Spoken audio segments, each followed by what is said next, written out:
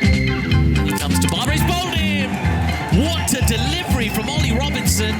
Babar Azam looking to drive, misses the ball. Robinson makes no mistake, it comes in ever so slightly as it smashes the middle stump. And Ollie Robinson, with just his second ball of the innings, has dismissed Pakistan's captain Babar Azam for 75. Pakistan 142 for 3.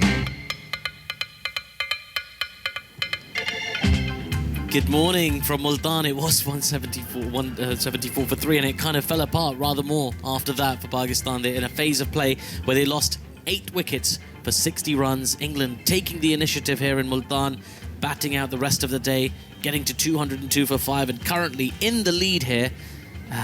281 runs ahead here in Multan, where it's a beautiful day, nice and clear, blue skies, sunlight, no, barely a shadow on the pitch. And we're nearly ready for action, 5 minutes away from the start of day 3. I'm Atif Nawaz, very pleased to be joined by England's former Test cricketer, Vic Marks. Vic, very good morning to you. Good morning, Atif. And a lovely morning, you're right. It's the clearest day we've had so far.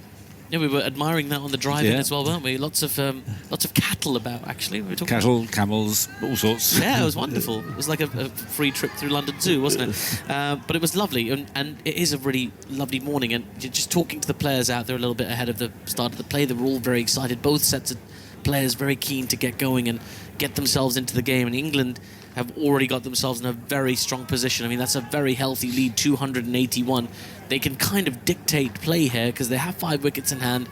Batters overnight. You've got Harry Brook, who's on 74. You've got Ben Stokes, who's on 16, and still batting to come as well. So you'd think really England have a number in mind where they want to stop and put the Pakistanis in. They've still got 3 days to close out this game. There's no rush really, but that's just not how this England team play. Well, they like to rush. I don't know whether they want to rush to Karachi or rush to the golf course, but they like to play positively, and they will. I mean, I'd be surprised if they declare.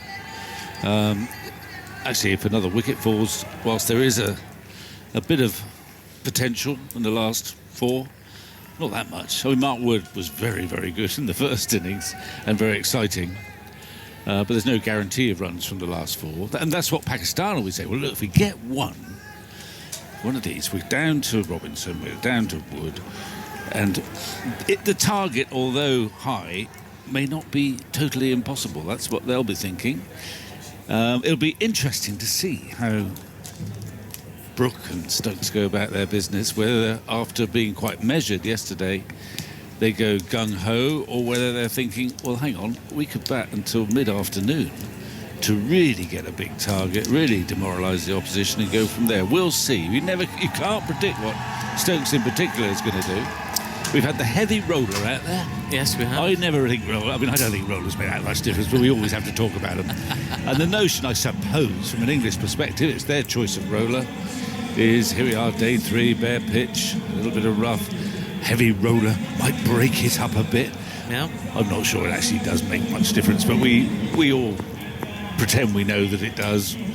But we'll wait and see. I think the pitch hasn't changed radically over the first 2 days. It's just that normally when you get this situation in a match, you're at least to the 4th day, but because of the way the game's gone and the way England play and the way they bowled out Pakistan, you have to pitch yourself and say, well, hang on, we're only at the 3rd morning. It's only been 2 days, yeah. It's quite remarkable how far we've gotten, how quickly, but it's also remarkable, Vic, how quickly we've gotten used to England doing this as well. Yeah. Just that, just remarkable performance after remarkable performance. But here we are, remarkably only 2 days into this Test match, and England lead by 281.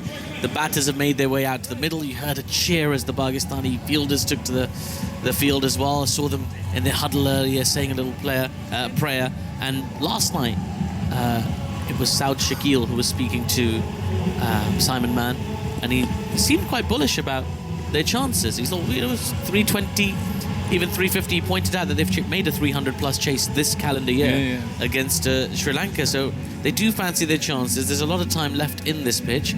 The result may not be a foregone conclusion. And just to pick up on your point about the pitch, Victor, I had to look at it. Lots of people around offering opinions. Everybody's opinion is different, of course, but most suggesting that it's breaking up, but not at the rate that everybody thinks. Yeah. So very, very, very slowly. it's going to be the star of Pakistan's performance in the first 2 days. Abrar Ahmed, who's going to start things off. Already, in 2 days, has a 10-fer on his Test match debut. So, with power to add. Yeah. 5 wickets remaining. He'll be eyeing up a few more of them. It's Ben Stokes on strike. Here we go. First ball of day 3. It's quick and flat, and Stokes watchfully behind it in defence. And there is no run. And it's been, the discussion around him has already been remarkable. From, are you able to pick him? What do we think he's doing? What are these variations? There's Abrar in once again. That ball's defended back to him for no run. It's almost unreasonable to have that expectation of being able to pick and read a player inside an innings of having played him. Here's Abrar again into Stokes, very quick, defended to short leg, and there is no run. Well, I got the impression, certainly with Joe Root, that he wanted time at the crease to have a good look at him for future reference. But he's very accurate too, given the difficulty of the way he bowls that ball. It's a very intricate art for sure. Abrar in again. That's been reverse swept by Ben Stokes. Great connection. It's running away towards the point boundary. And the fielder does get round, and they will get through for an easy 2. And that'll get England going for today. That lead moves on to 283. Ben Stokes playing a more watchful innings by his own standards. 18 off 23. He's not really been able to cash in the same way as his teammates thus far. Abrar in again. This is short. It's been cut away nicely. Back to that fielder at deep backward point. Another single. As Jerusalem winds down, it really does echo around the Multan Cricket Stadium. And there we have it. It comes to an end. Of course, England will be applauding that from the dressing room. There's only a couple hundred tourists here, but they make their presence felt. They do. They're all camped up in the Inzamam ul Haq enclosure, directly opposite where we're sitting, in the Waqar Yunus enclosure. Giant flags. Lots of various towns scattered on those flags as well. Here bright and early for what could be a fascinating day. In comes Abrar again. That was full and quick, and Brook just defends. Back to the bowler. And there is no run. That's the first over of the day completed. England 205 for 5. Brook on 74. Stokes on 19. Well, we sort of knew he'd open with Abrar. It's just a question now, when you look at the Pakistan side of the field, who's going to bowl the other end to Abrar? I mean, it is a staggering promotion for the youngster, but he is the threat. It's going to be one of the seamers. Abrar opening is, sort of to be expected, I suppose, based on his standard. You tend, the sort of golden rule is, certainly the start of the day and maybe the start of the session, you put on the 2 bowlers you think are most dangerous, the most likely to make a breakthrough. And it's a no-brainer, suddenly, that it's Abrar. Yeah, of course. You've got to put on Abrar. Now, Muhammad Ali's going to start from the other end. Not such a no-brainer to go for Muhammad Ali necessarily. Not necessarily. He's got the ball. He's been struggling so far, just his second Test match. But not too much to write home about. Nothing positive. He's in for his 7th over of this innings. And he comes to Ben Stokes, who comes down the track and drives straight to Fahim Ashraf at extra cover. We've seen Ben Stokes try and execute that shot so many times and just kind of sky the ball.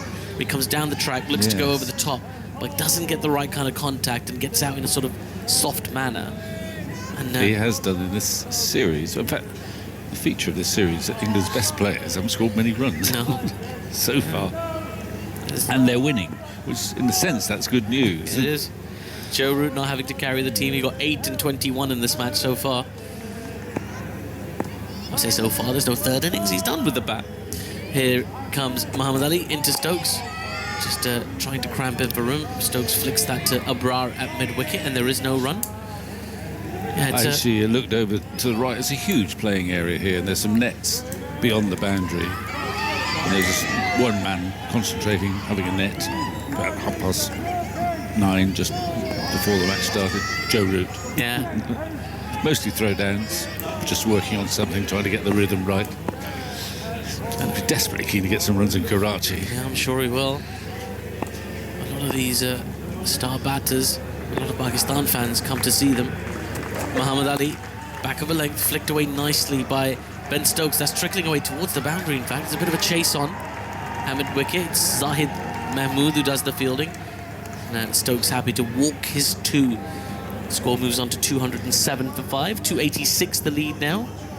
It's a good scoreboard, that, isn't it? Yeah. It gives you the lead without having to twist your brain around. Yeah. It's brilliant. Overnight, England ended up on 202 for 5, which is exactly what Pakistan scored. Yeah, that helped too, didn't it? It really did, didn't it? It's easy to remember what the lead is. Slip in place for Muhammad Ali. And he comes to Stokes as that ball keeps a little bit low. In fact, kept very low. It went through on the bounce to Mohammad Rizwan behind the stumps. Stokes just comes down and has a little look at the surface. He'll pat it down a few times. That'll cheer him up.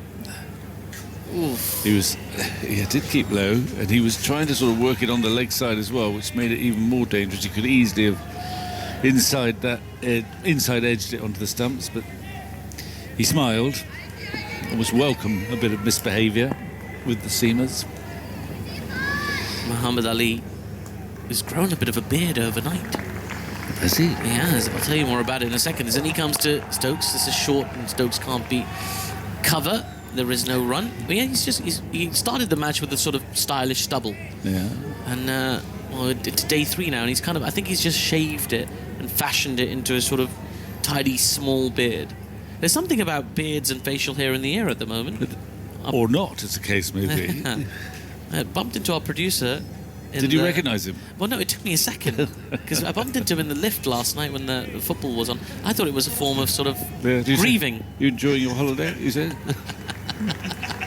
You having a nice time in Pakistan? Oh, it's you. Okay.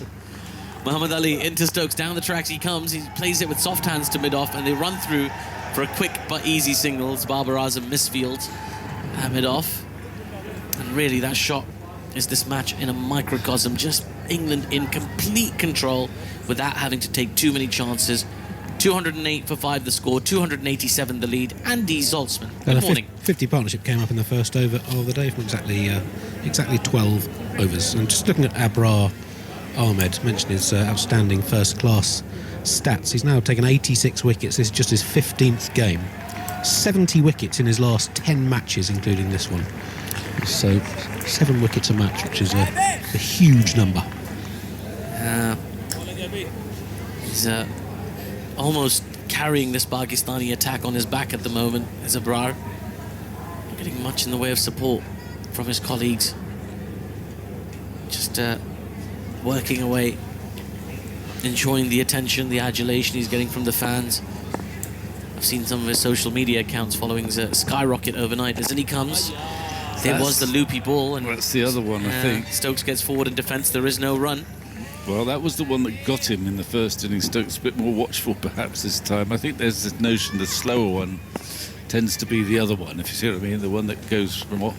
Here he is again. That ball's turned just wide of the fielder at square leg. There was shouts of catch it. It did go at some pace. It would have been a remarkable catch had it been taken.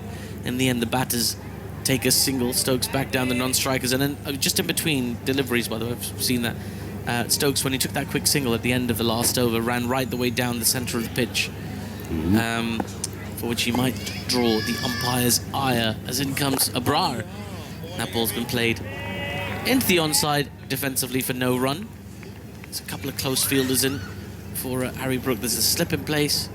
Forward short leg. Abrar just hops and skips and back to his mark. And then he comes again.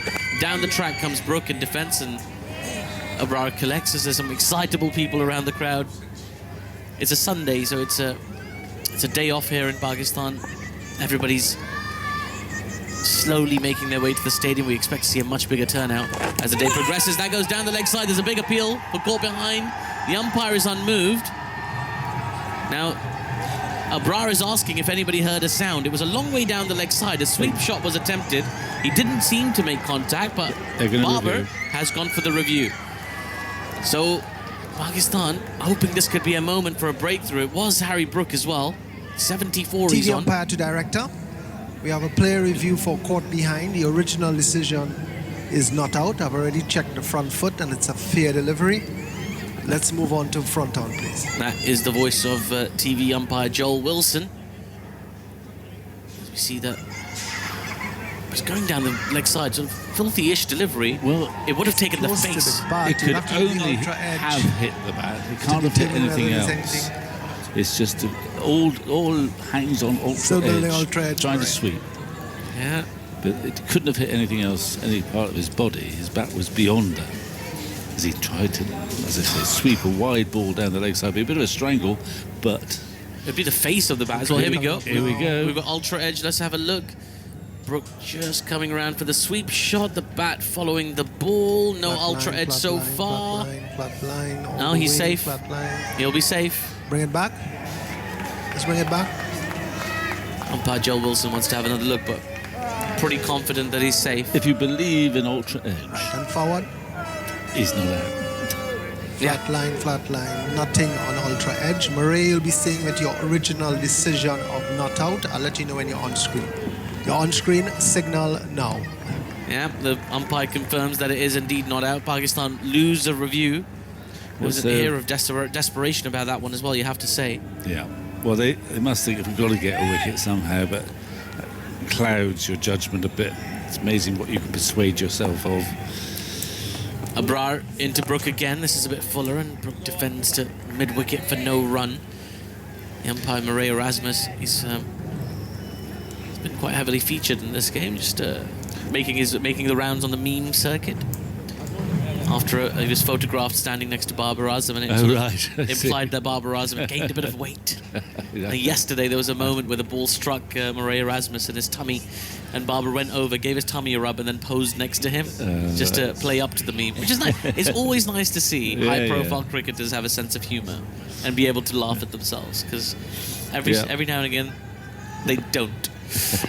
209 for 5 the score. Muhammad Ali at the top of his run in front of the Inzam Amal Haq enclosure here in Multan. It's a beautiful city. Get this really lovely drive in this morning to the ground, seeing all manner of scenery. As Muhammad Ali runs in to Stokes, who defends into the covers for no run. Was it Aggers who was talking about the multiple modes of transportation? Well, he was claiming about 15. But it must be market day or something like that, in that you saw scores of little trucks with a remarkably high number of cattle inside, often with their herdsmen probably in the truck with them, tightly packed. And I'm not quite sure where they were going. Well, they do have the horse and cattle show in Lahore. I wonder if they have an equivalent in Multan. Or perhaps they're on their way to Lahore. That could be... It's a fair trip for them. Do cows stop off at service stations?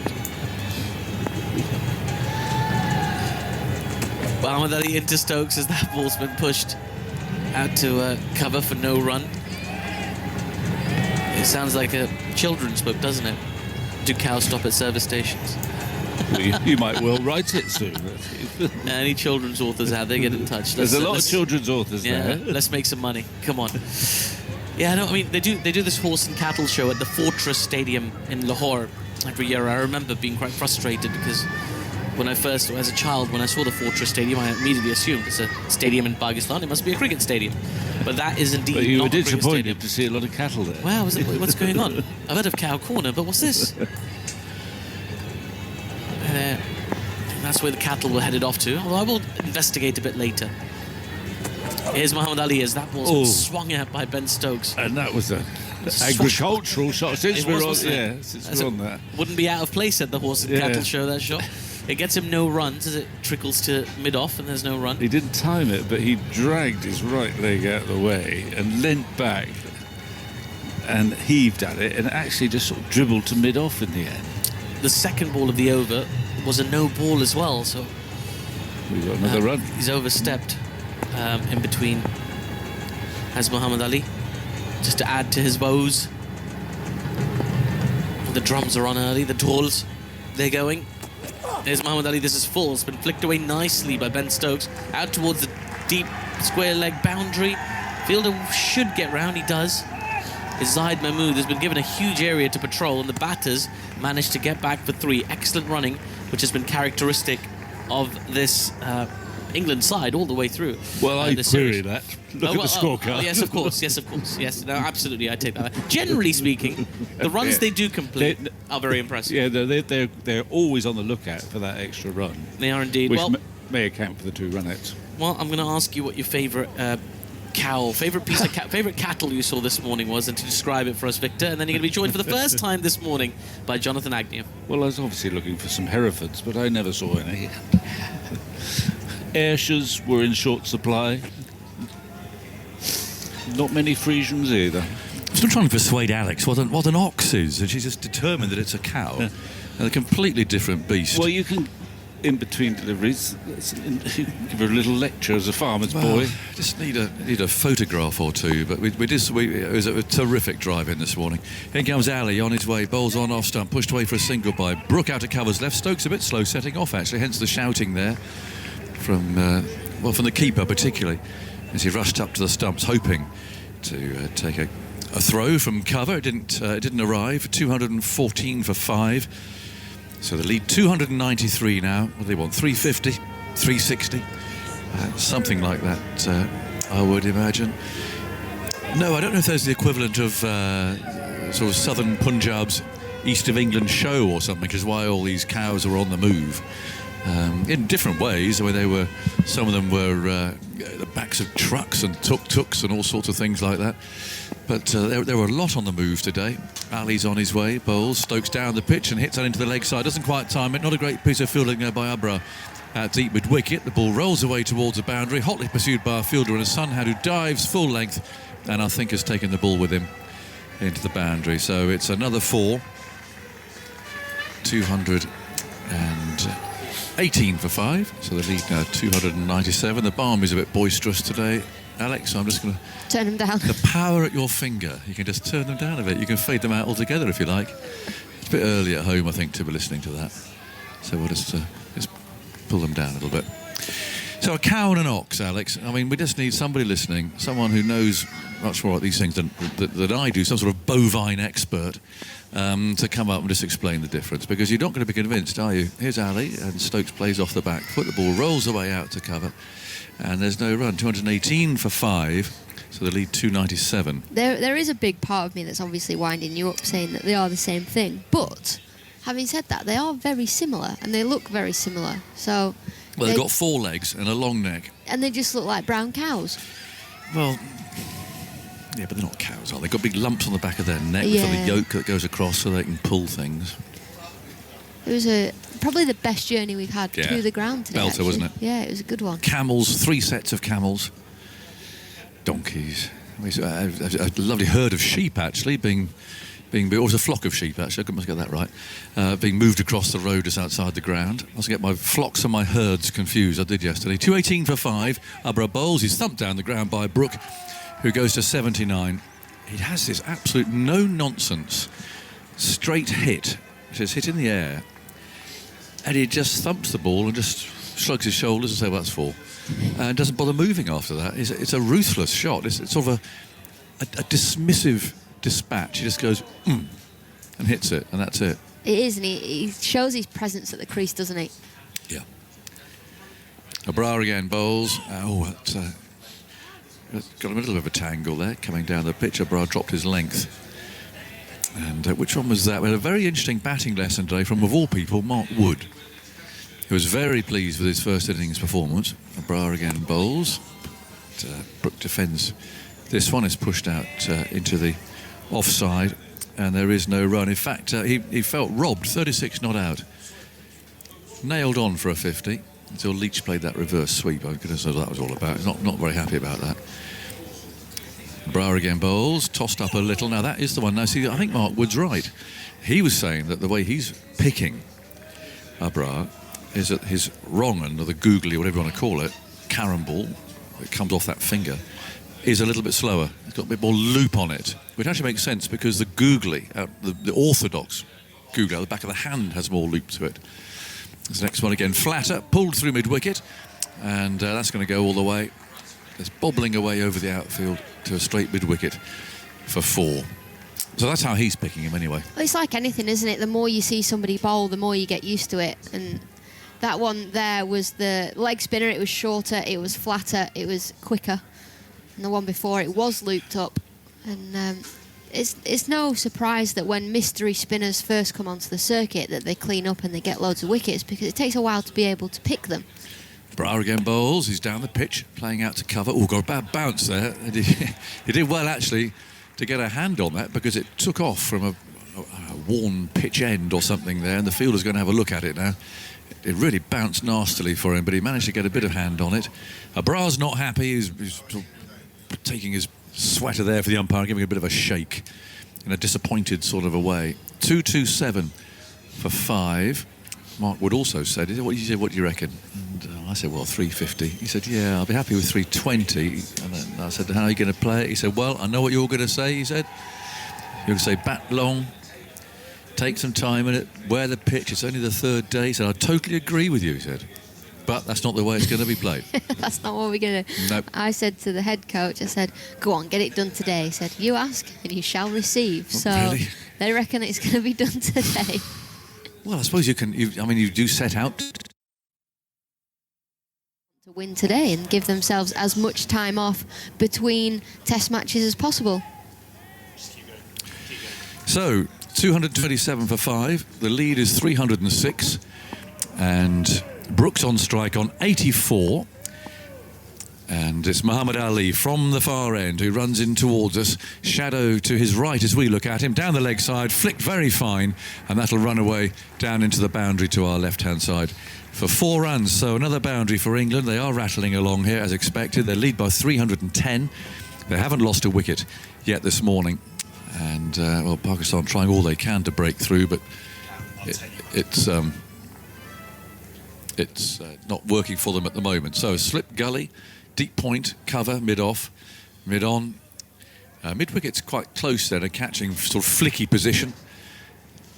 And there's a square leg and a fine leg. So Ali again runs towards us. Big white sheet behind him as a sight screen moves in. Bowls shorter this time. Brooke tries to force off the back foot, doesn't time it. And that's picked up by the fielder there at cover with a big sun hat on. And England, of course, pressing to win this series, which was the 3rd time they've done so, but they've never won consecutive tests in Pakistan before, so that would be quite something. They're in a great position to win this test match as well. They're in total control of this test match, are England. Ali turns in the distance, 231 for 5. The lead 310. Here he comes. Bowles driven by Brooke out to cover. And there's no run. Brooke 88, Stokes 30. Ali wicketless so far because, of course, Brar, our old friend, has got them all and he's had a hand in all of them.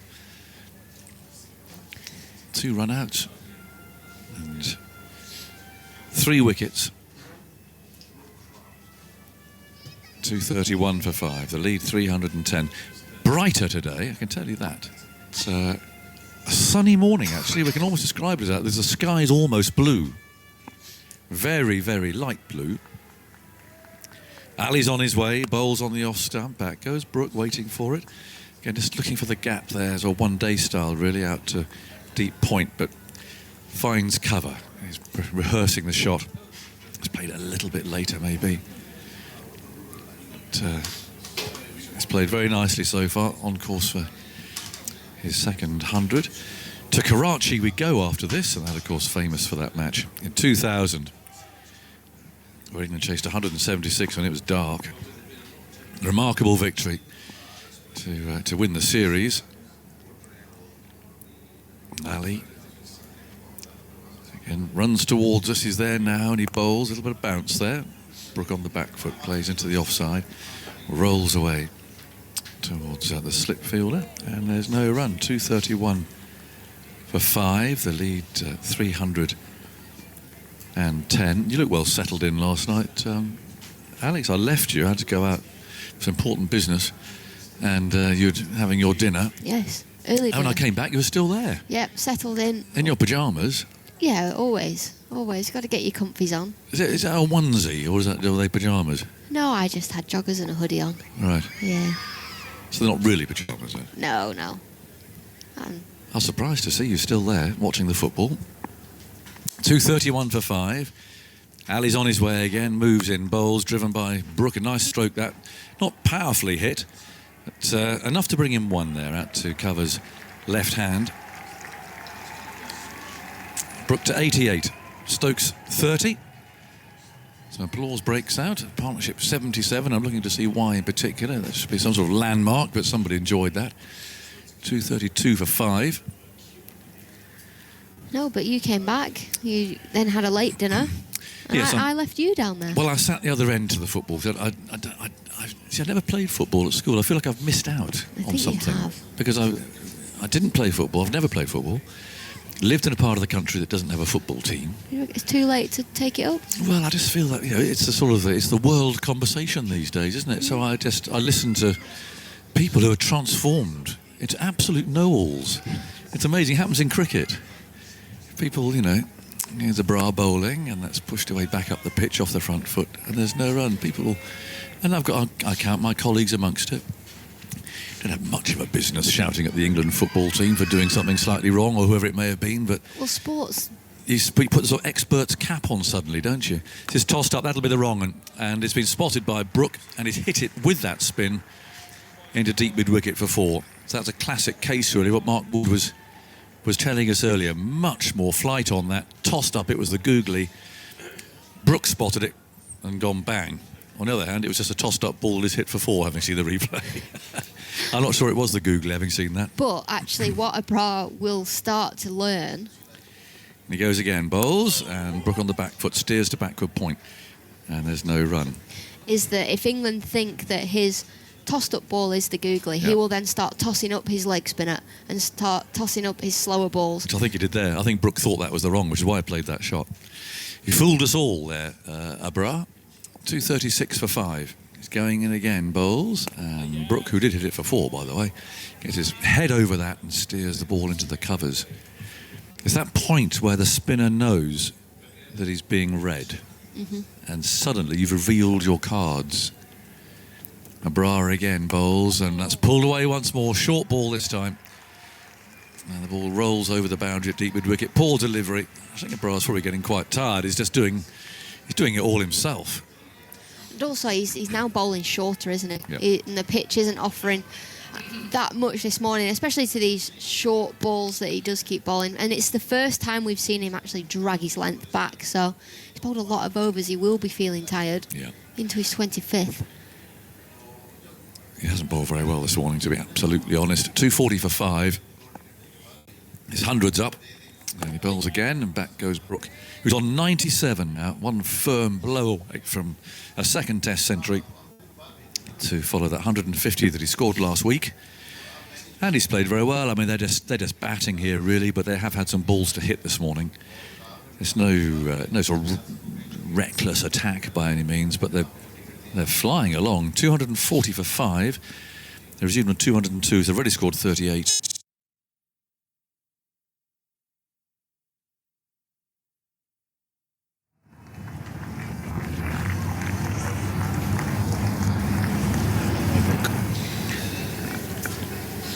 $240 for 5. And we've got a change at the other end. Let's have a look. It's some milling around going on now. Yes, we've got another spinner coming on. It's a left armour coming on, Nawaz, who's going to replace the pace, or medium pace anyway, of Muhammad Ali. Stokes on 30 from 44 balls. It's a slip and a short leg. And let's see what Nawaz can do. There's cover for him out on that deep square leg and deep mid-wicket, long on, and also deep point.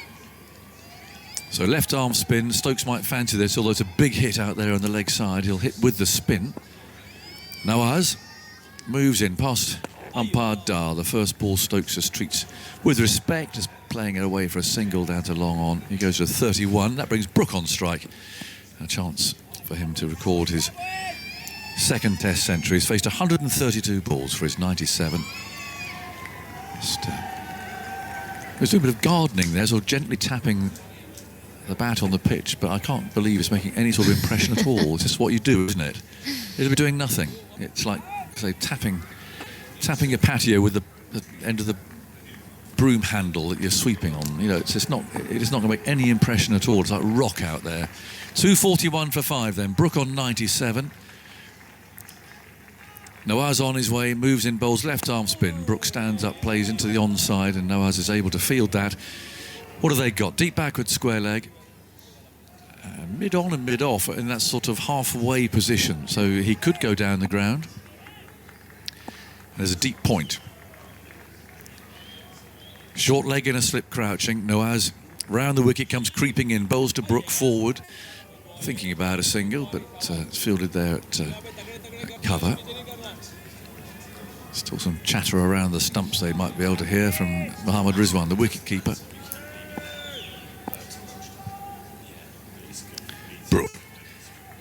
97. Nawaz bowls to forward he comes.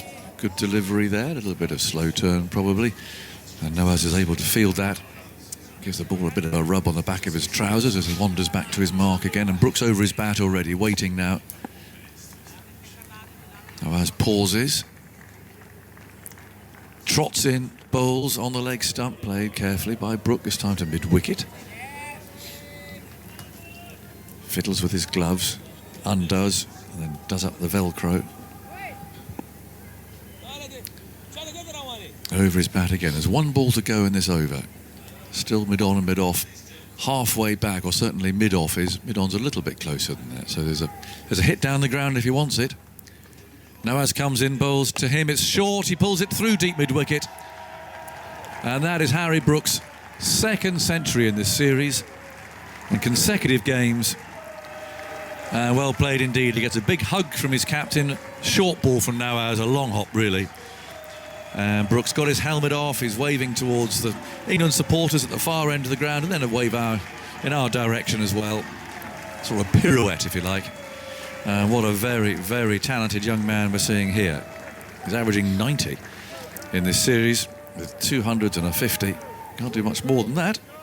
245 for 5, the lead 324. This century came up with his 14th four in addition to 1/6 from 137 balls. So he had a second century in just his third test match. Only 2 previous England players in men's test cricket have made 2 centuries in their first 3 tests. Who were someone you'd have played against in county cricket, Clive Radley, who had a brief test career but had a couple of centuries in his first 3 tests. In Australia? Goes Abrar, bowls, and that's swept hard down to deep backward square leg. There's no run. I don't think he was in Australia. I think he toured there, didn't he? I'm trying to remember. Anyway, it doesn't matter. And going way back, Ranjit Singh, one of the giants of the early years of Test cricket, also had 2 in his first 3 tests. And Stokes down the ground this time is hoisted Abrar over long on. It actually lands on the sheet. You should get double for that. It lands absolutely on top of this enormous white sheet. And I mean just on the very thin part. If you imagine a bed sheet, what do you call the sort of the fringe, perhaps you'd call it? Yeah, if you were to hold a bed sheet top. up and it would just... Plopped on top. Yeah, that should be double. Skills. Umpire Erasmus is having a look at the balls if he suspects something as a result of that. I don't think you've never seen a sheet over a sight screen quite like this before, hoisted up, as we mentioned, like on a yacht. It's steered away into the offside by Stokes for a single, and it is plopped directly on top. Stokes goes to 37. 250 up now. 252 for 5. The lead 331. They're getting into position very quickly, as we suspected they would. And Brook will now be on strike. He's got his 100. He might really start to play some shots now. I think it's now time for England to have some fun, isn't it? Yeah. Abrar over the wicket, bowls, and Brook goes back. He'll get a single, forcing that square into the offside. The fielder comes trotting in. Small crowd, but we've made the usual sort of reasons for that. It's out of town. It's difficult getting in. Not only were the tractors and trailer put in position today as a roadblock, but there's actually a flock of sheep there as well. So you're going to do well to get through that this morning. Stokes on strike. Abrar, well, he started to wander in there. Now he's going to go back and have a think about it and try again. Still a slip, short leg. Abrar moves in, bowls. Oh, Stokes has edged that. Now, did it carry to slip? It hasn't been taken. The ball's running down into the shadows at the far end. They'll certainly get 3. They might get 4 if Stokes isn't running very hard here. So they might have got 4. But a little nick suggests, again, Stokes didn't quite read that one. Let's have a look at it. Around about the off stump, he pushed at it. Went to, well, about boot high to slip. I don't think, I'd like to see another replay, really, but I don't think you can put that down as a chance. It went quite quickly. Stokes goes to 41, Brook 102 on strike. Bra moves in, bowls, and back he goes. Turns that into mid-wicket. And there's no run, so 256 for 5. The lead is 335 already. It was 281 overnight, and they played for 40 minutes or so, just under actually 35 minutes. 256 for 5. More from Alex Hartley and Andy Zaltzman, and then Simon Mann is coming in here for the first time today. That edged 3 brought up the 100 partnership in exactly 20 overs. Just looking at how Harry Brook has played Abra, he scored 10 boundaries off Abra in 63 deliveries, and the rest of England's batters, that's 6 by Stokes, is only the second boundary off Abra by all the other batters who faced him in this innings. Ben Duckett hit 1-4. So Brook's been able to put away the bad balls much more effectively. He's played quite a lot of dots, but also been very clinical on the scoring opportunities. Good morning, 256 for 5. Nawaz bowls. Stokes tries to thrash that through the offside and misses. Goes through to the keeper. He was looking for that extra cover region there. I think Stokes is on a mission now. He's 41 not out. England's lead is 335, 5 wickets in hand. Chance of 400 plus here. And we're not even at lunch on the third day. Nawaz bowls to Stokes. Stokes goes big into the leg side. Out towards the field. He's running round, gets underneath it, and pulls off a magnificent catch. What a catch on the deep mid-wicket boundary by the big fast bowler Muhammad Ali. He's rushing in to take the congratulations of his teammates. It's a brilliant catch. Absolutely brilliant. Stokes went for it. It's a big boundary out there. The ball just outside the off stump, and Stokes heaved it away. And in the end, he took it coming forward. In the end, he held it in one hand. Well, that's an excellent effort. Stokes is out for 41. It's 256 for 6. Stokes then, they cross the batters, not that it really matters anymore. He's watching Muhammad Ali take the catch, and he just goes, good grab. And that is exactly what it was. It was a very, very good grab from Muhammad Ali out on the deep mid-wicket boundary. Well, he did misjudge it slightly, and it's not easy out there because where's the sun? He's sort of looking into the sun a bit out there as well. It's a big boundary, has some ground to make to his left-hand side, and he fell forward and took it. 256 for 6, England's first wicket of the day. He just felt that Stokes was going to play, or continue to play, some big shots. Out for 41, which I think is his highest score, joint highest score of the series so far. Let's have a look. First innings, yeah, he made 41 in the first innings of the first test as well. So you get to make a half century. But useful runs, very useful runs actually. England were 230 ahead when he came in yesterday, but they sort of nailed down that lead with that century partnership. Results. Stokes 41 off 51 balls, just 1-4 and 1-6, and that 6 was his 107th in Test cricket, which ties Brendan McCullum's record for most sixes in Test cricket. Looked like he was trying to break it with the shot that got him out. Yeah, Ronnie Robinson has come in at number 8 for England. And there's a bit of vying for position in that lower order. The way Mark Wood played in the first innings, you wonder whether he might nip ahead of Robinson. Anyway, Robinson down at 8 in this game, and he has shown some capability with the bat in his England career. But perhaps not as much as they would hope, as Robinson gets his first ball there from Nawaz. Left arm round the wicket, turned into the onside towards mid-wicket. And there is no run. 256 for 6. Harry Brook making his second Test 100, 102. But I mean, generally speaking, England this second innings have sort of played a bit more old school. They've scored at 4.38 runs per over.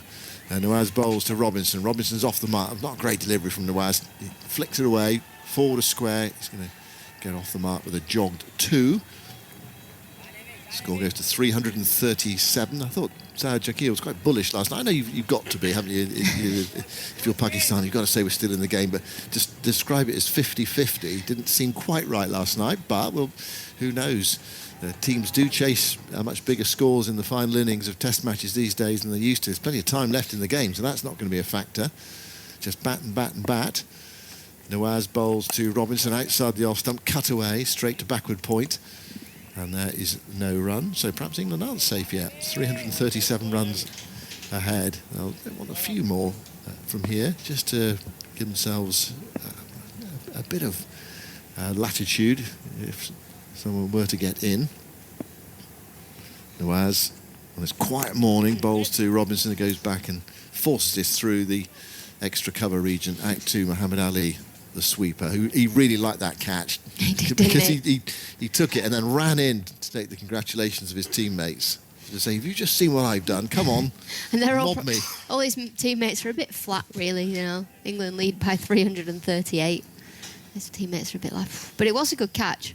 And I think as a bowler, you're not known for being the most agile, and he's not the most agile either. He's been fielding with his feet for most of the test matches that we've seen.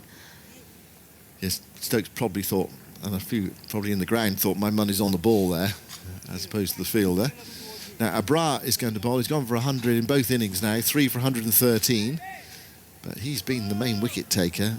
In fact, in this second innings, that wicket for Nawaz is the first time any other bowler has got a wicket in this second innings. 259 for 6. Robinson on strike. Abrar bowls to him, and Robinson's bowled. He's coming down the pitch, trying to hoik it down the ground.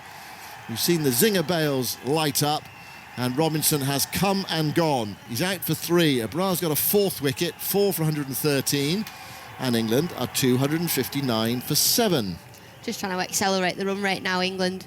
Ollie Robinson coming down the pitch, he was nowhere near it, to be completely honest.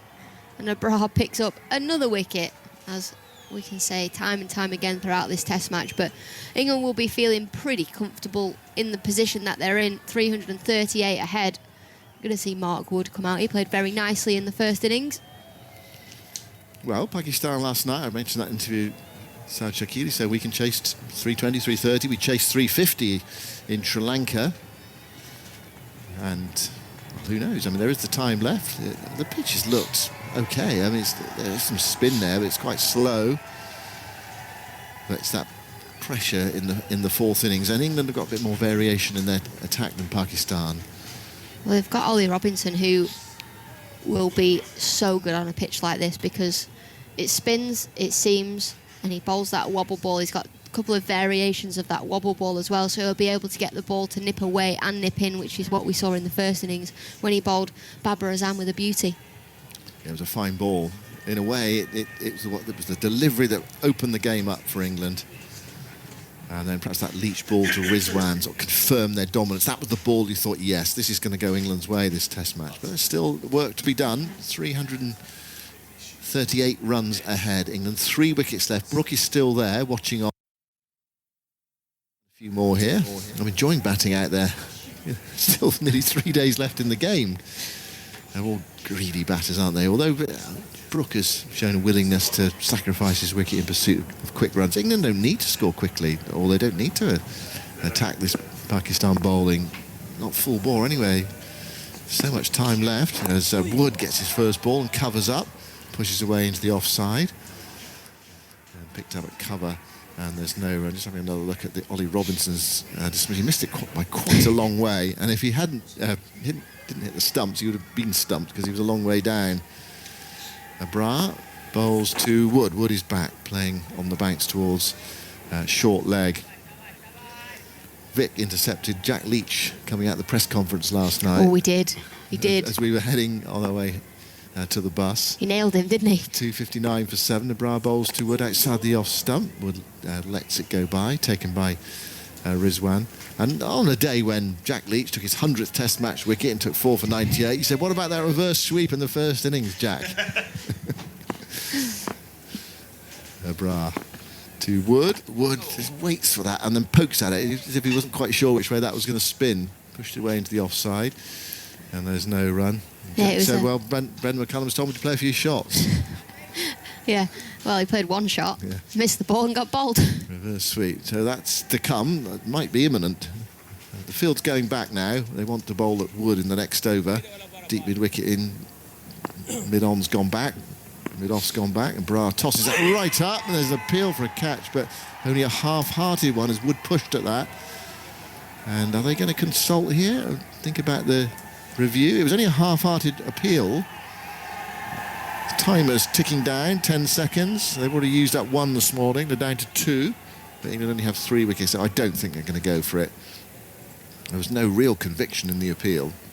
But it's worth consulting, just to say, what did you hear? You've got a few seconds, haven't you? You've got 15 seconds to make a decision. Just seeing the replay now, it was the leg break.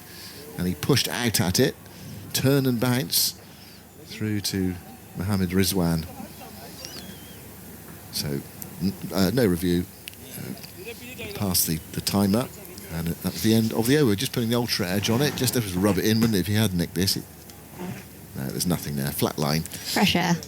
2:59 for 7. England 338 runs ahead. A wicket for Nawaz and a wicket for Abrar this morning. Stokes out for 41 and Robinson for 3. Brook, though, is still there. And just looking to get England's lead up. You know, around 380 if they possibly can here. To make it even harder for Pakistan in this fourth innings. Nawaz bowls to Brook, and Brook clips that away. They're going to look for 2 out towards deep mid-wicket. I think they found the 2 gap there between 2 fielders. Long on and deep mid-wicket. Yes, they have. Brook comes back for the second. And England's lead goes to 340. Andy Zaltzman in a moment will remind us of Pakistan's biggest run chase in Test history. And perhaps just have a look at that Sri Lanka match recently where they did chase something like 340, 350. That was a match that Shakil referenced last night in his post-match interview. Nawaz bowls to Brook. Brook's forward. There's an easy single in the onside. The field is set back and Brook is perfectly happy to let Mark Wood take strike.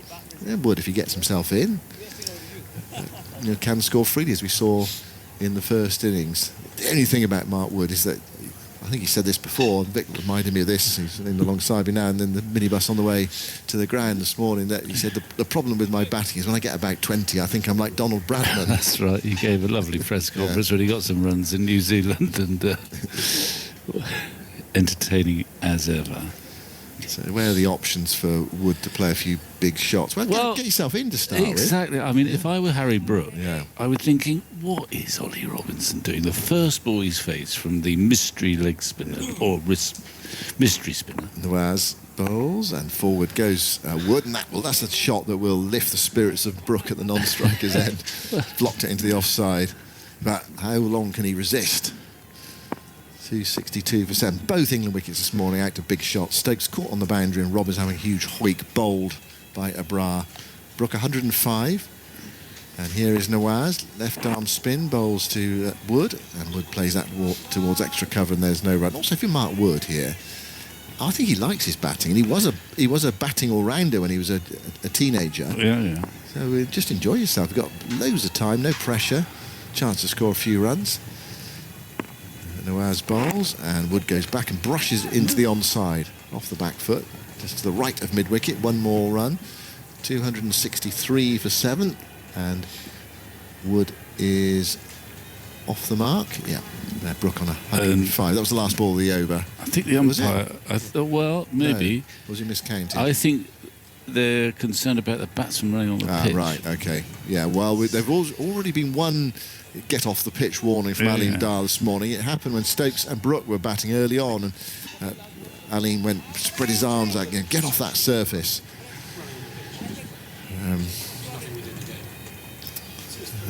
So there is one ball to go in the over. 263 for 7, and the field comes in mainly for Brook. There is a long off in.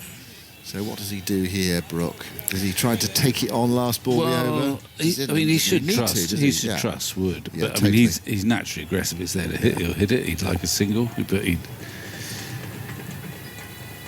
So there's a deep back of square leg, in deep forward square leg, long off, deep cover. Here is Nawaz. He gives him an easy ball there, darting it in onto the pads, and an easy clip for Brook. Well, that wasn't a great piece of bowling really if you wanted to keep Brook away from the strike. It was on his pads. Turned away for a single. Brook goes to 106. And England to 264 for 7. So last night when Jack Leach came out of that press conference, I hope you did congratulate him on his 100 wickets. Did you first before you took him to task on his? Well, no, I just said I've enjoyed your bowling rather more than your batting. Right. And then I mean, I have to preface this by saying I think Jack Leach is wonderful in every way. Yeah. But then he came up with a lame excuse, which was, well, Baz wants me to play more aggressively or something. That's as if he hadn't really been responsible for that shot. Yeah. So I reminded him that probably he was. Abrar bowls to Brook. Brook's forward, head right over it. Now shalt not pass. He's eager for more. Salt's is poised with his microphone. Yes, you asked me about Pakistan's highest successful fourth innings chases. Their highest, chasing a target of 377 against Sri Lanka in Pallekele in June 2015. Abrar bowls to Brook outside the off stump. He goes back, chops it away, finds a small gap on the offside. Easy single, happy to take it, of course. Just Wood, 265 for 7. Followed by the 342 they successfully chased in Gaul in July of this year. 344 for 6, their winning score on that occasion. And big century from Abdullah Shafiq, 160 not out to anchor that chase. 55 from Babar Azam. Abrar to Wood. Wood comes forward and plays that away into the offside. He's just groping for it a little bit, Wood there, just waiting to see which way it's going to turn. He's quite slow off the surface, so he has got time to adjust. It did turn, but incredibly slowly. Yeah. And he followed it. Abrar Bolton tossed right up, and Wood goes for it. 4. Out to deep mid-wicket. Anything just goes above the batsman's eye line, have a go at, and there's no one at home at deep mid-wicket, just whacking it across the line, out to the boundary for 4. 269 for 7. That was the Mark Wood we saw in the first innings. So he'd middle that. They've had a couple of other chases over 300. 302 for 5 against Sri Lanka in Sharjah in January 2014 when Azhar Ali made a century. Man's gone back now, deep mid-wicket. Abrar bowls to Wood, tossed up, and Wood is denying himself there. He's forward, playing that way into the offside. So the option here for Wood against Abrar, if he possibly can, is down the ground or over the head of mid-on, really. Rather than skew it out towards deep mid-wicket. Abrar bowls to Wood, outside the off-stump, short, clubbed away, but straight to backward point. That was a missed field. That's not great fielding from Pakistan. It's a single given away to Mark Wood. It was straight out. It hit hard. They might not worry too much because it puts Wood back on strike for the first ball of the next over. 270 for 7. So results, the highest chase, the highest score they've made is 378. Is that what you're saying? No, the target was 377. They actually made 382 for 382 3. for 3. It was 6. And the other one over 300, 315 for 9. A classic game with Australia and Karachi in 1994 when Inzamam ul Haq, batting down the order at 8, managed to see Pakistan over the line in a last wicket stand of 57 with Mushtaq Ahmed. I remember that. I mean, what you notice about all those is they're all modern. Even by 1994, obviously, is a long time ago for some people in this box. But sides chase big scores more frequently now. Yeah, it just keeps happening. Well, if England were to be dismissed now, they'd want 350 to win Pakistan, and England got power to add here. Right, here is Mahmood into the attack. He's gone 9 overs for 48. The other leg break bowler. And his first ball is pushed away by Wood for no run, out towards extra cover.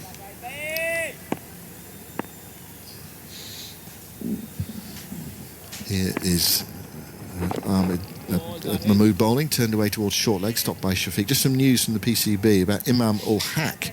He's been taken to hospital for MRI scans.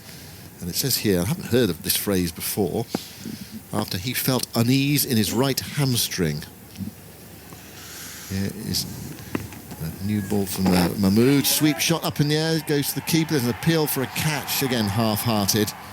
And it must have come off the pad of Mark Wood. So have you ever had unease in your right hamstring, Victor?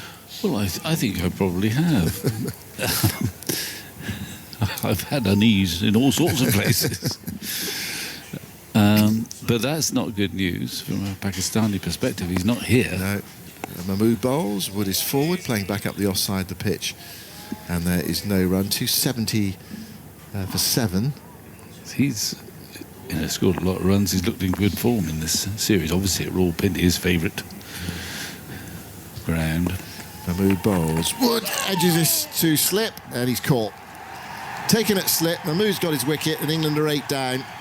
Wood is on his way for 6. And the lead is 349, and they're going quite quickly at the moment. England, they've lost 3 quick wickets, but they have those 349 runs in the bank. Brook at the other end is 107 not out. Time for a change. Victor, and then it will be Atif. Well, a nice delivery, nice catch. A slightly tentative poke from Mark Wood. He won't enjoy particularly seeing that again.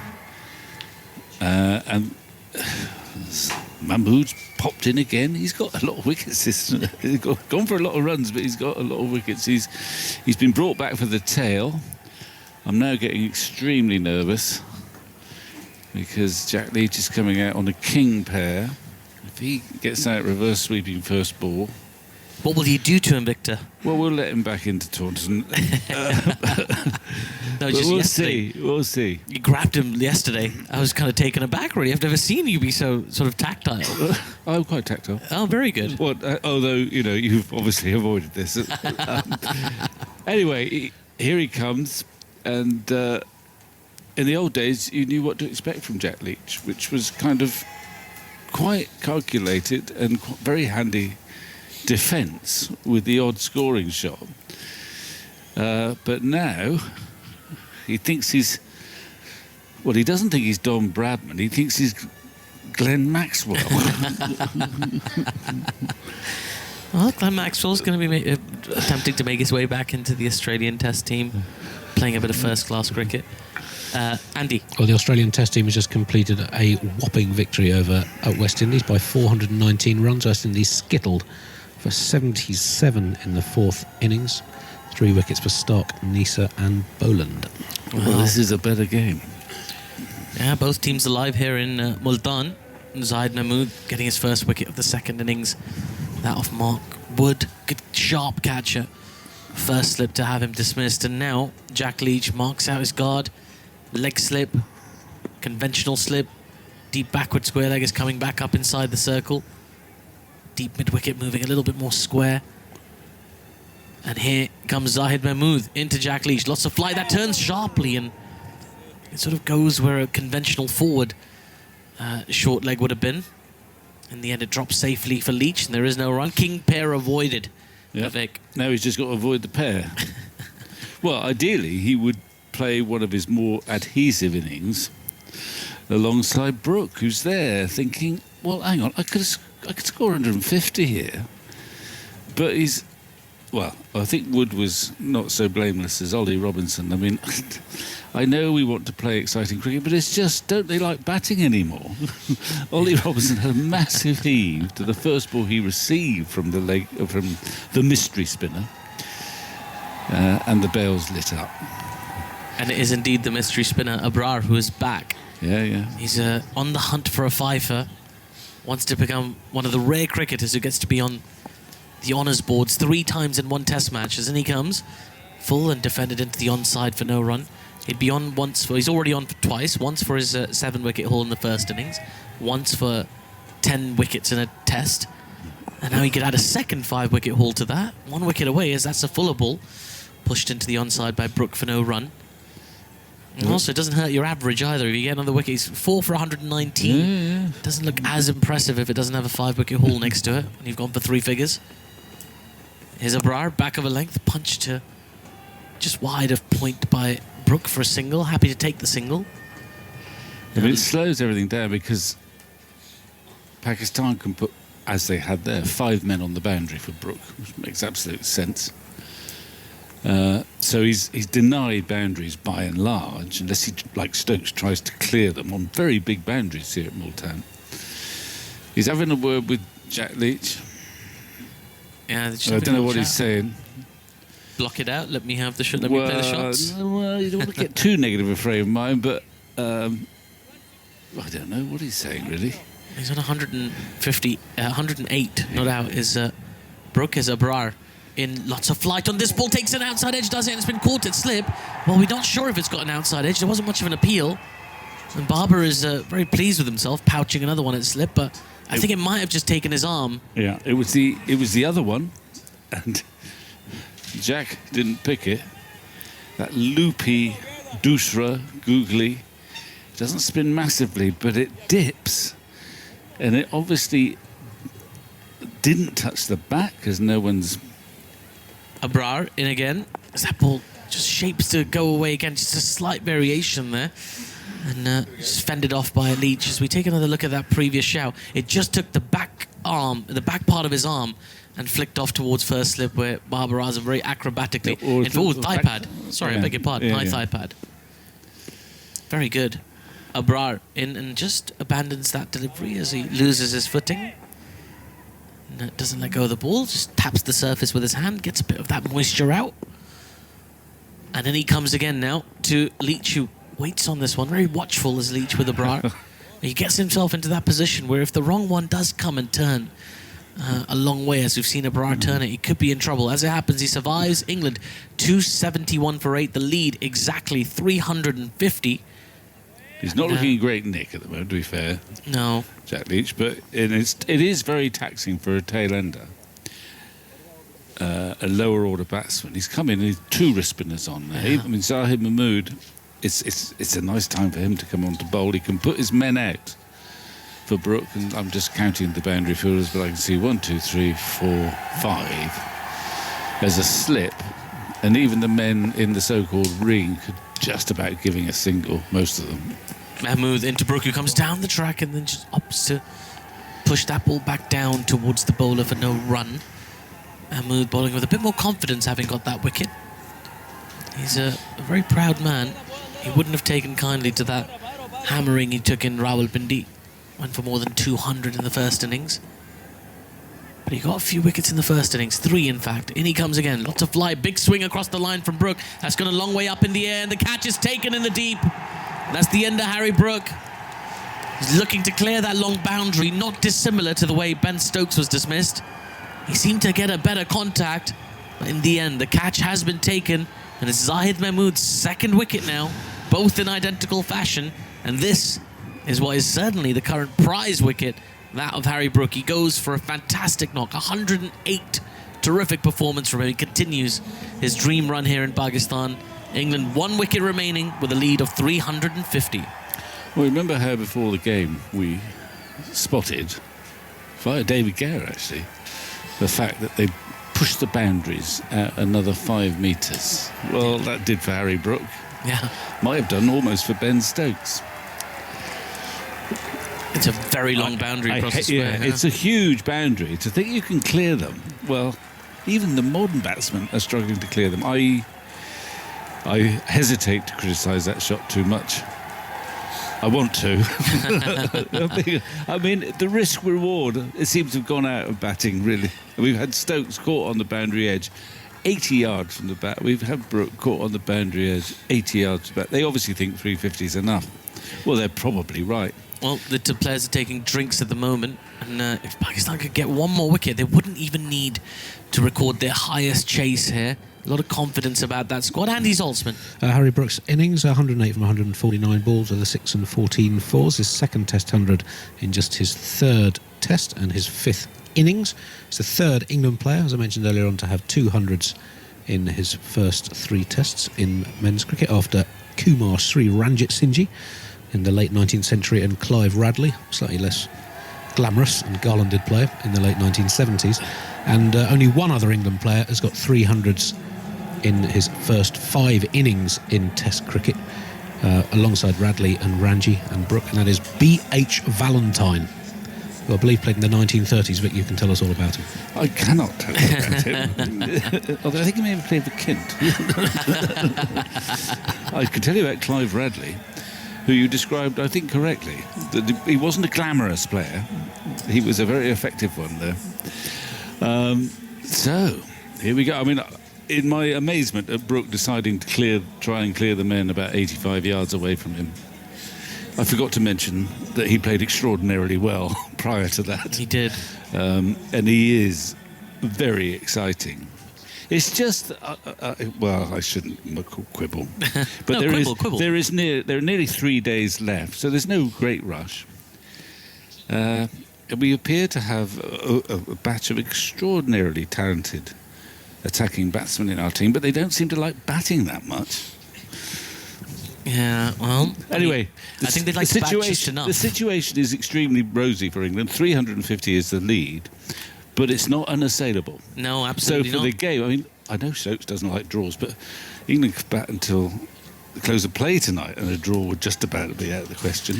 Yeah, there's still more than 7 sessions well, left in the actually, game. as things stand, the 5th day is out of the question. Yeah. Because either they will have knocked them off, or they will have been bowled out. Yeah, Unless the weather intervenes and the smog thickens, but it's a beautiful clear day today. We won't get to the 5th day because one side or the other will have won, which is great in many senses. After all the history of draws in Pakistan, that's gone. Well, a chance for England to take a 2-0 series lead. And for a the chance first time for ever. Pakistan to level it Absolutely. and go to Karachi all square with It's all to play for. All the results are there, other than the draw, it seems. Jimmy Anderson, the new draw's batter. gone. Draw's gone. Jimmy Anderson, the new batter, out in the middle. Zahid Mahmood in. There's a sweep shot played just wide of the fielder at sweep. A beautiful reverse sweep from Jimmy Anderson. He's absolutely nailed that past Babar Azam at slip, and it's run away to the deep third boundary for 4. What an outrageous shot to play on your first delivery as a number 11 batter. Casual as you like. Well, I'm not going to castigate Jimmy. No, But when you've got it's not as if he's got Brook at the other end. Yeah. It's when you've got an absolute gun batsman at the other end, and then all the tail comes in and give themselves away. Here's Zahid Mahmood into Anderson again. Lots of flight on this, and Anderson just pushing the ball back to the bowler for no run. The lead is 354 for England now. 275 for 9 in the second innings. So Jimmy Anderson squinting a little bit of sunlight poking through his eyes, his visor. Here's Zahid Mahmood, big swing across the line. That looks pretty close. The umpire's finger goes up, and he's been given LBW. Zahid Mahmood has his third. Now, I'm pretty sure Jimmy will review this. I mean, why not? You have the reviews. He's got 3. So you may as well take The them, umpire and they've to done it. director. We have Here's a Joel player Wilson. review for LBW. The original decision on field is out. It's a fair chance this is out, I would have thought. Yeah, looked pretty straight. This was the sort of orthodox slog sweep, if you like, not the reverse one. Lots of flight on that ball. Dipping. Oh, it's looking out, and I don't think it's going over the top. It's straight. Any bat involved? Can you give me ultra edge just to confirm that? That's hugely in Zahid Mahmood's favour, is that it's been given out by the on-field umpire, Yeah. Maria Erasmus. Jimmy's sort of walking towards the pavilion. Leach, I suppose, has avoided a pair because if you're 0 and 0 not out, Hitting an ultra edge. doesn't count. No, that's not a pair. There we go. We're going to have a look at the ultra edge. Pakistan are walking Ball, off. Flat line. I think everybody expects. Satisfied that there's no bat involved. Ball tracker when you're ready, please. Yeah, both sets Ball of tracker teams coming are up now, walking off Ali. very slowly. Ball pitching in line. Impact is in line. And when it is it's hitting. You'll Yeah. be staying with your original decision of out. I'll let you know when you're on screen. Oh, there we go. You're on screen. Signal. That's England 275 all out. Jimmy Anderson, the last wicket to fall. Zahid Mahmood gets a third wicket. 3 for 52 for him. A form of vindication as such. And Pakistan will now need 355 to win this test match. We mentioned earlier, a little bit earlier this year, they did chase down 342 against Sri Lanka. That was back in July. They do feel quite confident, and they'll back themselves. Although, Vic, it will be tricky, particularly knowing that Imam ul Haq is not going to be available to them. They won't have their pick of opening batters. I wonder who's going to come in and partner with him. Will it be Babar who steps up and opens the batting as he often does in T20 cricket and one-day international cricket? Or will somebody else get the promotion? I don't know if they want to expose Babar up the top that quickly, but in any case, I'll run you through that scorecard. Zach Crawley was the first to go. That was yesterday. He was run out for 3. Ben Duckett went for 79. Will Jacks for 4. Root for 21. Brook 108 today. Ollie Pope was run out for 4. Ben Stokes 41. Robinson went for 3. Mark Wood went for 6. Leach remained not out on 0, and Anderson went for 4. And the bowling figures, only 3 bowlers to take wickets ready. Abrar took 4 for 120. He was hugely impressive.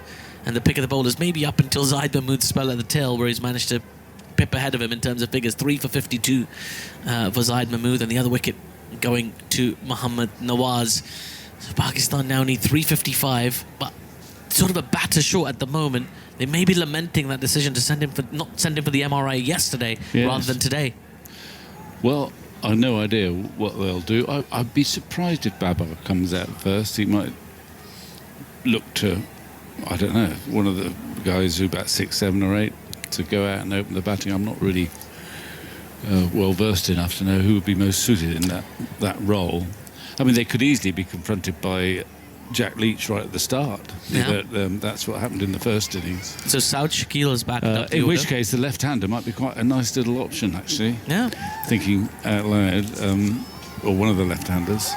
I'd suggest that we may well see Saud Shakil open the batting with or maybe Abdullah even Shafiq. someone lower down. I don't know. Well, I don't know what. Well, it's not the longest batting lineup for Pakistan in terms of, strictly speaking, batters, because No, I'm just wondering couple of whether all-rounders. Fahim Ashraf, who looked pretty, could do it. I don't know. Oh, I'd be It's not surprised. as if we're talking. It's not a conventional sort of role for us who live beyond Pakistan. New ball zipping around all over the place, very hard to get through. It's often thought of as quite a good place to open the batting, actually, because the ball's hard, it goes spins off the bat. There's not prodigious move for the seamers, and it'll probably be the spinners. Or Jack Leach will be bowling very soon. He may take the new ball again. I don't know. He's less likely to do that if there's one of them's a left-hander. We'll see. We will indeed. Andy Zaltzman. A little on Abrar Ahmed's debuts. Finished with 11 wickets for 234 from 51 overs, 7 for 114 from 22 in one single unbroken spell in the first innings, 4 for 120 in 29. Also a single spell other than a change of ends after 10 overs.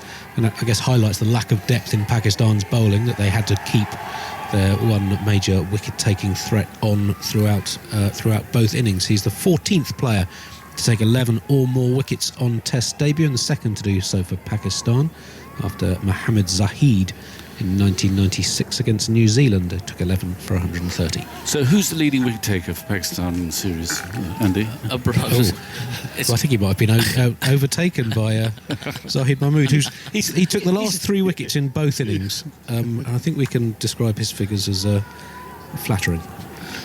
I knew you would. He's not a big fan. He's not the chairman of the fan club. No, but I mean, it's been a tough debut. I mean, you got to remember England's batters are just sort of. He's got the right ear to the captain. He's proven himself to be absolutely lethal against a tail. Handy. And England's batters have made life very difficult, particularly up top. With Ben Duckett, and he's been so impressive against the spinners, and those wrists and those sweep shots. He's just been so impressive. But he's done for this Test match. His work, at least as a batter, is done. It's going to be his work as a fielder that England will turn to. I can see a little light roll being given to the surface out in the middle at the moment. Bit of catching practice. I saw actually Brendan McCullum doing a bit of catching practice with Ollie Pope just before the start of play, and he was really pinging them at him really hard. You kind of see it happen. You even wince when you see it. Ooh, that looked hard. He had gloves on.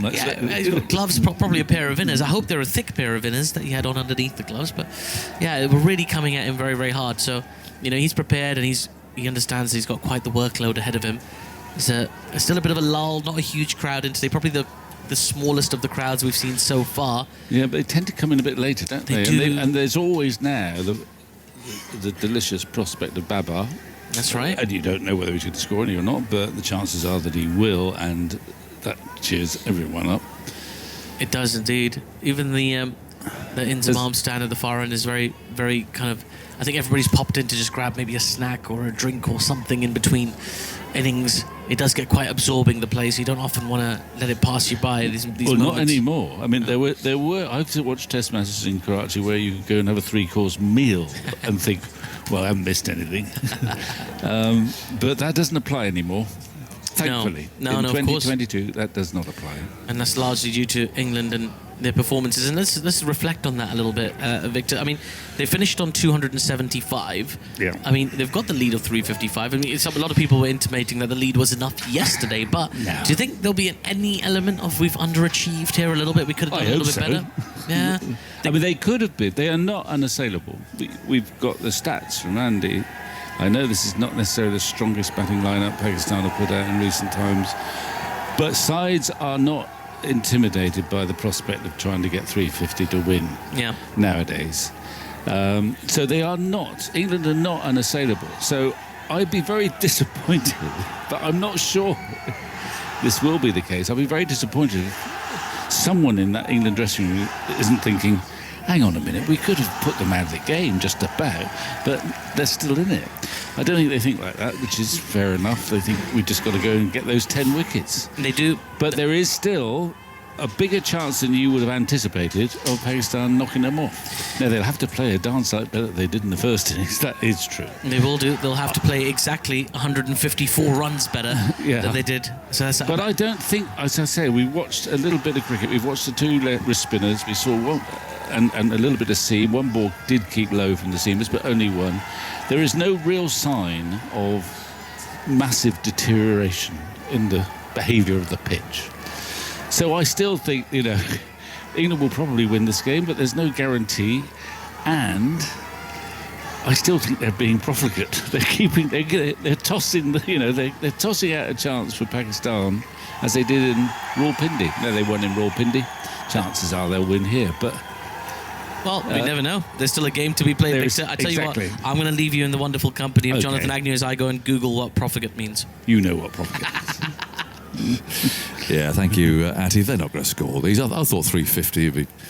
That's enough. I mean, I know what you're saying, but I mean, and Rawalpindi, I think that was a very generous declaration. If Pakistan get these, then I think England will have, especially with the batsman down, by the sounds of it. If Imam can't bat, then England will need to look at themselves, I think, because there is some pretty sharp turn out there now. Do you think so? Yeah. Oh, really? Not every ball, but yeah. What good is that? It's funny, we talked about the 10-ton roller going up and down and having no impact on that pitch, but that little thing there, it's like a half-full can of Coke, I would think, trundling up and down the pitch. I mean, it's almost bouncing as it goes over the little cracks. Yeah. I wonder what that's doing. Well, I don't know. I mean, the old notion was England would have put the heavy roller on in the hope that it would break the pitch up and make it more conducive to spin and make it behave less well. I'm never sure how often, especially in this part of the world, that makes a massive difference. So by the same token, Pakistan, who now have that option of a roller, put the little one on. Well, it's quite a big can of Coke, I suppose, but you don't think that's going to make much difference at all. Just smooth it out.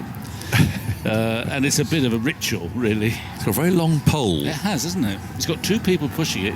I think one could manage, really. Yeah, a very long pole. And what they're doing, what they've been asked to do by Pakistan, who are they on their way? Well, England are. Yes, there's the Pakistan openers. We don't know who they are necessarily. We know that obviously one will be Shafiq, but who is opening in place of Imam, who's having a scan on his hamstring? We shall wait and see. Oh, it's Rizwan coming out. Well, he's the T20 opener. That could be interesting. Come out and play a few shots. The way that he played in the first innings, actually played more like an opener then, with very few shots. But he's coming out in place of the temporarily at least injured Imam ul Haq. And England have come out here, and he does like ringing in the changes, the captain, because having held on to Ollie Robinson for ages in the first innings, he didn't bowl him on the first day, as it were, what remained of it. He's going to take the new ball today ahead of Jimmy Anderson. He's going to bowl at this end, so he keeps people guessing. That's for sure. That little light roller's being trundled away to our right-hand side. It's being lined up with the rest of the very impressive array of equipment that the groundsman has here. It's on full display. That gets parked up at the far end of that. It's almost laid out in size there. The big heavy roller at this end, and it just works its way down through all the machinery down to that little light roller that's been parked up very carefully at the far end. Morning, Waka. Good morning, Haggers. The heavy roller is really heavy, and the light roller is very light. I'm just wondering what impact it might have had on this pitch. Anyway, here's the first ball then. Robinson's on his way. He bowls, and Rizwan is forward on the front foot to a good length ball on the off stump, which is where rhythmical Robinson bowls. It's actually Shafiq, thank you, Andy, and there is no run. So Shafiq on strike, Rizwan on strike, 2 right-handers for England to go at, rather than the left-handed Imam. Let's hope there's nothing too seriously wrong with him. And England here looking to win for the first time consecutive tests in Pakistan. Do you remember what happened to Imam? No. Because I didn't see anything happen. Either it happened overnight at dinner or something, because we didn't see anything that sort. There's Robertson bowling, a little bounce there. Shafiq's on top of it, turns the ball down to the long leg. Thrown back from the deep by Mark Wood, who goes running off then to the other side of the ground. Not sure why, because he's forgotten that Imam's not opening, I think. So he's going to have to go running back again, he thought. He hasn't realised Imam's not opening. So he set off there to the far end of the ground. Now he's being sent back again. Yeah. Keep your eyes on the batsman, yeah, the perhaps two right-handers. Word hasn't got out that Imam's not opening. It certainly hasn't reached Mark Wood anyway. He's gone running back to position again. So 1 on the board, and now it is Rizwan on strike with 2 slips, a short leg. Short mid-wicket, Robertson rolls in, bowls to him, and he pushes into the offside, up to mid-off, Stokes fields. Pakistan is 355 to win. They've got 1 so far, a long way to go. And there is some turn in this pitch. It'll be interesting to see who Stokes employs up at the other end. Wood said to me this morning, didn't think he'd bowl very much in the second innings, but so you never know, especially with the tail, someone of his speed. You want to perhaps come in there and soften him up a bit. That's a very surprising move from both teams, actually, because you always see Anderson taking a new ball, and Rizwan, you don't see him in Test match cricket opening. Rizwan forward, Robertson a good length again on that off stump. He's just so rhythmical and metronomic, really. It's a word we used about Glenn McGrath, who used to just run in and bowl almost exactly the same line and length, ball after ball after ball, and Robertson's very similar. Not quite as tall as Glenn. He also reminds me a little bit about Angus Fraser. Oh, yes. The Middlesex boy. Yeah. Similar size. Very similar size. Maybe Angus was a little bit bigger. He is now. Maybe sideways. You're mean, aren't you? He's quite a big lad these days, Angus. But yeah, back in the day, he was this. Another this one who was stature. very rhythmatic, wasn't he? He was. Robertson's on his way, bowls, and Rizwan a little tangled there. Plays around the front pad. I'm not sure if Rizwan has been sent out there to sort of, up the ante and look for quick runs, or let's put pressure on England early on in the game, or is it just because Imam is not there and Babar went in the dressing room and asked who wants to open, and Rizwan probably raised his arm before anyone else. So he has done it in a white ball cricket, but Test match cricket is a different ball. There's only 1 slip, so nothing much off the surface yet. Robertson bowls to him. Forward he comes, playing carefully out to cover. It's fielded by Duckett, and there's no run. So if you're just joining us, well, England added 75 for their last 5 wickets this morning, I reckon from about 16 overs, and he'll correct me if I'm wrong, which I probably am. They've set 355 for Pakistan to win this match and to level the series. Abrar finished with 4 for 120. Ahmed now has 1 for 42, and Zahid Mahmood 3 for 52. There were those 2 run-outs yesterday. Brooke was out for 108. Stokes 41. They put 101 on together in total, and then a lot of shots accounted for the tail enders, so they didn't hang around very much. And so Pakistan, with an hour before lunch when they started their innings, are 1 for no wicket, and it is going to be Jack Leach to open the bowling from the far end. And he's bowling to Shafiq. There's a slip and a gully. Let's see how he gets on with the new ball this time. He found it a little bit slippery in the first innings, and he bowls quite flat. First ball, Shafiq plays off the front foot to Stokes. This pitch has really slowed down, isn't it? It's not really has done much in the second inning. Abrar, because he bowled those magic balls. It's a different ball game for him. Leach bowls, trying to square Shafiq up. Bear in mind, Rizwan, of course, got a belter from Leach in the first innings, didn't he? Pitched leg stump just outside, took off. Yeah. So that'll be in his mind. He'll be a bit wary, I would imagine, about how he plays. Leach, who's spinning himself a catch there within his hands. He doesn't throw it in the air.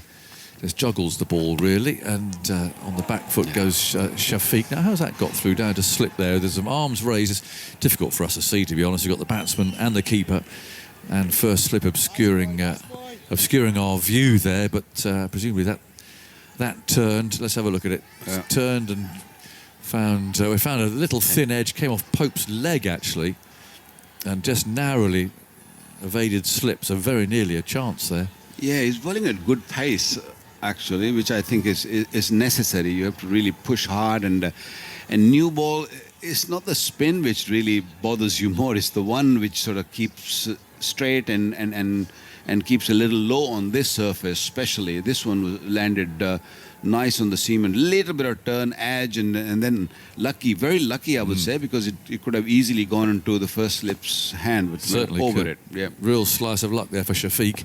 Rizwan on strike. Leach comes in, bowls. There's a sweep from Rizwan, and he's just gone past the off stump. And I think it's hit Pope there. Looking by his reaction, he's rubbing his chest, and Leach already finding some decent spin here. Came up, yes, it did hit Pope in the chest via his gloves, so it took a bit of pace off it. But it's a hard thing as a new ball. There'll be a nice little bruise there on Pope's chest. He's going to be challenged, I think, in this innings. It's not going to be easy. Part-time keeper. He's done very well so far, but he's going to find this challenging. In goes Leach again. Bowls, and Rizwan on the front foot plays into the offside. He's yet to score. And did he edge that one? Yeah. Oh, he did, you know. That one that went into Pope's chest. So there could have been 2 wickets in this over. No, that was, I think, the other one. This is the same one, the first one, I Do you guess. think? I think it was Rizwan on strike, I think. No. In goes Leach again. Bowls. He's down the pitch this time, flicking through mid-wicket. So he's off the mark, working it away for Crawley to chase. And he'll come back for a second run. So 4 for no wicket. An eventful over there. One coming off Pope's thigh, another into his chest. Could have gone absolutely anywhere. First one just went over. Well, Root tried desperately hard to try and climb and catch that, but he's not tall enough. He's a tall man. Root is a bit taller than you think, actually. But couldn't get a right hand to that one. So 4 for no wicket, and there's 50 minutes to go till lunch. There's so On much the time third left day. in this test match, let Yes. alone the next 2 days. Even today, still officially we should be bowling 78 overs, but I don't think it's kind of possible with the light fades away so quickly in the late afternoon. So I would say maybe 68, 70 overs. That's what they should aim, and Pakistan can't afford to lose too many wickets. If they lose too many wickets, it can really wrap up very quickly. Shafiq on strike to Robinson, who moves in. Bowls turned into the leg side. There were a couple here. Long chase of Wood coming up from long leg, who gets... Oh, well, they haven't taken the second. The throw comes in. Wood making good ground, maybe. 5 for no wicket. What I was doing, it's quite hard to calculate, but I thought maybe Pakistan might face 50 to 55 overs today. Does that make sense? I mean, we're guessing as to what time it's going to end. And actually, there's not so much mist around today. It's a clearer day. Does that sound about right? Yeah, we had 79.4 overs on day 1, 83.5 overs on day 2. So England faced just under 16. So maybe 60 overs. Robertson bowls, played so straight there by Rizwan that it's actually hit the stumps. You'd have heard there the ball clattering into them.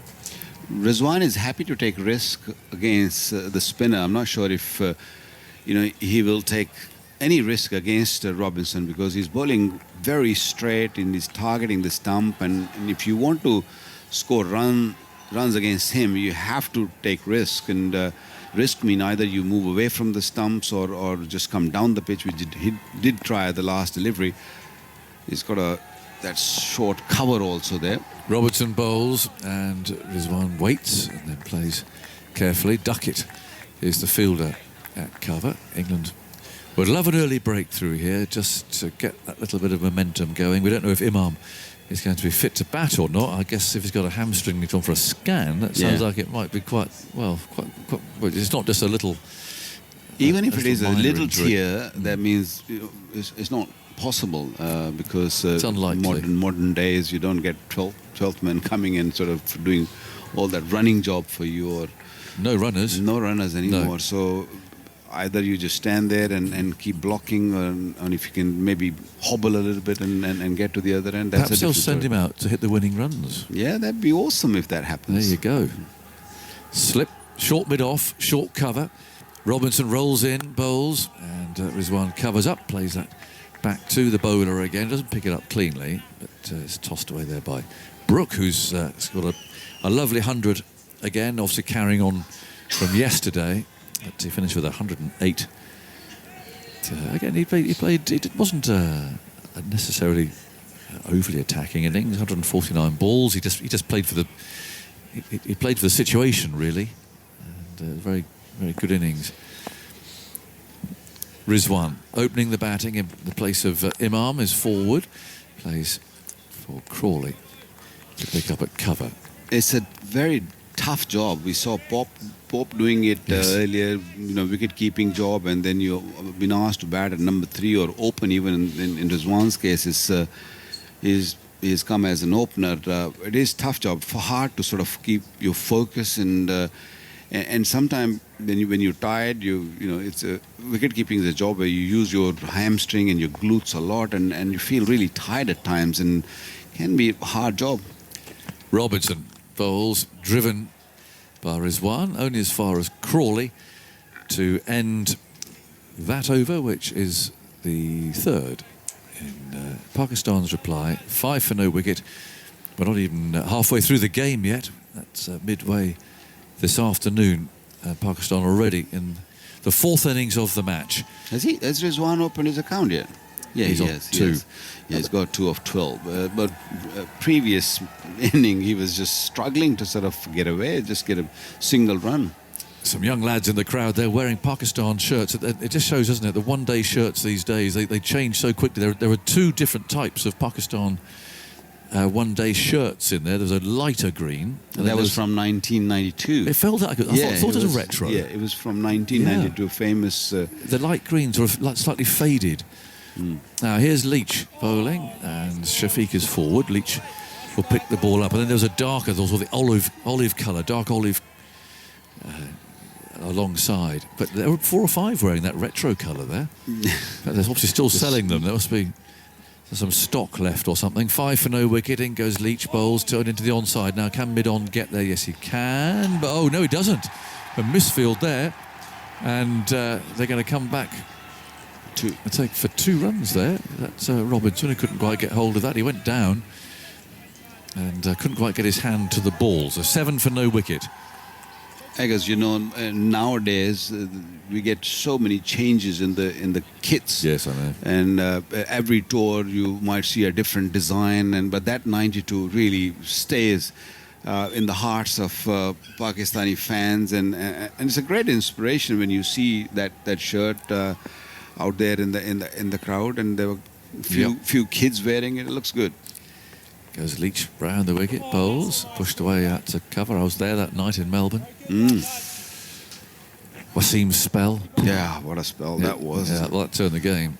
Yeah, I was in Pakistan watching that. I watched the whole World Cup on telly, although I was struggling to move, though. Were you not fit for that? You were ruled out, were you? Here comes Leach again. Bowls outside the off stump. Yeah, I didn't. I was there on the tour, and then in a very first warm-up game up in Bendigo near Melbourne, if you know that area, played a warm-up game, and I slide one just to. Here's Leach again, bowls, no, it's a defensive stroke. Trying to be Jaunty Rose, trying to stop one on the boundary, and I hit one of my foot into the wall, and something just clicked in my back, and later on I came to know there was 2 fractures there. Oh no! Yeah, terrible. And there's Leach again, round the wicket, bowls, pushed away out to cover, and there is no run. Well, that's a shame. I remember the England-Pakistan game at Adelaide. There were a couple of examples, mad examples, of the rain rule they used in that World Cup. Do you remember?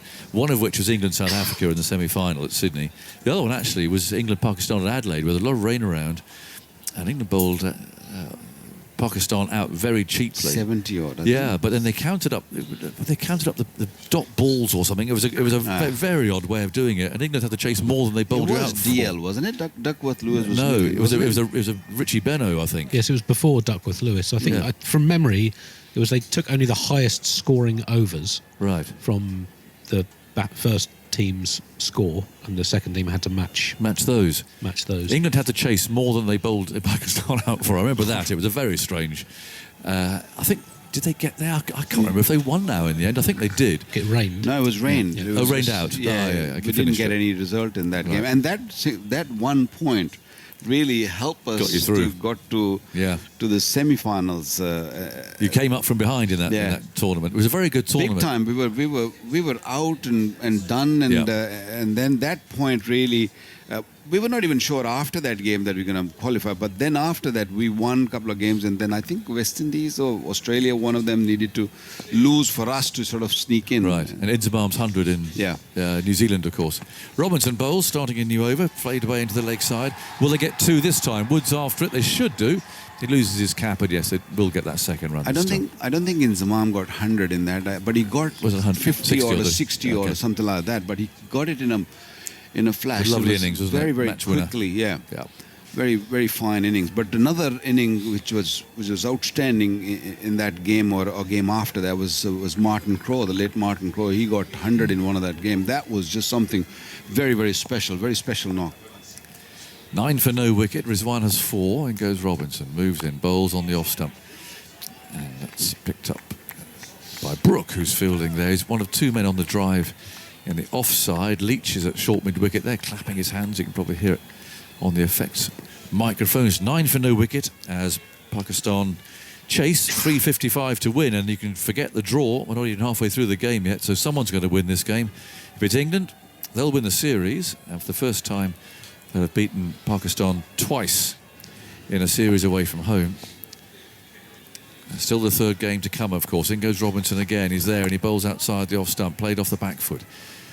I don't see any chance of rain in this part of the world right now. So Pakistan have to deal with this 2.5, bit more than 2.5 days, and play really, really out of their skins to challenge this score. Although when you look at the target and you think it's not out of your hands, it's not impossible. Something we've seen in previous these sort of runs being chased, maybe not from Pakistan or not on this sort of pitch, but it's not impossible. No, it's not. It's not impossible.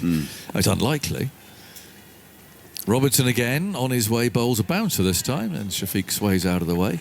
It's collected by Ollie Pope behind the stumps. There's already been a couple of, certainly one. We're a bit not sure of the second, but one of those that where the edge of the bat was found, it ricocheted off Pope's leg. It could have gone anywhere. It just went over. When you're chasing this sort of total on a pitch like this, which is dying, you need a big partnership, a massive not big partnership. You need a 200 runs partnership because anything can happen at any time on this surface. Batting is not going to be easy. Robinson bowls again. Played away into the onside, and preferably you want that to be the openers. Really, the openers can put a really big stand on. Yeah, the top three three needs to really blossom, or maybe 2 of them from the top 3 needs to get hundreds. And with Imam not there, and that further thins the Pakistan batting lineup. And what we saw in the first inning, the way Pakistani all-rounders played, they were not really comfortable, especially once Wood come onto the attack. They hate facing that pace. Last ball of the over. Robertson bowls on the back foot. Shafiq goes, plays into the offside. And there you go, 10 for no wicket. The target 3:55. England haven't taken a wicket thus far, and they've got 40 minutes or thereabouts, perhaps a little under that, to go to lunch on this third day. More from Waqar Younis, and then Simon Mann's coming in. Well, one thing is for sure, England is not going to back out. They'll probably look to pick up wickets very, very quickly. They will pounce on every opportunity provided by Pakistan. There's already one sort of kind of half chance gone down, which Shafiq edged into the knee of Pope and went over the first slip, Joe Root. What are you saying about that, Waqar? Are you saying was that just a half chance or a... Because it's just hit something after hitting the bat. You always call that a half chance, isn't it? Do you think he should have caught it? No, the slip fielder couldn't have taken that. It's the keeper sort of, if you move your hands in just in the right time, and then you hope that it sticks. But it was a tough one. Yeah. Right, Jack Leach is going to continue once the batters have sorted themselves out. One of the backup staff, Pakistan's come on to the field to provide some sort of assistance to Rizwan, whether it was new gloves or possibly need gloves. 10 for no wicket, Pakistan. England lost their last 5 wickets for 19. 4 of them to very attacking strokes. After Brooke made his second Test 100, out for 108. England 275 all out, so 355 to win. And Leach is going to bowl now to Mohammad Rizwan with a slip and a leg slip in. Leach moves in and bowls Rizwan down the pitch, hitting this high in the air, back past the bowler, over mid-off, out towards the boundary. It doesn't land and banks on, and Anderson chases after it and hauls it in. So Rizwan not getting all of that. That was a bit top edgy in that stroke, but he really committed to it and got it over Anderson. But he couldn't really get close to the ball and went long way up in the air, and it was kind of a sand wedge, into the surface, and maybe gone for 4 as we're seeing the replay, because the leg might be touching the rope as he pushed the ball back there. As we're seeing the replay, so might be 4, but it was a great effort from the veteran Anderson. So we need to see a different angle. We've seen one angle, it's inconclusive. So, this one I'm not sure necessarily will show us whether he's knocked it back in time. It's really tight, actually. Who knows in the end whether this is going to be vital or not? What are we seeing so far is from every angle that probably won't show us. We need one from through Anderson's head from wide, long off. Why can't we go in the olden days and take the fielder's word? Well, they don't always know, I suppose. We've got the technology. Yeah, but then I guess we need a proper cameraman then, because they didn't get the right angle. They're just seeing it again. They really are taking their time with this. So we're seeing his knees touching the rope. Is his hand off the ball as he knocks it back? It's a difficult one for the third umpire. I really love when you put the third umpire under pressure. Well, he's come up with a decision, Joel Wilson, and that is that Anderson stopped it. Or there's no conclusive proof that he didn't stop it. And I think that's the verdict there. 13 for no wicket. Interesting shot from Rizwan taking on Leach. Leach now into bowl to Shafiq with 2 slips in. Shafiq down the pitch, hitting this down the ground. That's a much cleaner strike, and it's gone for 6. Over long on, taking Leach on. How good was that shot? Really good. Straight bat. It wasn't really a cross bat. Rizwan's shot was more of a cross bat. He was rushing into the shot. Shafiq was very clean, just showing his elbow up and eyes going straight where he hit it. It was just hit hard, and the new ball just traveled, and it traveled a long way. Right shot from Shafiq. 19 for no wicket. First 6 of the innings. Leach bowls to Shafiq. Shafiq squared up by that one, right back into the stumps. He got the bat down in time, and it went towards backward point, and there is no run. It did turn, it straightened, and it took the outside edge of the bat, went along the ground. It's a great battle out there. The ball is turning. There is something with the bowlers, but Pakistan fighting hard at the start of their innings. Leach bowls. Shafiq is forward. Again, some slow turn from Leach. Played out towards Stokes at extra cover. And there is no run. Pakistan need 355 to win the game. What's it coming up to? 6:30 on a Sunday morning. Good morning to you early risers. Hope you're not feeling too despondent after last night. If you're football supporters, Leach bowls. Forward goes Shafiq.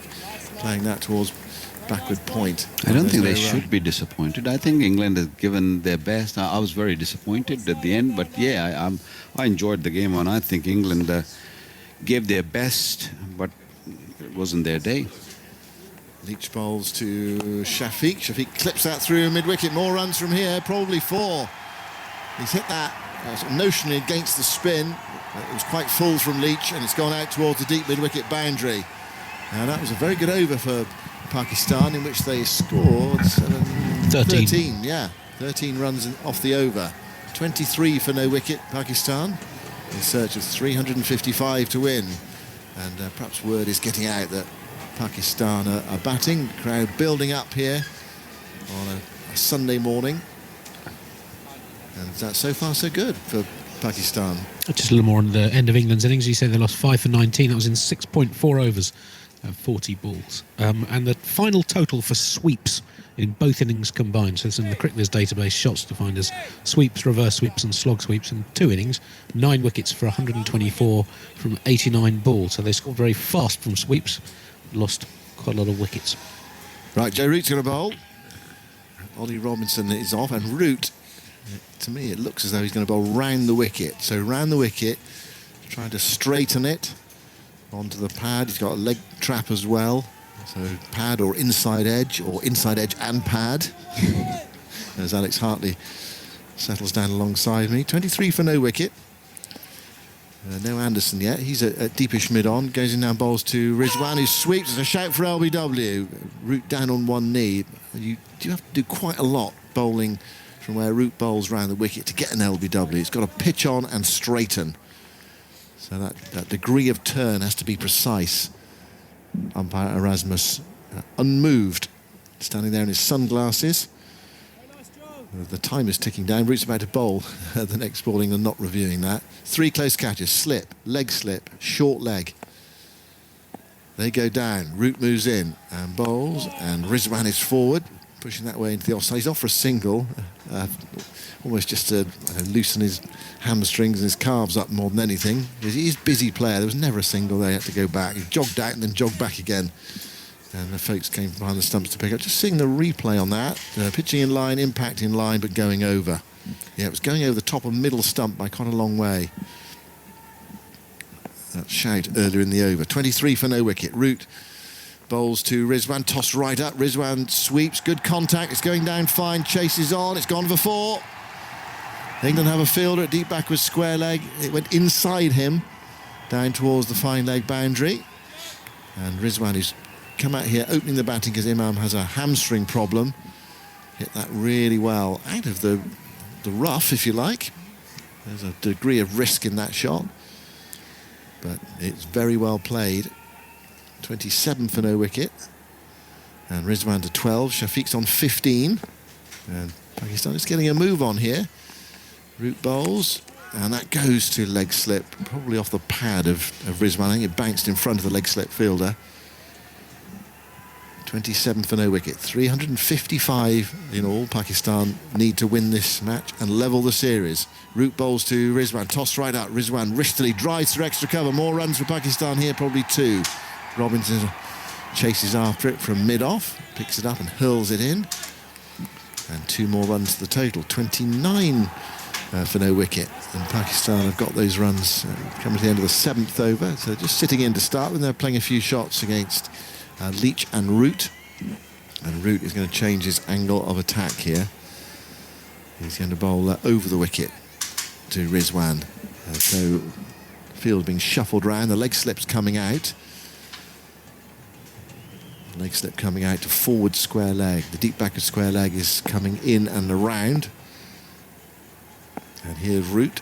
Bowls to Rizwan. Short, dabbed away, more runs. Through backward point. This is going for 4. Rizwan's such a busy player. He likes to be aggressive. We see him at the top of the order in one-day cricket. Some Pakistan supporters think he doesn't score quickly enough in T20. But he is busy, and he's up to 18. And Pakistan, they've knocked off 33 of the 355 they need already. Both these players have great records against right-arm spin. Shafiq, albeit only in his 9th test, currently averages 102 against right-arm spin, but has shown little vulnerability against left-arm, averages 36 against left-arm spin. Leach got him out in the first innings, and Rizwan mentioned how rarely he's out to spin. When Leach got him in the first innings against right-arm spin, just out twice and scored 305 runs. So averages over 150. Right, Leach is going to begin a new over. He's bowled 3 overs for 18. Last one was expensive, went for 13. Into bowl to Shafiq. Short, cut away, more runs here. Through backward point, England have a sweeper on the boundary. Won't get round, that's gone for 4 as well. Crowd getting excited. England leaking runs at the start of this Pakistan second innings. 37 for no wicket. Well, Joe Root's first over was a little bit of bag of licorice, all sorts really. Balls going down the leg side, then that short wide one. Jack Leach there, not a great delivery. You can understand why England have gone with their spinners first up, because all 18 wickets that were taken by bowlers were taken by spinners of Pakistan. 2 of them being run-outs. The 2 others were run-outs. I think they could do with one of those at the moment. Leach bowls. Forward goes Shafiq. Plays it back to the bowler. Bends down and picks up. England did get themselves to 256 for 5. Huge lead, and then wickets frittered away at the end. Leach bowls, and that's a beauty. It goes past the outside edge of Shafiq's bat. That's the area for Leach, if he possibly can, drawing the batter forward, taking it away from him. Sharp spin there through to Ollie Pope, who whipped off the bails just in case, but the back foot was down behind the line. More like it from Leach, just finding that right length there, or in the right area anyway. Here's Leach bowling again, and forward goes Shafiq. Thickish outside edge, the ball rolls towards backward point, and there's no run. Anything just a fraction short on this pitch, and the batters are onto it. You've got so much time to go back and pull it or cut it. 37 for no wicket. Leach walks in and bowls to Shafiq. Shafiq is forward, dead batting it. Rolls out towards extra cover, and there's no run. Brook making 108. And England's 275 all out. Another change in the field. Short leg, Harry Brook is coming across to Scilly Point. He's very close in at Scilly Point. Almost on the cut strip. Leach bowls.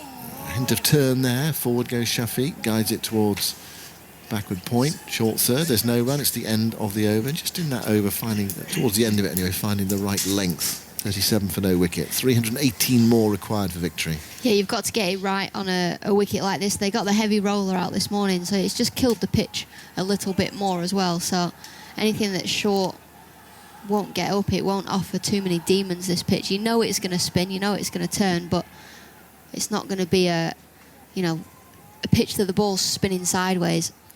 Just seeing an aerial shot from a drone outside the ground of spectators queuing up to get in. Word has got out in Multan. Well, why not? I mean, we do have modern communications. So here is Root bowling a new over to Rizwan, who's back, turning that into the onside, and there's no run. And Pakistan have got a clear task ahead of them. I'm not saying it's an easy task, but it's clear now. 355 to win. England bowled out for 275, perishing with lots of shots. Root tosses that one up. Played defensively by Rizwan, and he gets a single off a thick inside edge down towards short fine. Pakistan reasonably confident last night. I think it's 50-50. It would be their second highest chase in history if they were to get there. Took down 377 against Sri Lanka and Pallekele 7 years ago. But they're in for something special if they get even close. If they were to win, it would be something phenomenal in the next day or so. Root bowls. Forward goes Shafiq, playing toward short mid-on. We said that, they'll probably knock him off at 2. Yeah, I mean, there's so much time left in this game. They can't just bat out for the draw. They've got to try and go for the win. Root tries again to Shafiq, nudged away past the short leg fielder. It's a run down to Jimmy Anderson.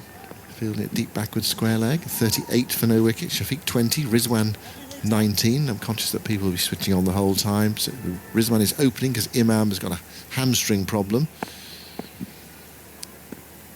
Root round the wicket. Bowls. Another sweep shot comes in from Rizwan down towards Anderson. Deep backward square leg. Another run. So Root bowling round the wicket here into any rough that's outside the right-hander's leg stump, and Rizwan, Shafiq, prepared to take it on the sweep. And it's working at the moment. 40 for no wicket, Pakistan. Root to complete the over. Bowls to Shafiq. Shafiq tries to turn it into the onside. It's blocked by Harry Brook at short leg. And there is no run. It is the end of the over. 40 for no wicket. And they've got those runs, Pakistan, in 9 overs so far. Yeah, they're going pretty quickly. I mean, England haven't bowled too well. Ollie Robinson obviously bowled really well. Joe Root hasn't been able to create much pressure. He got things a lot better in that over. His first over was his expensive one. And Jack Leach, Pakistan just looking to take him on a little bit. He's going at 5.5 and over so far. Well, that's a good battle, and we did go around the park a bit yesterday morning when Baba was batting and then came back. He's going to bowl another over. His 5th, spinning himself a catch, and then just walk in to bowl to Rizwan, and that's on leg stump. It does turn. Rizwan covered it. Pitched fractionally outside leg stump, turned across him. Rizwan covered it with the bat, defended into the offside. So now Leach just pushing his line over a bit towards leg stump. Leach goes in again. Ball to Rizwan, short, chopped away, out towards deep cover. They've gone for one. They're coming back to the second. Wood sends in the return. But Rizwan is quick. There's an impishness about his batting, Rizwan. Nimble between the wickets.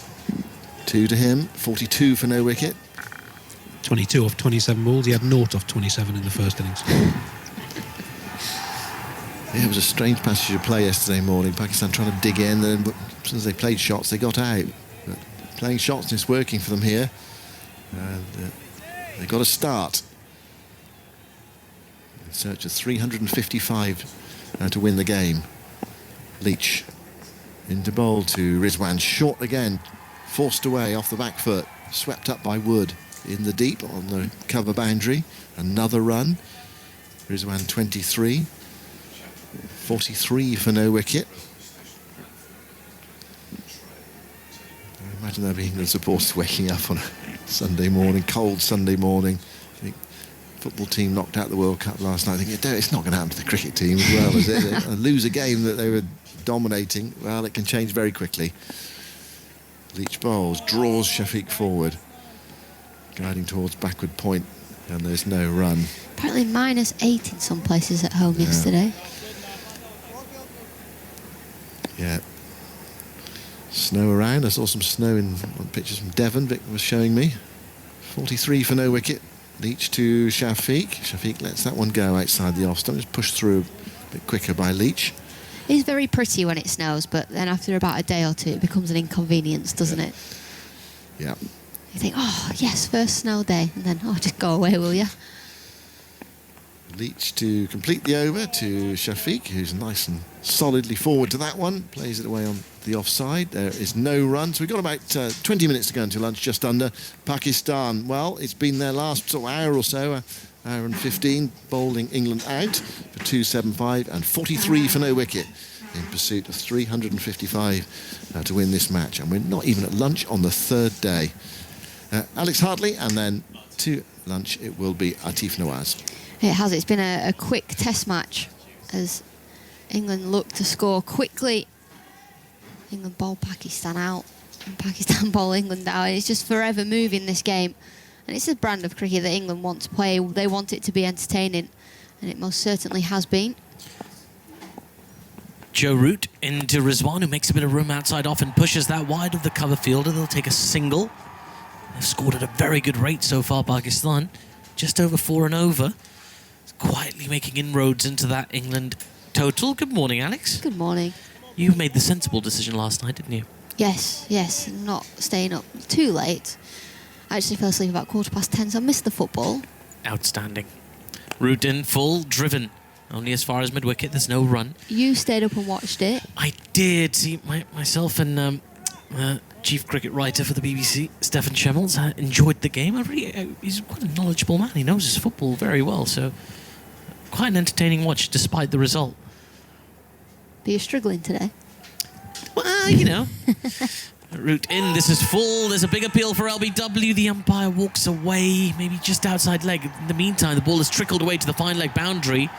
It's been picked up in the deep. The batters have run through for a couple of leg buys. Will it be? Let's have a look what the umpire says. Well, there's been no pat to the leg, so he reckons there's bat on that.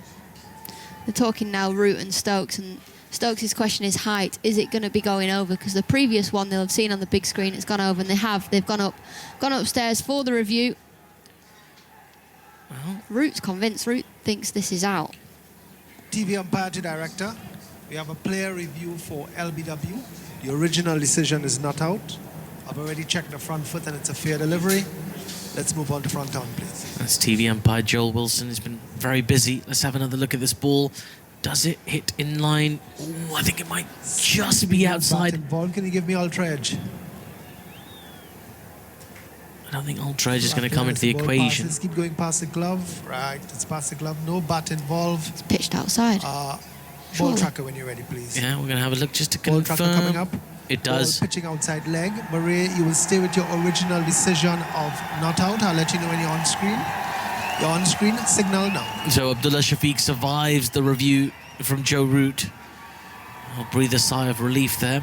Didn't quite get in line properly, but he survives, and it never really looked a convincing shout, that, Alex. No, it didn't. And more importantly, England have lost the review. So they've lost that review of England. And if it had been a couple of centimetres closer to leg stump, There's Root in again. That ball is straighter, but bounces a bit too much, and there's sort of a stifled appeal from England there, trying to put a bit of pressure on Shafiq.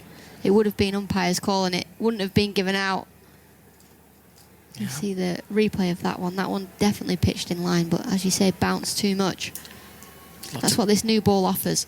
Lots of company for Shafiq around the bat. There's Root in once more as that ball's been turned away out towards deep backward square leg for a single. They're going for the attack here, England, and Pakistan have played some attacking shots as they've come out. We've seen some 4s and 6s, but really they've got all the time in the world to try and score these runs. There's no real pressure, and as you said a bit earlier, Alex, there's not an enormous amount in the surface either for the bowlers. Theoretically, they should be able to do this. It's all about what's happening between the ears. As Root into Rizwan again, who pushes him back into his crease. He plays the ball on the bounce to square leg for no run. The ground staff, I think it was the ground staff, said something really interesting today. He was out in the middle and he said, well, it's playing better than it looks, isn't it? And I thought, you don't often hear that. You often hear it looks better than it's playing. But he reckons it's playing better than it looks because it is dusty out there. There's a lot of rough. But I think it's doing enough. I think it is playing in the way that it looks. You know, it's offering enough for the spinners. Yeah, I mean, it's not the most aesthetically pleasing pitches. I mean, there's cracks all over it. It's not quite dusty, but those cracks, I've been told by the curator here, are just superficial. They don't really mean anything. As Leach comes into Shafiq, who just defends that into the onside. In fact, it goes wide of the fielder at mid-wicket. They run through for a single, and sort of Pakistan getting these singles in the manner that England were doing so earlier, without much pressure from the fielders. Really, as Simon was saying, the last hour has been all Pakistan getting that tail out quickly and now coming out and making those early inroads. Remember, Imam ul-Haq not currently available to them. Leach into Rizwan, who again waits on that, plays it in identical manner to that mid-wicket area. They run through for another single. There's a few chaps out there enjoying some drinks. I think there's some Faluda there, which is sort of a milkshake type drink. There's a chap having an ice lolly. Is it warm enough for an ice lolly? No, I don't think so. It was chilly out there. But that was probably a couple of hours ago now, to be fair. Leach into Abdullah Shafiq. Gets forward and defends. There's all sorts of food and beverage around at this stadium. There's a fried chicken brand being advertised quite prominently. You can't get that here, surely, at this ground. I'm sure you can. Might go and have a look. Yeah. Leach in again. That ball turned sharply. Now that was a ripper. Pitched in line. Abdullah Shafiq got in line, but the ball turned a long way past the outside edge. Just perfect seam rotation, grip and turn. Oh, that was a gorgeous delivery. Everything but the outside edge. But Jack Leach is very quickly back in, wants to keep this pressure on Shafiq. This time down the leg side, that's going to trickle away towards the fine leg boundary. There's going to be work here for the fielders to do. Two of them in pursuit. Will Jacks is going to pick it up. The batters will settle for 2 byes, I believe. We'll wait for the umpire signal. I think there's a bit of bat involved. Ah. A little tickle down the leg side, which is why Ollie Pope threw his hands in the air. Are we calling that a drop chance? No, surely not. Well, that did bring up the 50 for Pakistan. 50 for no loss after 11.5 overs, going at just over 4 and over. Very promising for the home side. Leach into Shafiq. That ball just threatened to turn away again, but Shafiq covers the movement with a big stride forward, and there is no run, 51 for no loss. Andy Zaltzman. Oh, you mentioned how short the game has been so far in terms of overs taken to complete 3 innings. 179.2 overs for those first 3 innings combined. And to find a test in Pakistan in which the first 3 innings were completed in fewer overs, you've got to go back to late 1990, and this is the 65th test played in Pakistan in that time. Wow. I haven't played a ton of test cricket of Pakistan, certainly not at home, as the players are just having a little drink, bit of an energy drink there. Abdullah Shafiq always do it in sort of big sips. I don't know, I always watch cricketers do it. It's quite unusual because their mouth doesn't seem to make contact with the bottle, and they just sort of swirl it around in their mouths. Now, while they were having that drink, we see Mark Wood marking out his run from here, the Waqar Younis enclosure end of the ground. I don't think I've ever noticed that. I think I just drink water like a normal person. Just sip it, right? You put your mouth on the bottle, right? That's it. That's how you do it. Maybe with a straw, one of those sports caps that they get. I've noticed a lot of cricketers just swirl it around in their mouths. They pour it from a distance, like they're advertising, like one of those shampoos or whatever, and just sort of, Well, that comes from shared water bottles, so you don't want to nice. touch the top of it. But I don't think people share water bottles anymore. COVID ruined that. Yeah. Here's Mark Wood for the first time in this innings. He starts with a back of a length delivery, which Rizwan pushes to just in front of point, and there is no run. 141 kilometers per hour, that one, so he's warming up. I had a chat with him. Agaz and I talked to Woody this morning. He was in very good spirits, talking about enjoying his time here, really loving the experience. He's always just a very friendly personality at the best of times, but he was very much at his best. I was pleased. I asked him about his speeds. He's bowling at great speeds on these pitches. He said, I'm more pleased with my batting at the moment. Maybe not after today. Yeah, maybe not after today. I think he was reflecting on that 27 ball 36 that he scored in the first innings. 36 not out, I should say. Here's Wood again to Rizwan, who defends into the offside for no run. But he was in very good spirits. I mean, that whole England team just seem happy right now. They're just enjoying their cricket, enjoying their time out there. It doesn't feel like hard work because you could sort of, I mean, it's not ideal, the circumstances for players. They're under intense security, can't really go out and about freely. Lots of requests from media, from press, and it's just not an ideal setup right now. But in spite of that, they've just been smiling and wonderful, had this great attitude to the game right now. I'll get your thoughts on that in a second, because Woody is running in right now with a slip in place to Mohammad Rizwan. It's a short, it's kept a little bit low. There's a big appeal for LBW. The finger goes up. And Mohammad Rizwan has been adjudged LBW. It's Mark Wood who gets the breakthrough with his third delivery. It's been reviewed instantly by Mohammad Rizwan. But I have to say, Alex, it looked kept a little bit low. Here's Joel Wilson. LBW, the original I think decision is inside out. edge. I've already checked the front foot and it's a fair delivery. Let's move on to front on, please. Well, the body language of the England players tells you that they're not that interested. I mean, they've all spread out a little bit. As we take another look, yeah, it's a big inside edge. There appear to be some bad there. Give me ultra edge just to confirm that. Appears to be an inside edge. Huge inside edge there. Yeah, that's why. In fact, it's a bit of a stinker of a decision. It is. There've been a few of those in this series. I've never want to critique an umpire, of course, but...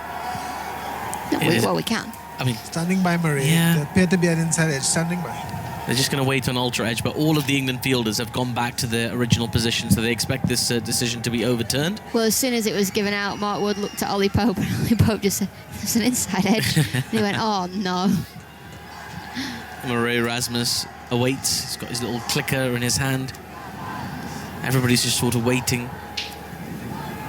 And now, if there's a fault with the technology, even though there's a huge inside edge, would this still then be given out? Ooh, that's a very good point. Because we can see it on the TV Sammy, you replay. can probably show me the front on again. If you show me it a little slow, I might be able to make a decision. Well, apparently the umpire's got access to it. Standing by. Here we go. Apparently they don't have ultra edge, but they should be able to see it on the replay.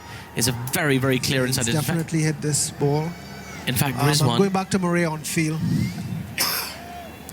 Murray, you'll have to reverse your original decision. Signal now. Well, sanity's prevailed here. You had me worried there for a second, Alex. I thought because ultra edge wasn't available, they might have been unable to overturn that decision. Well, I don't know why I thought of that then, but I just did.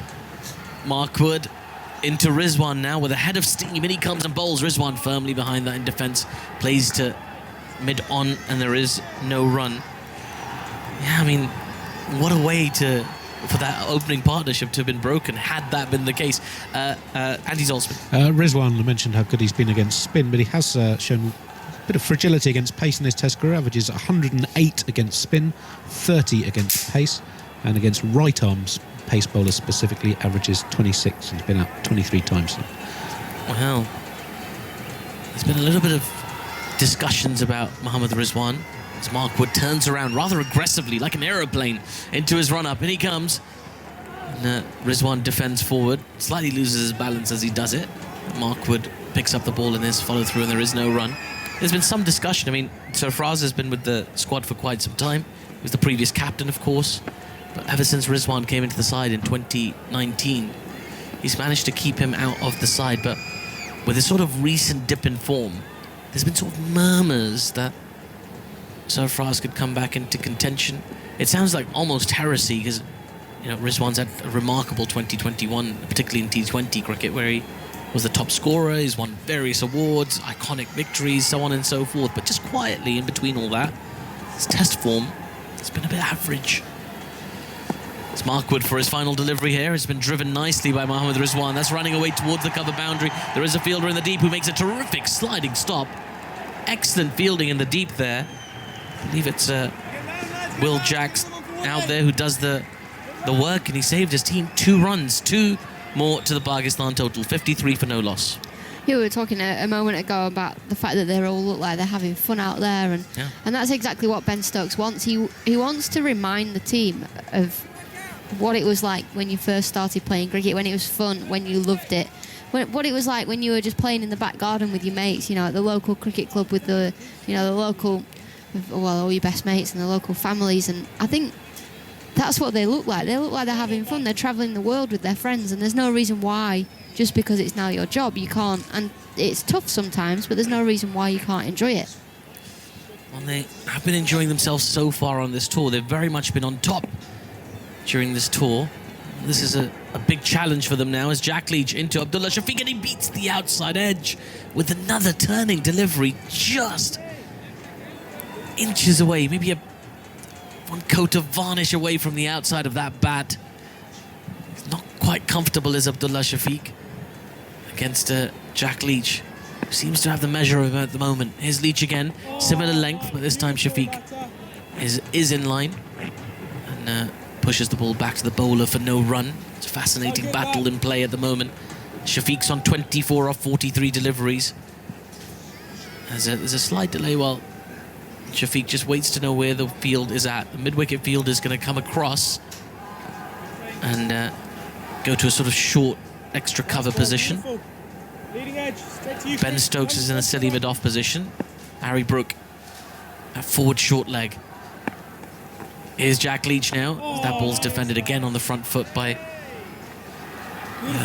Abdullah Shafiq. Lots of encouragement from Ollie Pope behind the stumps as well. It's part of that, what we were talking about, Alex. They're just having fun, having each other's backs. Leach into Shafiq once more, once again forward. Very textbook manner, just pushing the ball back to the bowler. You don't need to rush here, Pakistan, but also you don't want to give up that momentum. When the runs are flowing, you don't really want to go into a drought-type area.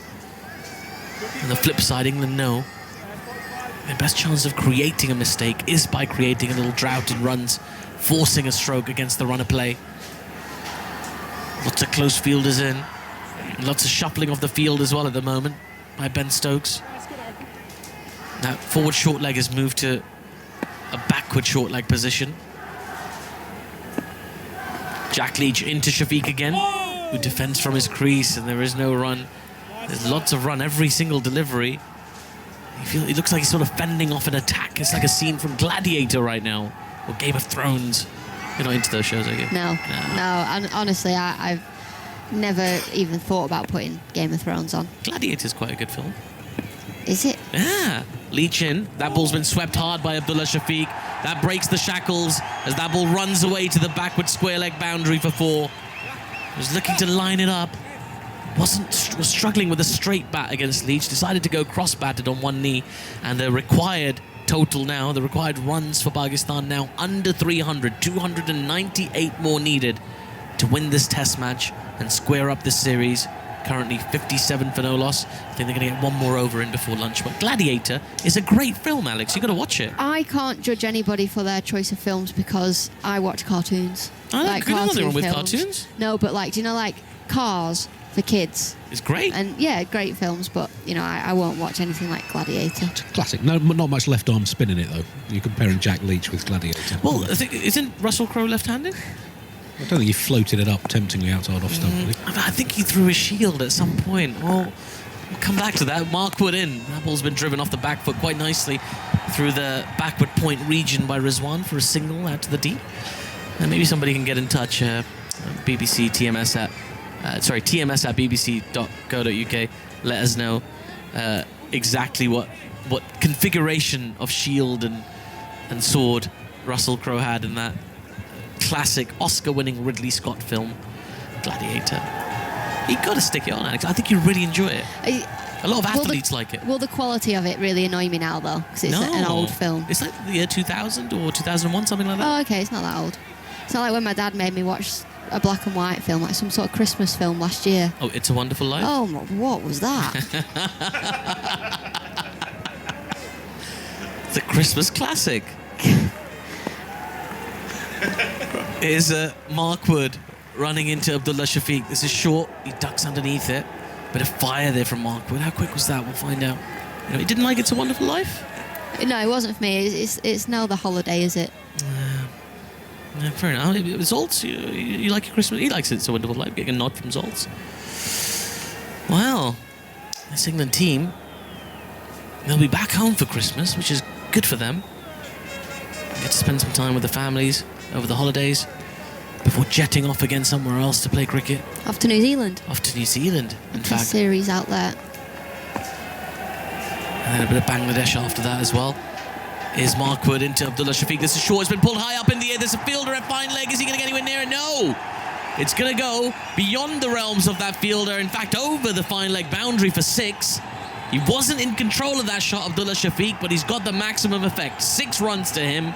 He moves on to 34. Pakistan 64 for no loss. There's a great bouncer from Mark Wood and a thick outside edge. You almost feel Shafiq's so lucky there that it's a race to the boundary for 6. There was a fine leg in place for that shot, and it's just gone 2 or 3 meters over his head. Yeah, there's 2 fielders behind the wicketkeeper in the deep. There's a fine leg who's very, very fine, and sort of slightly squarish deep third. Mark Wood into Abdullah Shafiq. This is full. Thick inside edge goes into the onside, just behind square leg, in fact. They don't take a single. This is a testing over from Mark Wood already. 148 kilometers per hour. He's really putting the pressure on. Probably the last 2 deliveries to come before lunch. If he could get England a wicket just here on the brink of lunch, it would be a very different outlook to the morning of the 3rd day here in Multan. Getting some encouragement from his teammates. Ollie Robinson just offering some advice and some encouragement as Wood turns. And in he comes. He bowls to Shafiq, who flicks that away just in front of square leg. There is no run. Brookfields. 1 more ball for Pakistan to survive. 1 more ball for England to change the narrative of the morning session. 291 runs needed for Pakistan. I remind you, Imam ul Haq, we're not sure if he'll be able to play a further part in this game. He's dealing with an injury at the moment. He's been taken to the hospital for MRI scans after he felt unease in his right hamstring. Unease in your hamstring. Oh. I've never heard of the let's go for a scan because a bit of unease. Wood for probably the final ball of this session. It's been defended on the back foot by Abdullah Shafiq. Back to the bowler. There is no run. The umpire collects the ball. The bails come off. And the fielders walk off. And that is very much Pakistan's session. 64 for no loss. Chasing a target of 355. They need another 291 to get there. They knocked off England fairly quickly this morning as well.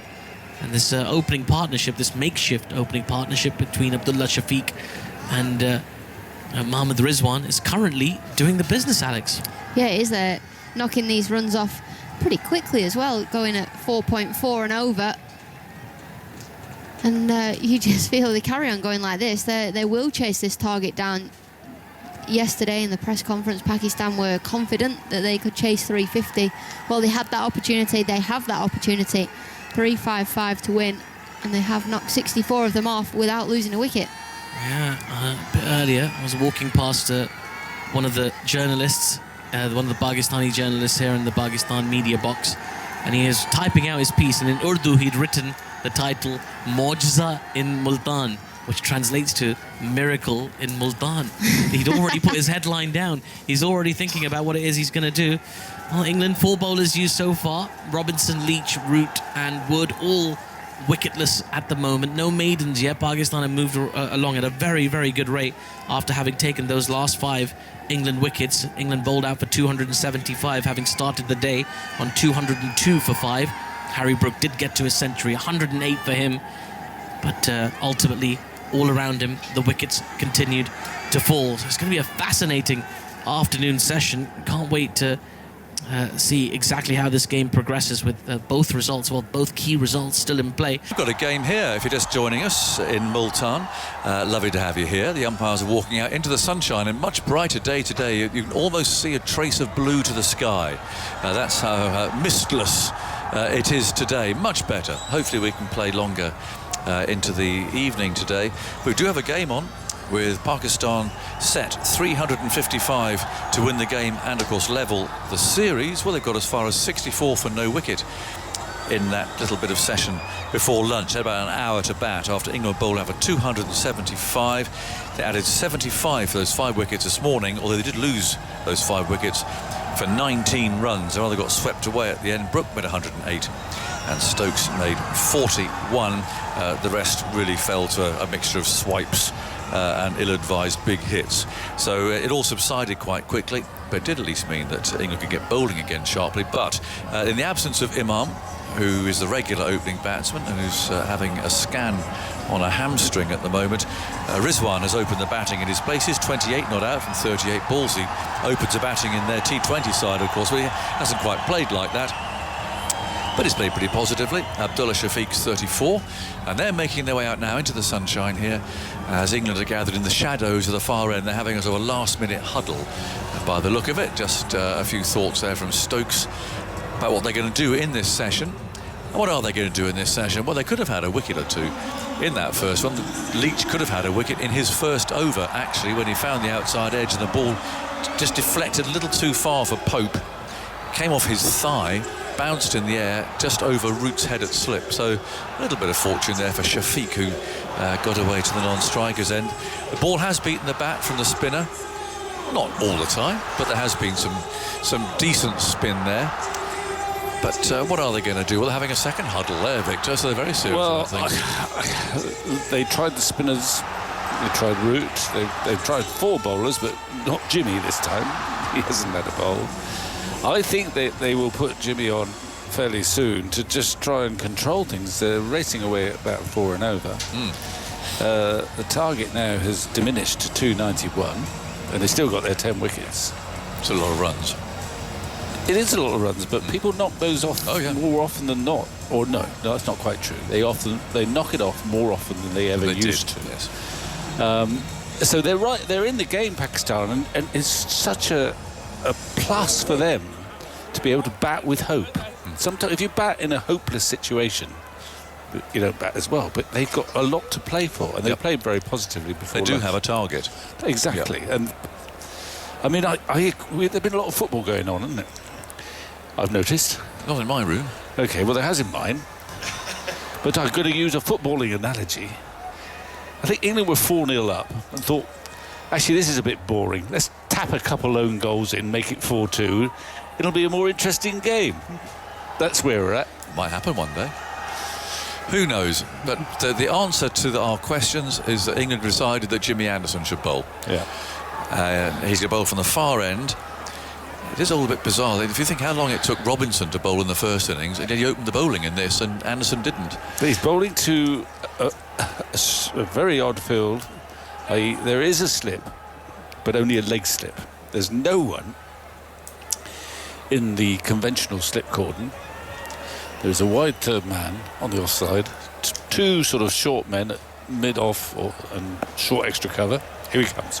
First ball after lunch. Anderson moves in bowls, and that's played carefully off the back foot. And it's Rizwan on strike, and there's no run. So we've got a leg slip rather than an offside slip. And there's a short mid-wicket, square leg, long leg, and fairly straight mid-on the offside. There's a short mid-off. There's a man lingering. It's Leach actually is loosening up. He's sort of straight extra cover really there. Then a cover, and then a square third man. So this is Anderson bowling a very straight line, one imagines. Here he comes again. Bowls on that middle stump, and it's played away out to mid-wicket. Too early for reverse swing, surely at the moment, but he's trying other tricks of his trade. 64 for no wicket. An alarming sight this morning at breakfast our producer. I said, well, how long have you had a moustache, Tim? And for some reason overnight it's funny, isn't it? I mean, he had a sort of a beard, so I don't really blame him for shaving it off, but he's left this moustache. In comes Anderson, bowls outside the off stump, cut hard out towards deep point it goes. Fielder sweeps round, picks up the think about the second, the throw's on the way, and that again a positive sign there from Pakistan as Ridwan takes 2 and goes to 30. 66 for no wicket. So he's got this sort of slug-like looking thing over his top lip. And well, I think that's a bit harsh. Well, I tell you who he reminds me of. He reminds me, if you're a Blackadder fan, of Captain Darling. Yes. Do you remember? Oh, of course, I remember Darling. So that's what we have over to our right-hand side at the moment. I feel rather sorry for his wife. I think actually has banned him for having a moustache in the past. In comes Anderson, moves in bowls. He does now, and that's turned away out towards square leg. And there's no run. Rizwan 30, Shafiq has 34. Pakistan 66 for no wicket. Well, they need another 289 to win as Stokes wanders over there to have a conversation with Anderson. And Robinson's giving the ball an extra polish there. Stokes talking about this field. I think is this what you really want? He's saying you've got 3 in the offside there. Do you want another leg side? Fielder moving a little bit. There's plenty of pointing going on, and there's a mid-on as Robinson. There's a mid-wicket. No, after all that conversation, nothing changes. And Anderson with 2 black kites wheeling overhead, not too high, makes his way in again in the sunshine. Comes in, bowls. Oh, he's bowled him! Absolutely cleaned him up. And Rizwan's still standing there. Mate, you're out. Your off stump's been knocked back. He can't quite believe it's happened, I suppose. He can't believe it, and now he's finally moving. How very, very strange. I don't know what he was waiting for there. The off stump's leading back. England are celebrating, and Rizwan wouldn't go. And that must have been, I suspect, a very fine delivery. He's having a word with umpire Dar. He's waiting for the replay. And that has moved away a little bit. Just enough. He bowled those in balls I was describing. He's going to bowl straight. That's the other one, and he's absolutely cleaned up Mohammad Rizwan, and England have their first wicket. Rizwan's out for 30. I think that's the longest I've seen anybody stand in Test cricket for an absolutely all over the place clean bowled. Except possibly for Mike Gatting against Shane Warne. 1993. I'll give you that. But it was actually it was a good delivery. Everything. He's got a field where he's slanting the ball into the leg side, and that one, well, it may have started to slant, but it did straighten, and it hit the off stump. It was a cracker. Yep. I mean, having seen that, and I know this sounds a bit unconventional, I'll be thinking about putting a first slip in for the new batsman, as well as a leg slip. Which over are we in? Right about the 16th over. Yes, there are no slips. 6 for 1. Could I have my water, please? Thanks. 66 for 1. But it was quite a special delivery. Babar's here.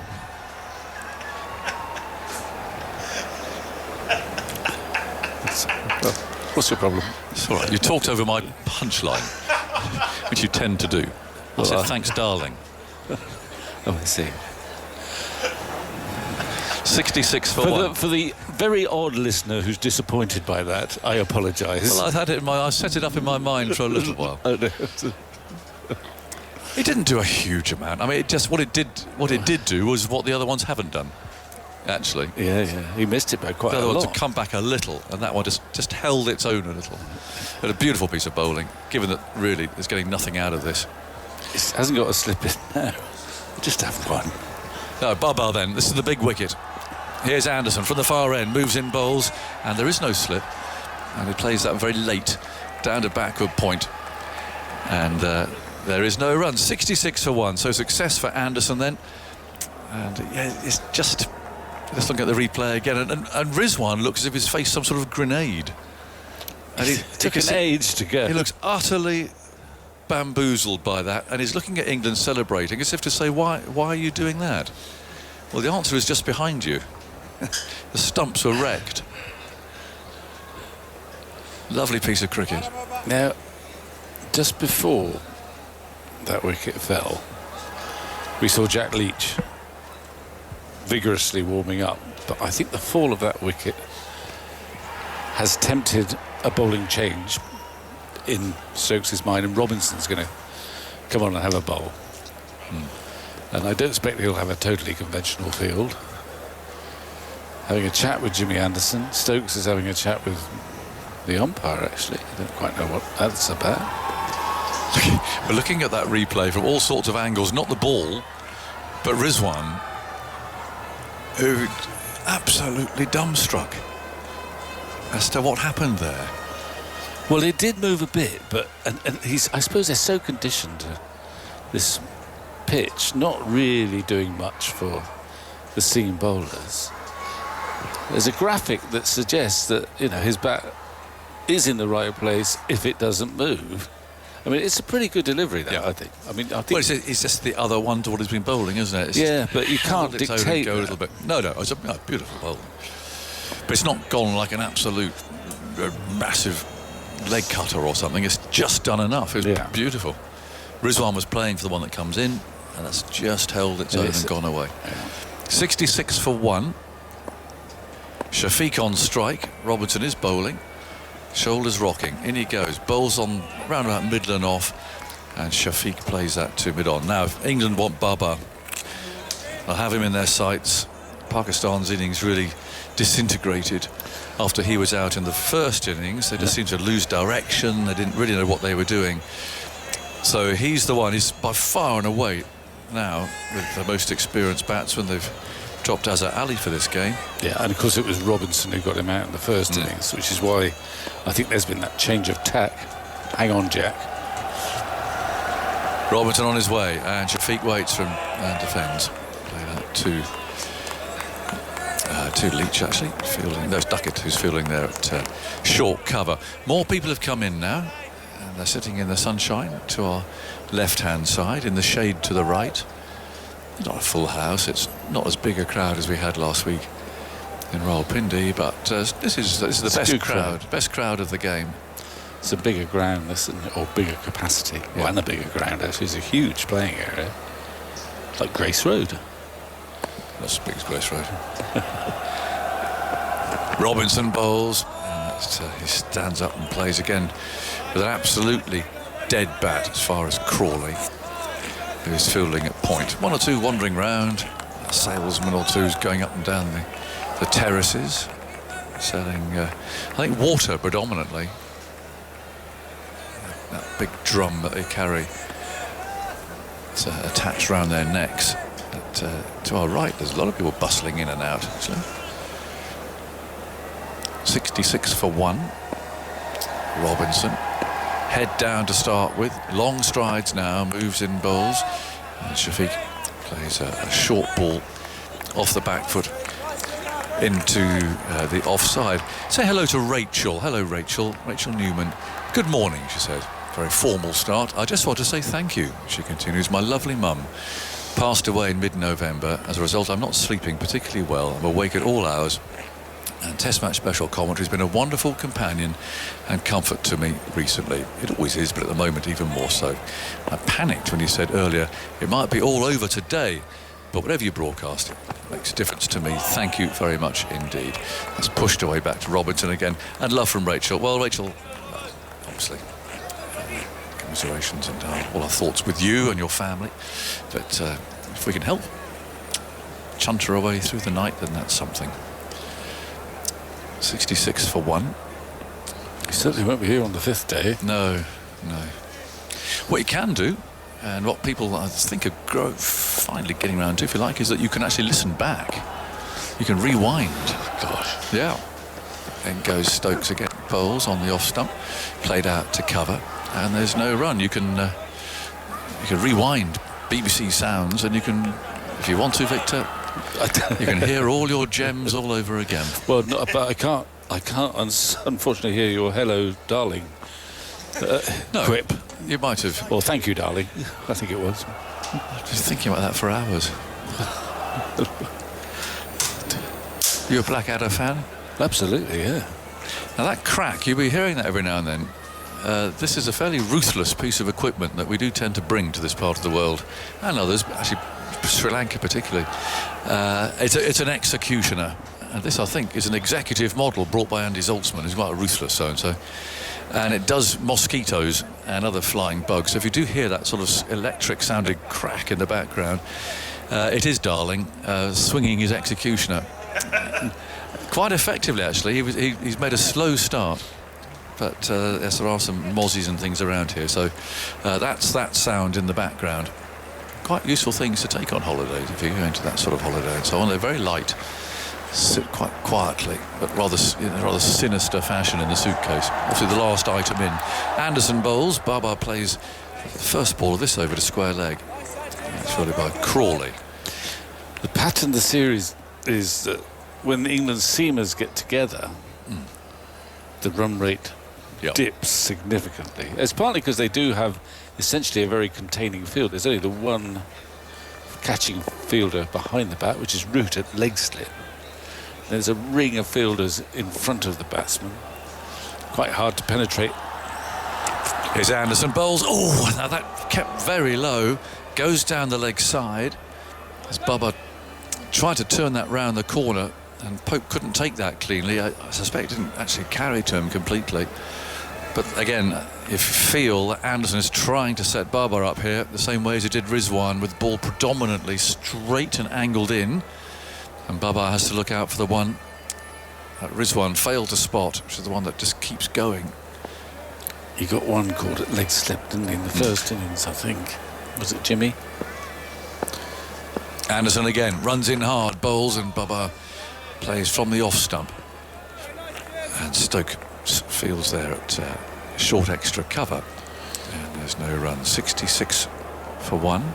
Babar yet to score. Caught Root. Must be on your scorecard. He might have been in the last match. A few down the leg side. It might have been. Pope took a catch down the leg side, didn't he? Yeah. Yeah, you're right. Root. You're right. It was the last match. Game. Yeah. 66 for 1. Talking of Root, and it's the 18th over. Anderson comes in, bowls. Oh, Babar's off the mark with a rather streaky inside edge. Ball runs down to Mark Wood at long leg, who throws that on the run, and they take a single there. 67 for 1. So Pakistan need 288 more runs to win. They've got all the time in the world. This game won't be drawn. There's no rain around or anything, and there's still 2 days to go after this one. So the game will end either today or tomorrow, either way. Anderson wheels round, unless Pakistan don't lose any wickets and don't score any runs. Let's block it. That's unlikely.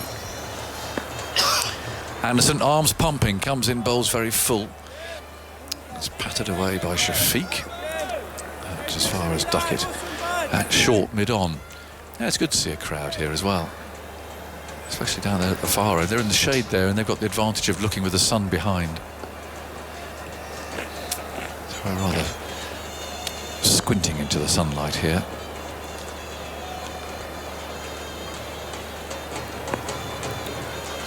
Anderson on his way past umpire Dar, right on that off stump again. Shafiq plays it cautiously. Stokes fields, And that's the end of the over. So Pakistan is 67 for 1. Their target is 355 after England were bowled out this morning. And Victor, some thoughts from you? And then Simon Mann will come in here for the next 20 minutes. Well, that's a good 20 minutes for England. Subdued the batsman, and then the wicket of Rizwan. As Jonathan was telling you, I mean, an amazing delay between the ball hitting Rizwan's off stump and him heading off to the pavilion. Dumbfounded, really. It wasn't quite the ball of the century, although it could be, because Warne had the 20th century. We're now in the 21st, I gather. We're in the 21st century now. You're still in the 19th, Victor. Here is Robinson bowling, played away by Babar. Square with the wicket on the offside. There's no run. I don't know. I'll have to Google that. Well, it was a good ball. If you get a chance to see it, it was a fine delivery. Angling in and left him. I saw a tweet from Andrew McGlashan, who's an English journalist working in Australia. He said they all stopped typing away in the Adelaide press box, because they're coming to the end of the, well, it's finished now, the Australia game. They all looked up at all the Australian journalists were looking up at the replay, and it sort of stopped them in their tracks for a moment. Jimmy Anderson still doing that, and the twilight of his career. Here is Robinson bowling. Babar plays nicely into the offside, but can't beat the inner ring. Goes out towards extra cover, and there is no run. 67 for 1. It felt like England needed it as well. Pakistan had a good hour and a quarter in the game, hour and a half in the game. Yeah. I mean, England dominated the first 3/4 of an hour of this third day. They were pressing ahead, 256 for 5, and then, as we've often seen with England batting lineups, but for different reasons in the past, it was pack of cards time. 5 for 19, 4 playing attacking shots, 2 caught on the boundary. Here's Robinson rolling in, bowls to Babar, and Babar is half on the front foot there, pushing forward, plays it out to Crawley at extra cover, and then Pakistan coming out with Rizwan to the fore, really, because he's impish, he's aggressive, he runs quickly, he takes on the bowlers. Well, apart from the first innings where he blocked, but he made 30 quite quickly. And I noticed things like Predict Viz and some of them, I look at the markets at lunchtime, and they were saying the game was even Steven, even Pakistan, even England. It was 50-50. Still a lot of runs to score, but that wicket's really lifted England. Robinson bowls to Babar, who drives, but straight to extra cover. And England not over-attacking here. They've got a ring field with a couple in, so close-ish on the onside and the offside. But it's not easy to score. It's what they did yesterday in that pre-lunch session after Pakistan got underway and quite fluently. They blocked it off and just made it harder to score, and just playing on the batters' minds. There's so much time in the game, you don't have to score quickly, but you feel there might be a ball around the corner, one keeps low, something like that, a miscue. 67 for 1, 3:55 to win. Robinson, he bowled him, he's left it and he's bowled him. Babar Azam has gone, and Robinson's off to celebrate this time. He's out towards fine leg, and the England fielders chasing him to celebrate. Babar looks back as well as if he can't believe it. That's Rizwan and Babar, stunned by deliveries from England's opening bowlers after lunch, and England right on top now. Pakistan 67 for 2, Rizwan out for 30, Babar out for 1. It was a ball outside the off stump that nicked back prodigiously. I can understand why Babar didn't play at it, and it really went a long way. It did. It wobbled down, hit part of that seam, and it jagged back. I mean, it's a terrific delivery. Babar's become Ollie Robinson's bunny. It's a huge moment in the game, obviously. A game in which we sort of assumed that, well, the England spinners will be doing the bulk of the work, which they did with the brand new ball. But that, well, it came back like an off-cutter. I don't think it wasn't an off-cutter, but it jagged back. Robinson against Babar Azam. Well, he'll be having a few nightmares about that, I think, before we get to Karachi. It's a huge wicket. What a spell. We've had nearly 25 minutes since lunch, and Pakistan have scored 3 runs and lost 2 wickets. 2 big wickets too. They're big players, really. Got a left-handed Shakil coming. I think it's Shakil. I don't know whether we've got any news of Imam. Yeah, it is Saad Shakil who's in at number 4 for Pakistan. I mean, normally if you get rid of these two in a T20 match, Rizwan and Babar Azam, reasonably early, your quid's in with this Pakistan batting lineup. England will feel like that now in this Test match as well. It's just, I don't know, settled any jitters. Pakistan at lunch was 64 for no wicket in pursuit of 355. There's enough in this. It's not like the pitch in the last game where you have to work so hard to get through and win the game. There is enough there to work with. It might have hit a crack, I don't know, but it really came back a long way. So is that a better ball than Anderson? Is that Anderson's the ball of sort of half the ball of the 21st century, and that's the full ball of the 21st century? They'll be stopping writing in that Adelaide press box again. They would. It came back like an off break. I mean, I don't know whether Ollie Robinson was surprised, but he was certainly delighted. The last time I saw someone celebrate like that, arms out, running off towards fine leg, was Courtney Walsh back at Old Trafford way back when, and he bowled a delivery that Jaffa that took a wicket. 67 for 2. Now Shakil, the left-hander, is out there, and here is Robinson moving in to bowl to him with a slip in, and Shakil is half forward there playing that towards short mid-on, and there's no run. And that's always the way of it, isn't it? When you're bowling with runs in the bank, you know that 2 or 3 balls can change the game quickly, whereas when you're batting it takes 200 balls or 150 balls to change the game. So Robinson's been sensational out here, though, because you would think there's not much for him to work with. There's not a blade of grass on these pitches, and certainly not on this one. But that came back a long, long way. And both the dismissed batsmen took a long time to depart because they couldn't quite believe what's happened. They've been watching their own pacemen toil a bit, not even threaten to take a wicket. And now Anderson and Robinson have struck again, hitting those stumps. Those wonderful bails have been flying. a nice clunking sound, that one, into the top of off stump. Anderson bowls to Shafiq, and Shafiq comes across his stumps there and turns that into the onside. Well, stunner for the crowd that really has built up on this Sunday afternoon. It's 1:05 local time. Good morning to you in the UK. People waking up, perhaps still in bed or bleary-eyed, making their way to the kitchen or whatever on a Sunday morning after Christmas parties, watching the football last night, perhaps feeling a bit dejected. England perhaps lifting spirits here with their play since lunch. 2 wickets. Anderson looking for another one. Bowls to Shafiq, who's forward, solidly playing that towards silly mid-on, where Duckett is positioned. And there is no run. I'll bring you up to date. England bowled out for 275, with Brooke making 108. England losing 5 for 73 today, although their last 5 wickets for 19. And then Pakistan making good progress before lunch. 64 for no wicket. England had a big huddle on the field just before the start of the afternoon session. Anderson took a wicket straight away in his first over in this second innings. He's moving in now to bowl to Shafiq, who plays that on the front foot towards mid-wicket, where it's picked up by Stokes, and there's no run. A fine delivery to get rid of Rizwan that shaped in and left him.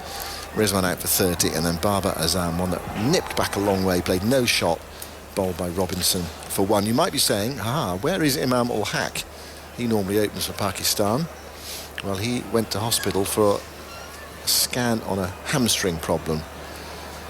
So we don't quite know of his fitness situation. I'm sure he will bat. Anderson bowls. Shafiq plays quietly towards silly mid-on again, picked up by Duckett, and there is no run. If Anderson hadn't taken that wicket, I'm pretty sure Leach would have bowled this end, because he was warming up so vigorously. Not you need to warm up that much, but he was going through his bowling action, doing all sorts of exercises. But because it was Babar, they thought, Robinson's the man. And they thought right. Absolutely. Well, it's always a big moment when you get rid of him in this Pakistan lineup. Anderson bowls. Shafiq hurried into a defensive shot there. Thickish inside edge. Goes out into that silly mid-on position again. And it's picked up by Duckett. So how many times has he got him out in the series now? I think I made that 3 times. Was it 3? I'm with you, I think. Stokes got Babar in one of the innings. Just looking looking back at my notes. You keep wonderful notes. Leach got him out in the first innings of the series. Here is Anderson bowling. Forward goes Shafiq, playing that towards silly mid-on. There's no runs. He's got him out twice. Just the two matches, Yeah. two innings here. 2 for 24 in the series so far from 50 balls that he's bowled to Bower. Just a little on Jimmy Anderson and his recent form. This is the first time since 2006 he's been the 5th bowler England have used. That was at Adelaide in the Ashes, a slightly harrowing match for England. His form away from home, since he stopped playing one-day international cricket after the 2015 World Cup, it's his 35th test, 115 wickets at 23.4. Prior to that, away from home, he played 41 tests and averaged 36. So another example of the remarkable improvement he's achieved through his time as an England cricketer. Also, this is the 20th calendar year he's played Test cricket. New from Robinson. He's going to be bowling to Shakeel. He's had a good series. England found it hard to remove him, but they're on the up at the moment. Robinson bowls to Shakeel. Shakeel is half forward, pushing that towards silly mid-off this time, and there's no run. In 2022, 9 tests, 35 wickets, averaged 19.2. He's only had one calendar year in which he's averaged lower than he has this year, the year he's turned 40. That was 2017, when he averaged 17.5. It's not supposed to happen like that. The powers are supposed to diminish with age, but this seemed to increase. He's not old, Jimmy Anderson, I'd like to stress, and you should be stressing that too. Well, it is in cricket terms. Yeah. Some pace bowling terms. Robinson bowls. Shakeel plays out of a thickish outside edge down towards deep third. Leach runs round to pick up. The crowd have got something to celebrate. It's a single. It's a completely different cricket since lunch. Before lunch, Pakistan scoring freely. Since lunch, barely scored at all and lost a couple of wickets. So that's 4 for 2 in half an hour's cricket. Shafiq 34 not out.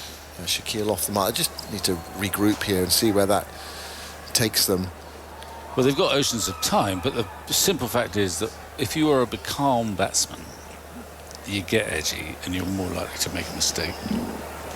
Actually, the 2 batsmen who've been dismissed didn't really make major mistakes. They just got very good balls. They did, yeah. I mean, you can understand why Barber left that ball, can't you? He just came back such a long way. Robinson bowls to Shafiq.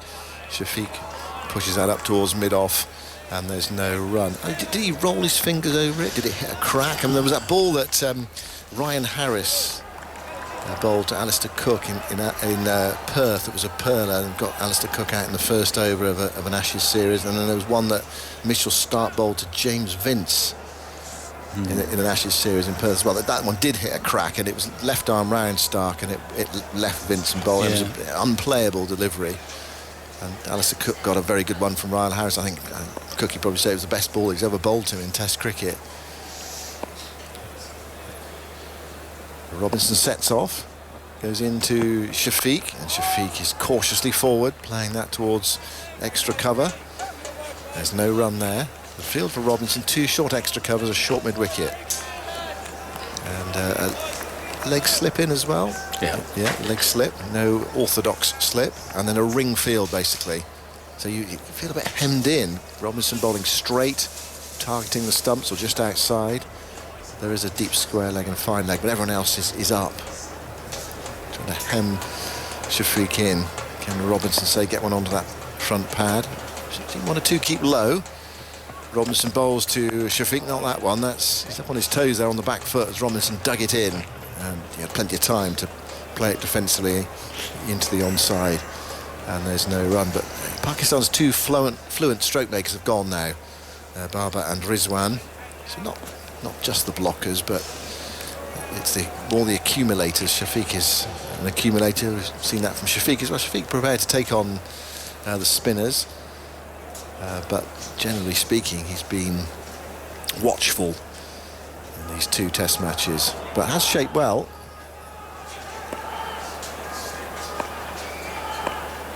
Robinson goes in to bowl to Shafiq. A ball outside the off stump. That one comes back and keeps low as well, and Shafiq doing the same thing as Babar Azam did, and he got away with it. That nip back from outside the off stump. Perhaps there's just a spot there, I don't know. Perhaps it's that was so close. It was close to the stumps where it pitched, so just to come back a fraction. Tipped tempted to have a slip because they're going to start playing at those deliveries. Because you have to. Because Yeah, you're you have noticing, to, yeah. you see the ball coming back, you start to play at balls a bit wider. There's a no ball in this over. Yeah, ball before. 69 for 2. Robinson tries again, goes in now, and bowls to the right-handed Shafiq. Shafiq is forward, playing that away on the offside, back up the offside of the pitch. There's no run. It's the end of Robinson's over. 6 overs are 1 for 7. Pakistan going nowhere at the moment. 69 for 2. And they're being set 355 to win. Well, when he's fit, which he is, he's just a metronome. And that's a great quality to have, a bowler of his pace. Sort of I'm not going to compare him too much to McGrath at the moment, but he's not quite as quick as McGrath, perhaps. But England's Scott Boland. No, he's better than that. Oh, well, these figures wouldn't suggest so. I don't know. But when he's in rhythm, it's all so straightforward. He's such an easy action. You don't think anything's going to go wrong. In fact, we've never seen him bowl rubbish for England. And it's partly because he's got this smooth action. And he's on target, and he's always asking questions. And you wouldn't think he would work so easily out here. As so far. The Robinson-Babar head-to-head in this match. 7 balls, no runs, hit the stumps twice. Very pleasing figures for any self-respecting pace bowler. Right, Anderson's off. His spell since lunch, Schultz, was? 1 for 3 from 3.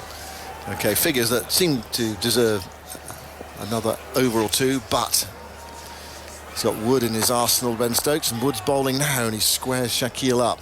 Thickest outside edge, the ball goes towards backward point, and there's no run. Not dissimilar, that delivery, to a shout for LBW against Shakeel yesterday that was umpire's call. Shakeel shuffling into line, just managing to get the bat down in time and preventing the ball cannoning into his stumps. Shakeel walks away. England do have a slip for Wood. Got Crawley in there at slip, Roots at leg slip. It's very hard to give you the field, mainly the bare bones of the field, really, the attacking fields, because it just changes after every ball with Ben Stokes captaining the side. He's got 2 men back now. A ring field, 2 close catches, 2 men back. And here is Wood, round the wicket, bowls to Shakeel, who's right in behind that, defending towards Ben Stokes, who was first out today. Out for 41. If I said to you at home, guess how he was out, what would you come up with? What would be your best guess? Would it be caught on the boundary? Yes. Yes, it was. Alex Hartley alongside me. Just about other quiz questions. I saw on the BBC Sport website last night. I had a go at this. Stephen, Jack Leach taking his 100th Test match wicket yesterday. 13 other bowlers have taken 100 Test wickets in the 21st century for England. Who are they? Wood bowls, and Shakeel plays back to the bowler, who picks up, and there's no run. And I won't give it away, but what I didn't realise was there was a timer on it. Oh, so you ran out of time. So I ran out of time. I was thinking about it. I actually got to 10. Oh, that's decent. But there were 3. There was one really obvious one that I missed. What, like a Jimmy Anderson? No, I got that one. We'll give you that one because it's fairly obvious. But don't give too many away, Alex, because people can go to the BBC Sport website and have a look at that and see if you can get the 13 100 wicket bowlers in the 21st century for England. 69 for 2. Wood bowls to Shakeel. It's short. It's helped on its way, not particularly convincingly. Goes down towards Leach, deep square leg, and Shakeel gets a single. That didn't come off the middle of the bat. Pakistan get a single. 70 for 2. I always love doing those quizzes because it reminds me how much of a badger I really am and how much cricket I watch. But then when you miss the last couple, you're like, oh, how did I forget that one person? Yeah. Well, there's one person I'm really embarrassed I didn't get. And when the next time I see him, when I tell him, he'll be, I don't know what he'll be. He's actually a nice bloke, but he'll be reasonably miffed, I should think. Last clue. Yeah, 70 for 2. Yeah, so you've got a time limit. I think it's about 3 minutes to get them all. I think you need a bit longer, actually. 5 minutes to get them all, do you? I think you need a bit longer than that. But I didn't notice the timer ticking away. And then is that it? You had to stop? That's it. You're out, yeah. Wood bowls, and Shafiq playing across his front pad there, up towards mid-on. And there is no run. I would ask you now, Alex, to have a go at it, but it's not. What we don't want to do is we want people to have a go at it on the BBC Sport website. So have a look at that. No, I'm itching. I'm actually, after this commentary stand, I'm going to do it because I love doing stuff like that, and I'm thinking of them all in my head now. So I'm cheating a little bit. You're getting more than 5 minutes, aren't you? I'm getting 35. Yeah. I'll still forget somebody. Umpire, I think asking, some people moving above all the sheets fallen down. It's let itself down for the first time. The sheet above the sight screen at the far end. You can see a bit of black peeping over the top of it. I think it's okay to play on with that. Some people moving above the sheet as well, but Wood is herring in to bowl to Shafiq, who's squared up by that one. A straight, fast ball. Thickish outside edge, goes out towards cover. Wood has his hands in the air. And that was 142 miles per hour, kilometres per hour, I should say. 142 miles per hour. That would be rapid. Would be quick. Yeah. End of the over. 70 for 2 Pakistan. Shafiq 34. Shakil 2. 355 in all required by Pakistan to win this Test match and level the series. More from you, Alex, and then it will be Atif Nawaz. Well, Simon's going to go give that quiz a second go, see if he can get all 13 this time round. And every time Mark Wood's bowling, he looks hard done by. He looks like he could get a wicket every single delivery. Hands on his head, throwing his arms up, going, oh, the oohs and the ahs. Him and Ollie Robinson, they're bowling nicely together here. And with the two big guns out for Pakistan, you feel it's just a matter of when now. Yes, absolutely. England have come back so strong in this session. 2 huge wickets. As Saud Shakil faces up to Ollie Robinson, defends into the covers for no run. And it was 2 really exceptional deliveries, wasn't it, from Anderson and Ollie Robinson, respectively, to get rid of Babar and Rizwan. I mean, Rizwan stood there for an eternity. He couldn't believe what that ball had done from Jimmy Anderson. He thought he had the movement covered. It really was unplayable. And Ollie Robinson bowling Babar Azam for the second time in this Test match. Yeah, it's not a bad wicket to get twice, although you won't make any friends in Multan, probably. It was quite something, the movement these England seam bowlers have managed to extract. They've put Pakistan under immense pressure here. Here's Robinson into Shakil. This is full. It's been driven nicely, but only as far as cover, and there is no run. Yeah, I mean, when you think about it, there was 64 for no loss going into lunch, and since lunch they've added 6 runs but lost 2 huge wickets. The 2 most experienced batters in the lineup. No Azhar Ali in the lineup. Still a little bit of uncertainty about when Imam ul Haq is going to be available to them. You have to say, England, I'd say pretty strong favourites at this point, at the very least. And they're going aggressive as well with their field. As Robinson in for his 7th over to Saud Shakil, who shoulders arms outside off stump through to the keeper. A little bit low, that one, keeping no run. He's got a slip in place. A fielder beside the non-striker's end. There's a close point fielder. Mid-off is very, very straight and close as well. Everybody in the Inzamam ul Haq enclosure, which is where the vast majority of the overseas fans are, the England fans are, having a wonderful time up there. Here's Ollie Robinson now into Saud Shakil. This is full. Defended back to the bowler for no run. That target 355 is still 285 runs away. It's a lot of runs for England to play with. And right now they're rotating Anderson, Robinson and Wood quite expertly. It's quite remarkable that Anderson took as long to come on as he did. It's a bit like in the first innings where they held Ollie Robinson back for so long, and then straight away he picked up the key wicket of Babar Azam, who was the only batter putting pressure on England at the time. Robinson from wide of the crease, full and just defended by Shakil, into the offside for no run. Yeah, he's been quite willing to hold back on some of his major resources as Ben Stokes until he feels the moment is right. He's not afraid to break with convention. I mean, there'd be a time where your 2 senior seam bowlers would always open the bowling. Of course they would. You throw them the ball and they do the business, but Ben Stokes, there's no conventional captain. Oh, there's a reason Jack Leach has been bowling with the new ball as well. As Robinson into Saud Shakil, back of a length, defended to Ben Duckett for no run. So the new ball is obviously harder. So when it grips of the surface, it will spin a little bit more, and it will also get that extra bounce, which will bring in the outside edge, into play.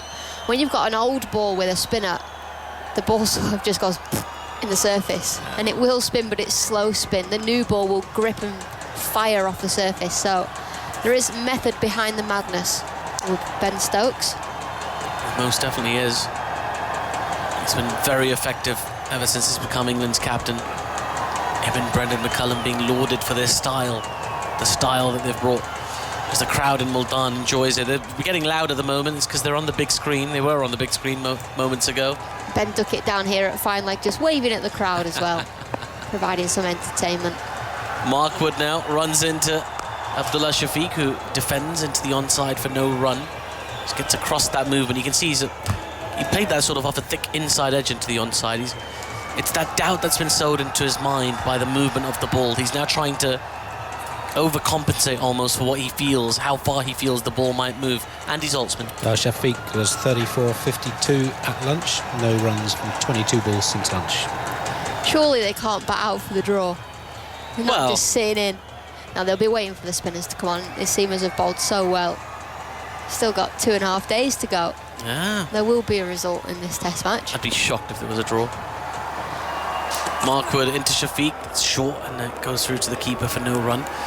Yeah, they were batting at a decent run rate before lunch as well. They were going at over 4, almost sort of 4.5. It's dropped down to exactly 3 at the moment, which just shows how much pressure England's seam bowlers have put on since lunch. They made it very difficult to get the ball away. They've tied up the batters. And talk about Babar Azam, he got 1 from his 10 deliveries. Mohammad Rizwan slowed down significantly as well. And Abdullah Shafiq, as Andy Zaltzman just said, yet to score since lunch. They've only added 6 runs since lunch. Mark Wood turns and runs in. He bowls. This is short again. It's down the leg side. It's well taken by Ollie Pope. It was a long way down the leg side. It's a big effort ball that from Mark Wood, but just lost his line a little bit. Well, Ollie Pope with the gloves for this test match. And actually this morning, he said out in the middle, he said, probably should have brought my own keeping kit. It was a bit of an awkward conversation between me and Folks when I had to ask him if I could borrow his kit. Oof. So he's out there borrowing Folks' gloves and pads. Oh, that's a horrible conversation. I know you're not playing, mate, but can I have your gloves? Oh, that stings. Wood in. Shafiq firmly behind it in defence to Ben Stokes at mid-wicket for no run. I mean, couldn't you just it's England. They could arrange for another kit, surely. No, I mean, it's fine. They're teammates, aren't they? Yeah, it's fine, but I mean, it's always awkward. It's like when if you break a bat and you're like, oh, has anyone got a spare bat? And all the batters like hiding their bats in their bag, going, no, you can't use my precious bats. Yeah. Well, I had that issue once. I'll tell you about it after this delivery. Mark Wood turns and runs, and he really runs in hard, does Mark Wood, when he comes into bowl. As that ball takes a thick inside edge out towards square leg. Abdullah Shafiq will get his first run since lunch. He was on to 35. Pakistan 71 for 2. My first ever match for Middlesex under-15s. This is many years ago, obviously. I broke my bat in the practice before the game. At the time, I only had 1 bat. So I asked around my teammates, and everybody had an excuse. Oh, it's not quite knocked in yet. Oh, I can't go. It's my dad's bat. He'll get really upset. Oh, I can't now. No, then people, as you say, just walk away or don't make eye contact, and you're a shy sort of 14-year-old kid. You're thinking, oh God, it's a big game in Middlesex under-15s. I've got to have a bat. So what I resorted to, I'm going to keep you in suspense actually, because Mark Wood is running in. I'll tell you what I resorted to. Here's Wood from round the wicket this time, and Shakil just ducks underneath that as it goes through to the keeper for no run. 71 for 2 after 24 overs. And Shakil on 2, Shafiq on 35. So, with no bat to speak of other than my broken bat. I was batting at number 3. Opening batter gets out. And he got out sort of the second or third ball. He starts walking back towards the little bit where we were sitting just beyond the boundary. And I walked towards it with my broken bat. And what happened? He said, I just couldn't get anywhere near it, man. I didn't even edge it, nothing. I've just got this bat, I couldn't even use it. I'm like, do you want me to have a hit with it? Yeah, I can knock it in for you if you want. I don't mind. He said, yeah, of course, mate, of course. So he loaned me his bat, gave him my broken bat.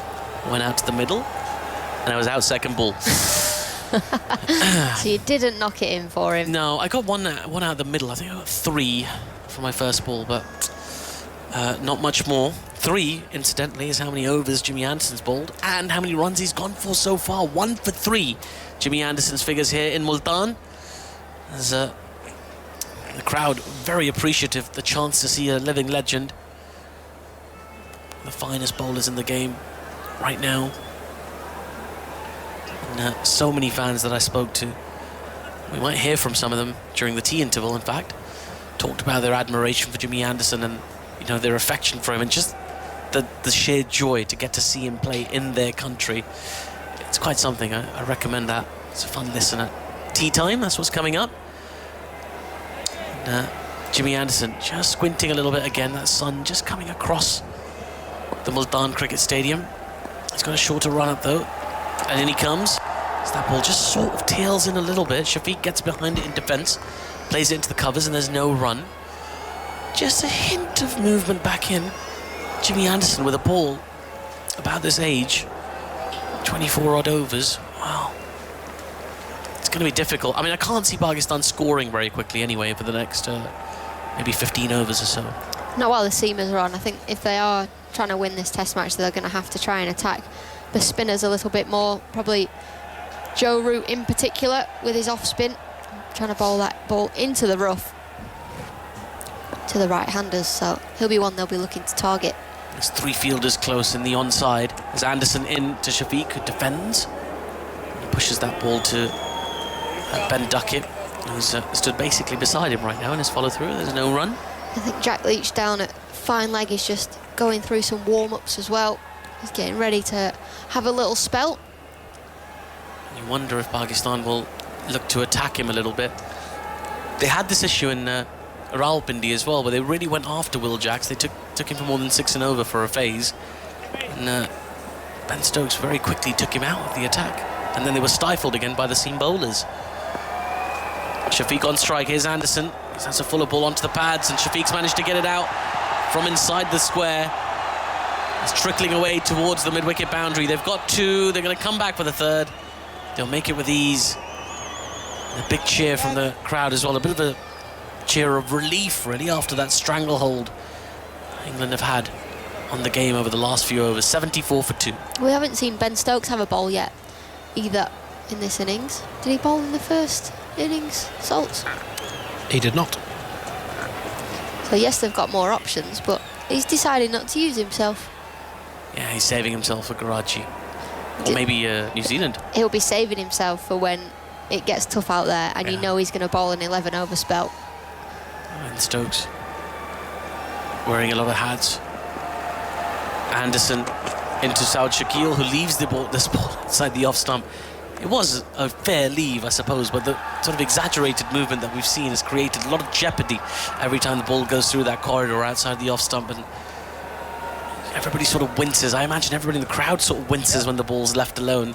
They've already seen Babar Azam leave one and get bowled. That was quite a sight. It was a great delivery. And Ollie Robinson, I'm sure he wants to buy the NFT of that delivery. Are they still a thing, NFTs? I've got no idea. Got to get on the blower to Carlos. Anderson in. Shakil just defends into the covers for no run. He was obsessed with NFTs, Carlos. You see on sort of Twitter or whatever, on those Twitter spaces, constantly going on and on about NFTs. Yeah, it should make everyone aware. There's a little bit of good news for Pakistan. Imam ul Haq has now returned from the hospital and is available to bat for Pakistan. That's some good news for them. Well, they're going to need him to do a lot of batting, presumably at some stage, if they to get close to the 281 more required. Anderson into Saud Shakil. This is full. It's been driven to silly mid-off, and there's no run. I can relate to him there. So he's obviously been for an MRI for not much injury, you know, not much point. He felt a bit of tightness in his hamstring. I've got a form for that in my international career. I've had a couple of MRIs. The first one was one of the very first weeks I was a professional cricketer. And saying this, I'm going to put this into context. The first day I was a professional cricketer, the very next day I got sent home because I was so stiff. I couldn't keep up with the rest of the girls. You know, it was like new to me. I didn't know what was going on. I was like, why is my body so sore? So a couple of weeks later, I've done some squats and I'm thinking, oh, I've torn a quad. I couldn't walk down the stairs, couldn't walk up the stairs, I couldn't walk. Kate Cross had to dress me in the morning. She had to put my socks on for me. Bless her. You know, bra, everything. She had to get me ready for work. I get to cricket, I think, oh, go and see the physio. She said, oh, gosh, that doesn't look very good, does it? She said, right, let's get you an MRI.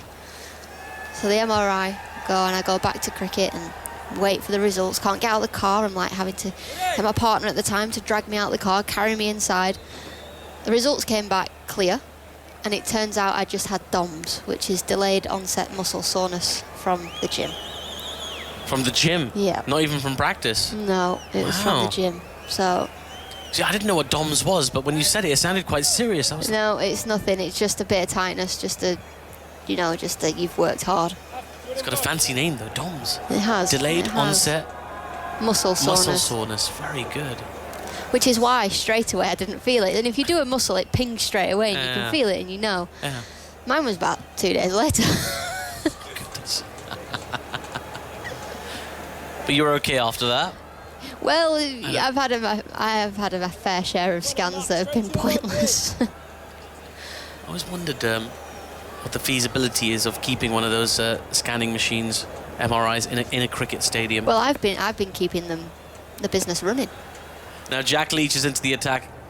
He's got a leg slip and a conventional slip. Joe Root and Ben Stokes with hands on knee, either side of the batter, who defends Leach's first ball into the onside for no run.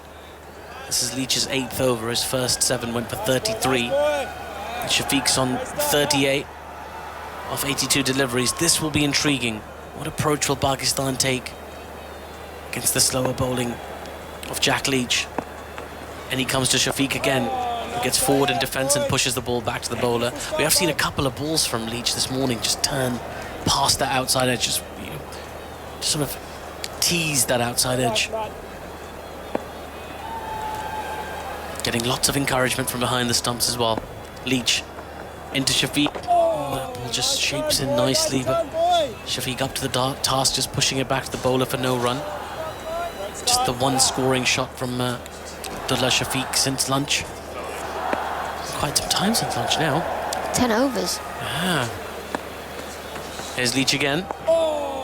Again, Abdullah Shafiq defends the ball back to the bowler for no run. And only 10 runs have been scored since lunch.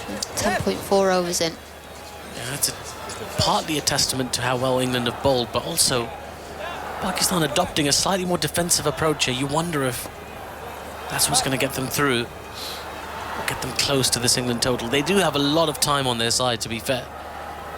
But even so, you worry about batters who go into their shells for too long. Leach into Abdullah Shafiq, who comes down the track, and he's lofted that over the infield. Hasn't quite middled it. It's trickling away down towards the long off boundary. Jimmy Anderson's in pursuit. The batters will take 2 runs. Not a very convincing shot from Abdullah Shafiq. It does take him to 40 and Pakistan to 76. 279 more needed to win. Just giving himself room, stepping outside the leg stump. Didn't want that ball to grip in the surface, or he in trouble of being stumped there. Giving himself almost too much room has Shafiq. Got away with it in the end. He's trying to show some intent, Abdullah Shafiq, but struggling to find some fluency out in the middle. Leach now into Shafiq, gets behind that in defence again. Back to the bowler. There is no run. You get the feeling Leach is going to be doing a lot of work today. It's going to be a busy session.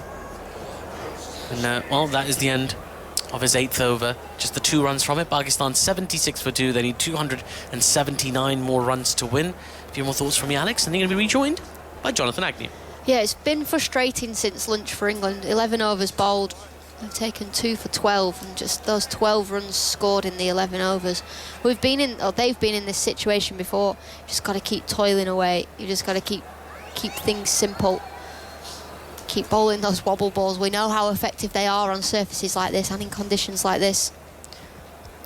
Well, we've seen a couple of excellent deliveries, haven't we? The one that cleaned up Rizwan, who's still probably looking at the replay of that, wondering what happened.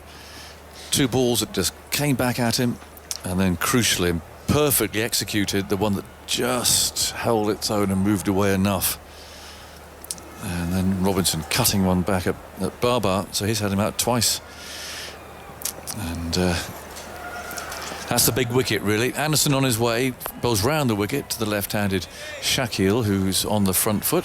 He plays the ball to mid-wicket, and there's no run. So excitement down there on the terraces to our left, where for some reason there's a little area of purple seats. And they're these big chairs. They're not seats, really. They're big chairs with big high backs and wings. But there's an area there that's actually got purple coverings to them rather than the white as everywhere else. So they're probably posh seats, those. In goes Anderson again, and Shakil gets on the front foot and plays back to him. And there is no run. It's down there at the Wasim Akram enclosure. I didn't see Wacker outside this morning up his ladder. Changing the spelling. No, I don't think he's done that yet. But Wasim is spelt right inside correctly, but outside is spelt wrongly. Oh. Whereas Wacker's is spelt wrongly. So he's got one Wacker Yunus. Anderson holds the ball in his left hand, so he's trying reverse swing here. In he goes again. Bowles turned off the leg stump. Down to long leg. And they'll take a single. Shakil goes to 3. Pakistan to 77 for 2. The target's 355. Just been listening to Stuart Broad talk about reverse swing, and it was really interesting. He was saying when the ball is starting to reverse, you can hang the ball outside the off stump and then it just doesn't swing, so it ends up being a ball that is you're able to cut. But what him and Jimmy Anderson have learned over the years, and watching somebody like Waqar Younis, is when they want the ball to go away, they almost try and bowl towards fine leg, and when they want the ball to come in, they're trying to bowl towards the slips, and then the ball will reverse. Well, they're very, very, very proficient at it, aren't they? Anderson again runs in bowls, and that's pushed away out to cover by Shafiq, who's now got 40. And there's no run for him there, though. It's picked up. One of these umbrella fields that Ben Stokes employed at Rawalpindi, so real pressure here, squeezing the batsman, making it difficult for him to score any runs at all. There's going nowhere at the moment. Anderson 1 for 7, he's in his 5th over. He wheels round once again, holding the ball in his left hand. Now wants a man going out to deep square leg. Now whether that's just to make the batsman think, oh, I'm going to get a bouncer here, or at least to make him hand back slightly in his crease. I think that's Jamie Overton out there as well. I think it is. Anderson bowls on a good length. It's played securely by Shafiq. It's just a mental thing, really. He's getting a good stride in, so if he can just get in the batsman's mind, oh, there might be a short ball coming here, make that footwork just ever so slightly tentative, and he might edge one through to Pope. That's his plan anyway. 77 for 2 in the 27th over of the innings. The target's 355. Anderson, the last ball of this over, runs away again, past umpire Erasmus. Is driven hard, but that's half stopped, and well stopped too, by the fielder diving across there. It'll be Brook, no doubt, at fairly straight but short mid-on, so 3/4 of the way up the pitch. That's about all. 77 for 2, Shafiq 40. Shakil has 3, with Anderson taking the wicket of Rizwan and Robinson the wicket of Babar. That after England lost 5 for 19 this morning. They added 75 in the morning session, but they were rather swept away there towards the end. Brook out for 108 and Stokes for 41, and the rest, well, lots of shots were played and not many runs scored, frankly, but I think they'd got what they wanted to get. 350. That's what they were talking about this morning, wasn't it? Yeah, said they'd be happy with 320, 330, 350 would be ideal, and they got there in the end. I'm a bit anxious because I've asked the Pakistan media man a big favour. Yes. What is that? Well, it's kind of a secret, but I don't think the person involved is listening.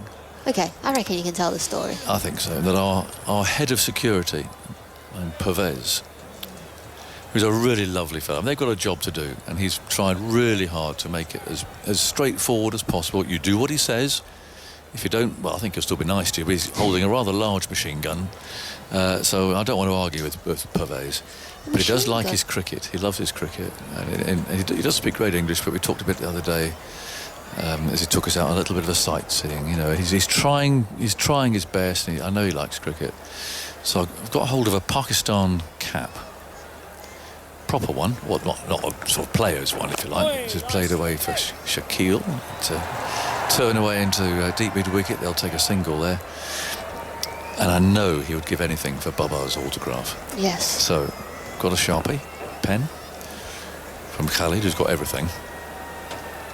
The cap, and I gave it to the Pakistan media man today and said, what do you think for Babar to sign on the peak? And we'll give it to Pervez to say thank you from all of us. Well, The trouble is, Babar's gone, he's been blown away already. I hope he wasn't waiting in the dressing room once he got out. I'm anxious as to whether we're ever going to see this cap. Here's Leach from the far end, bowls short, pulled away.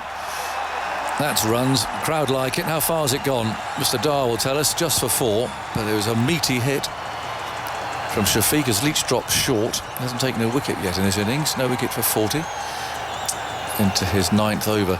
But as you know from a dressing room situation, you don't go and ask a favour of a batsman who's got out like that, do you?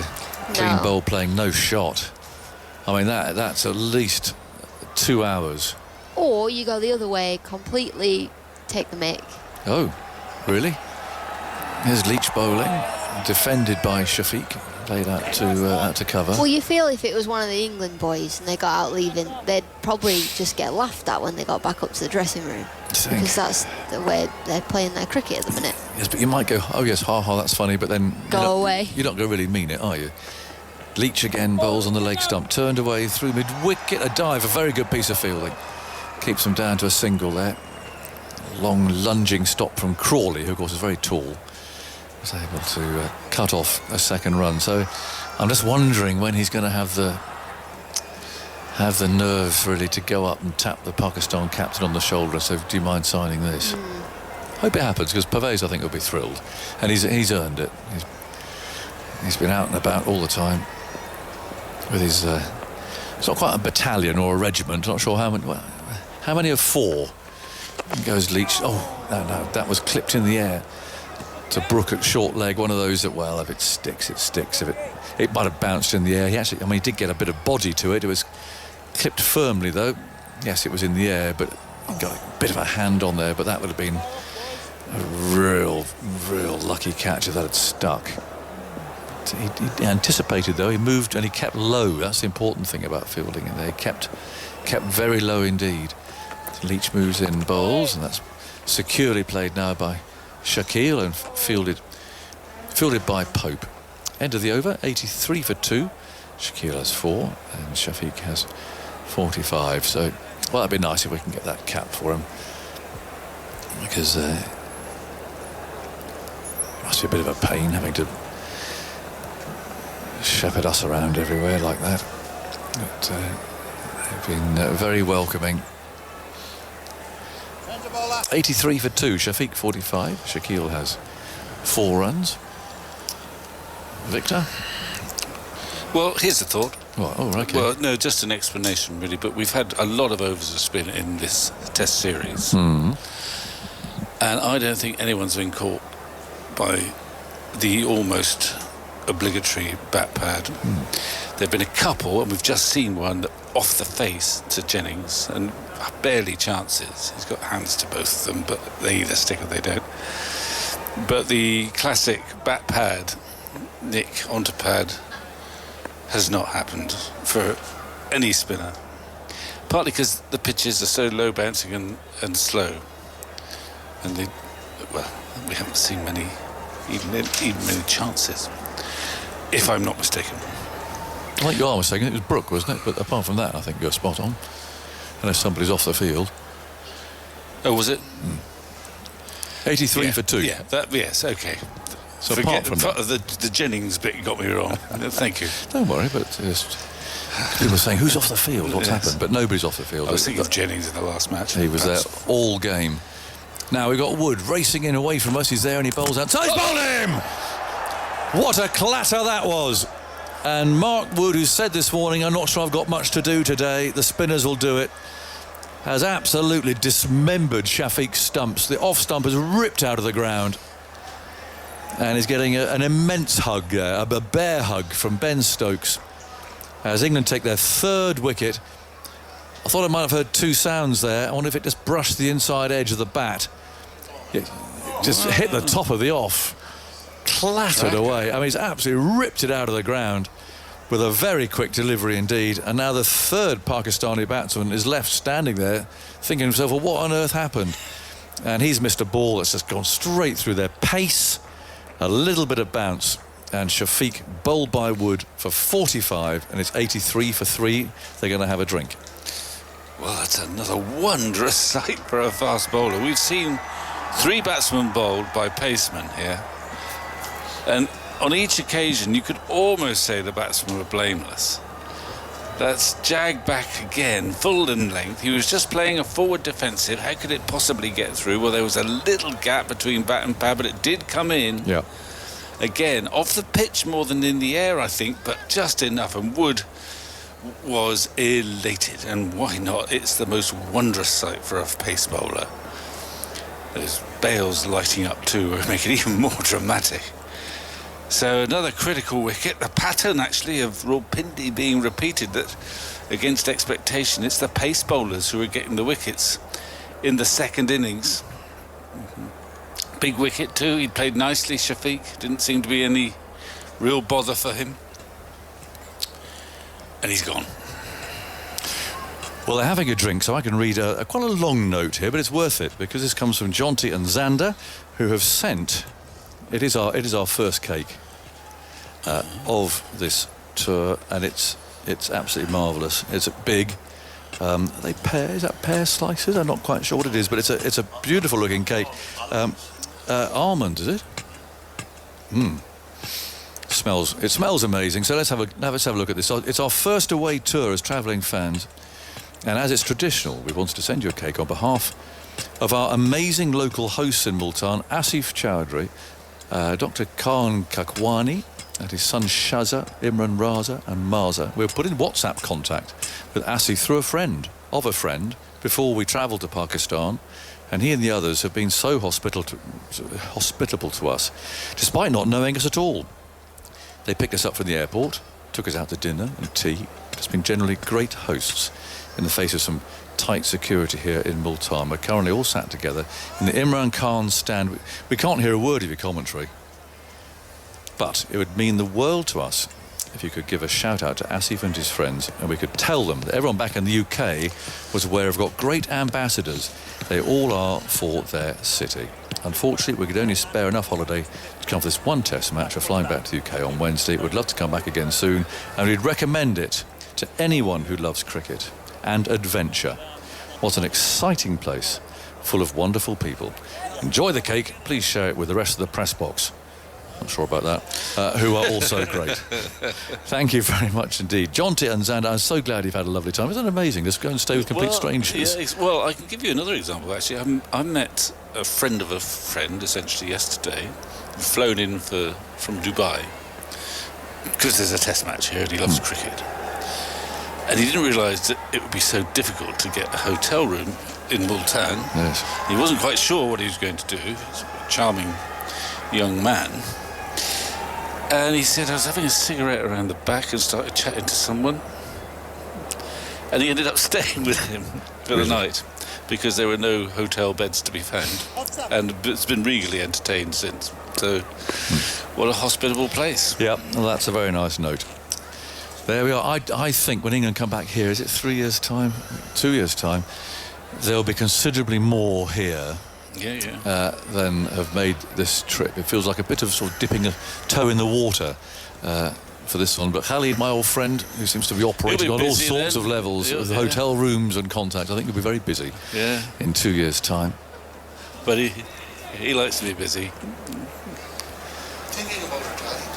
Now, Imam's come out to bat. Now, he's had an eventful morning because he's been to hospital. He's had a scan on his hamstring, which clearly has been sort of past, if you like, for him to go out and bat. So he normally opens. He's come out now at number 5 with a lot to do. 83 for 3.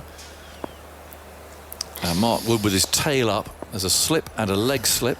A short cover. The players have had a drink.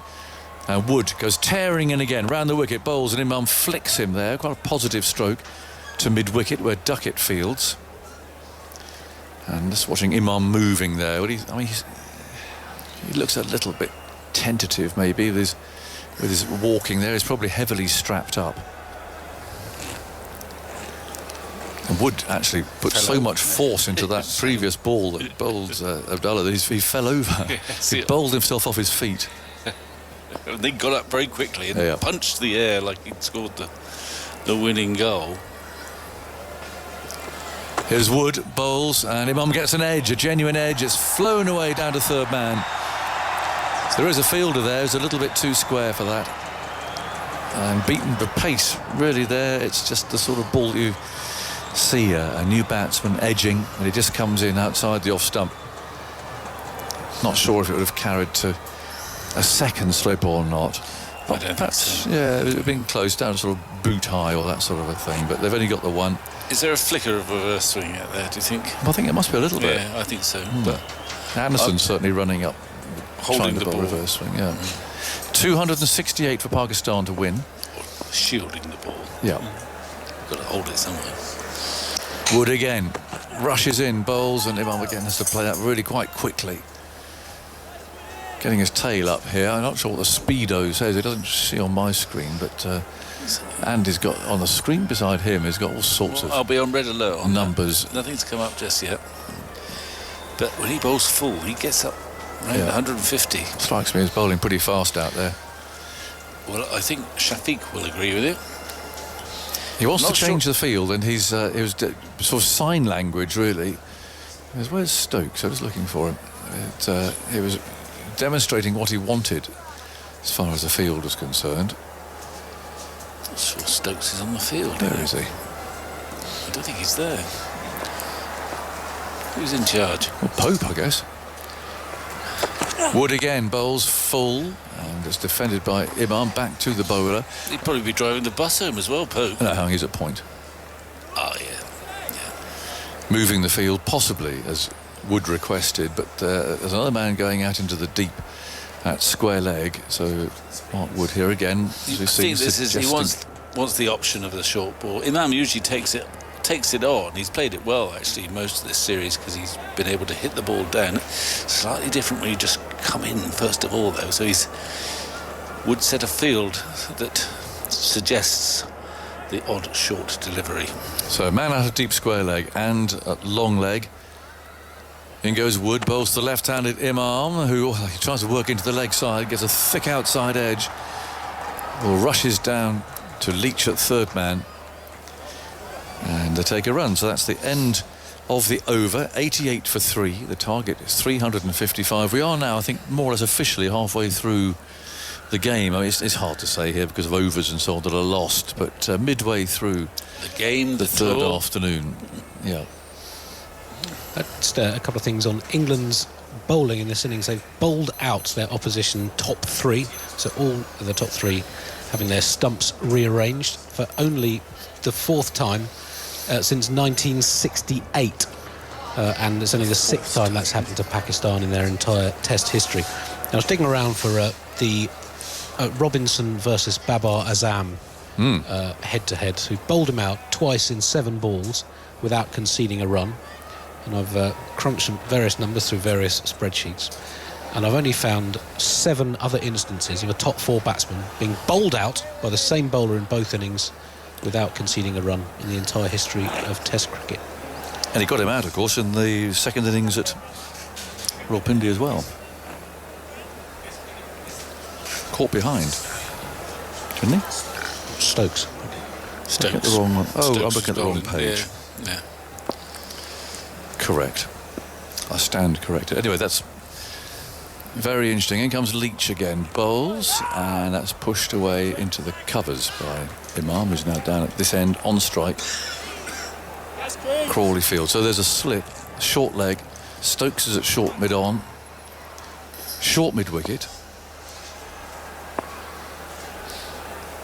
Leach swings his left arm, he strides in over the wicket. There he bowls, and Imam gets a little dance down the pitch. He likes to do that.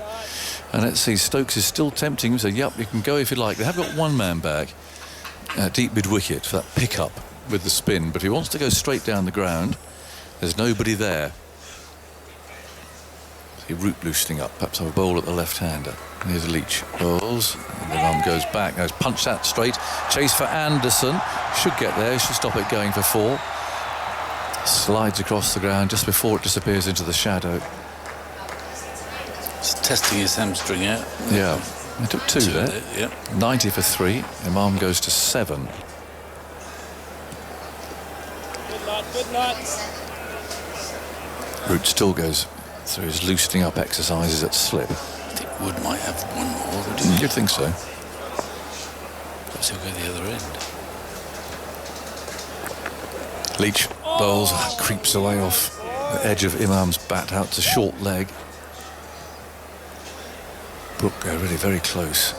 Lovely that night. Seems to like getting in there amongst it. He's always to be found around the bat somewhere or other. Whether he likes it or not, that's where he's told to go. Well, that's true.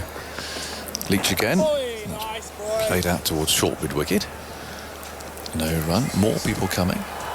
Great to see. Settling into their chairs to our right-hand side. It's a non-stop movement of people going up and down. Leach again. Bowls. Imam dances down the pitch, but then opts for a bit more than a defensive shot. He just pushed at the ball, but runs out to mid-off. He didn't try and hit it over the top, which he did in the last match quite frequently. 90 for 3. Imam's got 7. Shakil has 4. Leach still wicketless after his first 10 overs. He might have had one in his first over, mind you. Victor, thoughts from you and then Simon? Well, he likes to juggle his bowlers. I'm still quite intrigued, but there's been a lot more first over of a spell wickets actually in this innings, I think. Yes, 2 of the 3 have been first. As a series, this is moving into serious territory, I think, and thank goodness there's a nice gap potentially between the 2 tests to see whether it's record breaking. But Root's coming on after Mark Wood has just shattered the stumps of Shafiq. You thought you might have one more. How many was in that Wood spell? Just the 1 over. Well, Stokes he likes to look after his pace men. He's constantly thinking those, and he's thinking 2 off-break left-handers. bowler, 2 left-handers. Well, exactly, that's the same thought you had about 2 minutes ago. Yeah, but, well, anyway, here we go. Joe Root. Will Jacks hasn't bowled very much in this match. No, he's 4 overs. emerging as the 3rd spinner and the 7th batsman. 90 for 3, Pakistan. Imam on 7, Shakil, who's on strike, on 4. So you want the off-break bowler generally on a pitch that's certainly offering to bowl to the left-handers if you can. Take the ball away from the left-hander. Here is Root round the wicket to bowl to, what a beauty, to Shakil, who pushes forward and it spins and bounces. A test here for Ollie Pope as well as for Shakil. Root's presumably got some rough to bowl in too. Yeah, they're seeing it there, landing in some rough outside the left-handers off stump. Took that well. It bounced. I think that did come out of rough. It was enticing delivery, actually. Now, where's Stokes going? Look, he's going to a peculiar position. Well, you can tell me why he's there in a minute. He's a short, fine leg, but very fine. Root bowls, sweep shot comes into play. It's gone out towards deep back of square leg. Just off the top edge as well. It went in the air, and Wood came in and picked it up and hurled the ball in. So why? Well, he can only be there because he thinks... The little paddle shot? Yeah, he's very fine. So we usually talk about the 45 saving the sort of single on the leg side, but he's actually... Well, he's changing now because the batsman have crossed. He was incredibly fine on the line of a very fine leg slip at about 10 yards from the bat. I could only be there for a top edge. He thinks there's a chance of a top edge sweep. And given that he swept that ball, you can see perhaps what he was thinking about. Yeah, the ball ballooned off the top edge. I lost the flight of it. Went, I think, above the lip of our stand that we're watching in. But Wood was too far back. Here is Root into bowl to Imam. Imam's coming down the pitch and then padding it away towards short extra cover. And there is no run. The clock's ticking against Alex Hartley at the back of the box on her attempt to get the 13 England bowlers who've taken 100 wickets in the 21st century. Root bowls wide of off stump, driven firmly, but straight to point. I see No that's run. on the excellent BBC website. And I had a quick look at that, and I didn't get them all. It's the time. I think it's the timer that's causing the the problems. timer. I forgot Moen. Root bowls, and Imam gets the bat down just in time on that. He flicks it away. It's a diving save, half save by Wood at backward square leg, keeps it down to a single. He's got 10. I got 10 in the 5 minutes. I missed Moen though. I wanted to go back. No, Victor. You're not supposed to. People expected to have a go at it. Oh, sorry. Well, I've told you now. One of them's Moen. Don't forget him. 92 for 3. Shaquille on 5. Root bowls Tim back into stumps and playing that quietly back up the offside of the pitch, and Root bends down to pick up. Although, there is no run. It's the end of the over. 92 for 3. I must have misread the quiz, because I'll tell you one other person I put in. They said wrong. And it was Leach. Jack Leach. You must have misread it, because I did that as well. But it says at the top, apart from Jack Leach, who are the other 13? Right. I got very upset when he did that. And Jack Leach reaching the landmark of 100 Test wickets yesterday. So there are 13 others who've done it this century. So I'm missing 2, but I won't mention any more names. Right. They shall remain nameless. Jack Leach is going to have a bowl now. He's just actually he's been bowling, but he keeps switching it round. It's hard to keep up. In fact, Will Jacks has just longingly bowled the ball back to Leach. And he might have a little go in a minute, Jacks, in the sense that the 2 left-handers might offer him something. It's a long time since he got his Test wickets now, it seems. What's happening here? I don't know. Aggers is, he's sort of feeling my backside, but I think it's because there's something on the seat that he's lost. Something's dropped down the back of the seat. Oh, right. There's a bit of a panic on then. A first in the Test match special box. Any idea what we're looking for? Don't know. I don't know, pen or glasses or something. 92 for 3. Imam on 8. And on strike to Leach. So, 3 superb deliveries by the 3 quick bowlers since lunch has given England a significant advantage on this third afternoon. Imam has used his feet against Leach lots in this series. Mid-on is just hovering a little bit deeper. Here is Leach bowling, turned away by Imam towards short fine leg, picked up by Wood, and there's no run. 3 close catches. Leach bowling to the left-handed Imam ul Haq, who came in at number 5 because of a hamstring problem. Leach spins himself a catch. Left arm over to the left-hander. Close catches go down. Leach bowls. Imam, crab-like, coming down the pitch and then adjusting and then blocking. Going back to the bowler. He might have seen him that time and he fired it in a little bit quicker and at his leg. And now another chase for Benitez. He had a silly point in, but he's coming out. Yeah, Duckett was in there. He's coming out to short mid-wicket. Wood saying, where shall I stand? A short fine leg. Stokes says, just go 2 centimetres to your right. Leach to Imam. Imam right forward, back to the bowler. And there is no run. Shafiq bowled Wood, 45. Rizwan bowled Anderson, 30. Barber bowled Robinson, 1. All collectors' items. With the 3 pace bowlers involved. Leach into Imam, who's down the pitch, hitting this with plenty of bottom hand down the ground. He's bobbling out towards the long on boundary. Anderson's running after it. Tries to knock it back inside the rope. I think he's done so, but they'll want to check it. The throw's on its way. And they have come back at the moment for 2 runs, I think it is. I was watching the ball at the far end. Let's have a look. Yeah, Imam is back down this end. They'll just want to check this. It's a brilliant piece of fielding. Yeah, he's done it. fantastic. He's sprinted after that. Great pace, dived at the end, flicked it back. And they're happy. I think they're happy. Yeah, well, that's saved 2. A wonderful piece of fielding. Quite a risky shot. Just to Anderson's right, mid-on. 94 for 3, Leach bowls. Imam back in defence. And the ball rolls back up the pitch to Leach, who bends down to pick up. Imam's on 10. Shakil's on 5. 5 from 26, just getting himself in. Plenty of time. It's a bit of an understatement. Leach in, Imam squeezing forward Plays it away into the offside. Leach is after that, intercepting it before it gets to extra cover, and it's the end of the over. There are 45 minutes to go until tea, and then probably an hour and a half after tea. Just thinking of all these field changes, it reminds me of my first county captain, who was the great Brian Close. And if you looked at him, he always moved you. And you were terrified of being in the wrong place.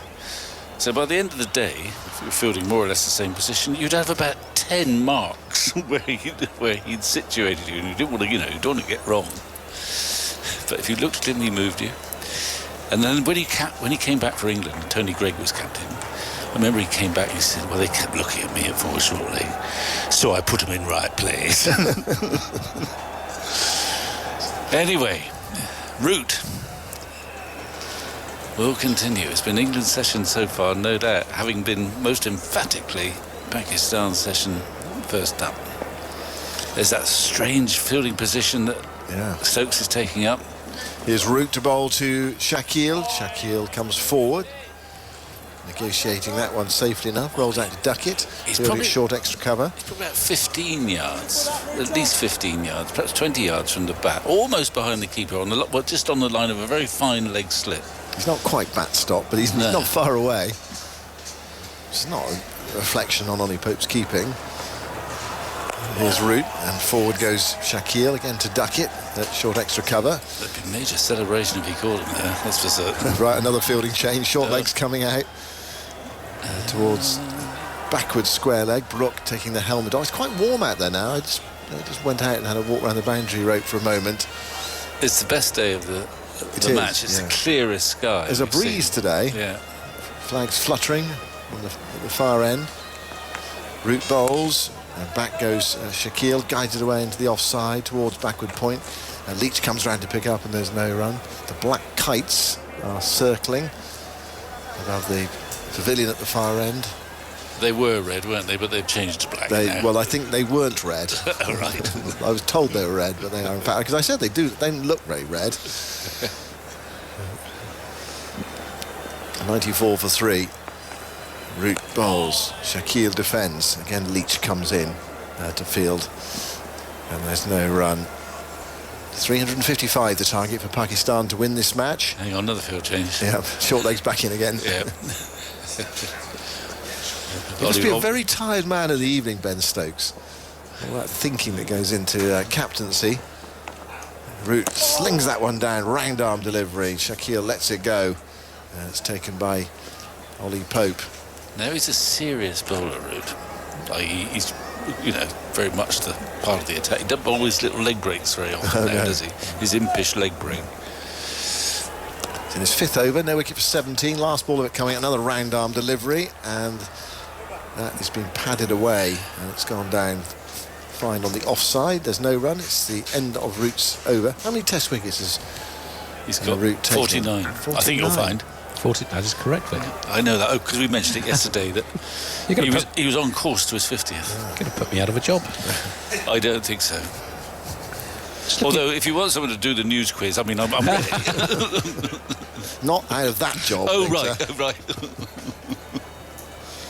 Well, have to turn off the telly at 6:30 on a Friday. Look at the difference between the two pace attacks in this series. England's seamers collectively in the two games have taken 18 wickets for 402 runs, so averaging 22 runs per wicket. Pakistan's 10 for 573, averaging 57. England seamers going at 2.6, Pakistan's at 5.5 and over. It's a damn good stat, and I would never have thought of it. That's why you do what you do, Victor. And Saltz does what he does. Yeah.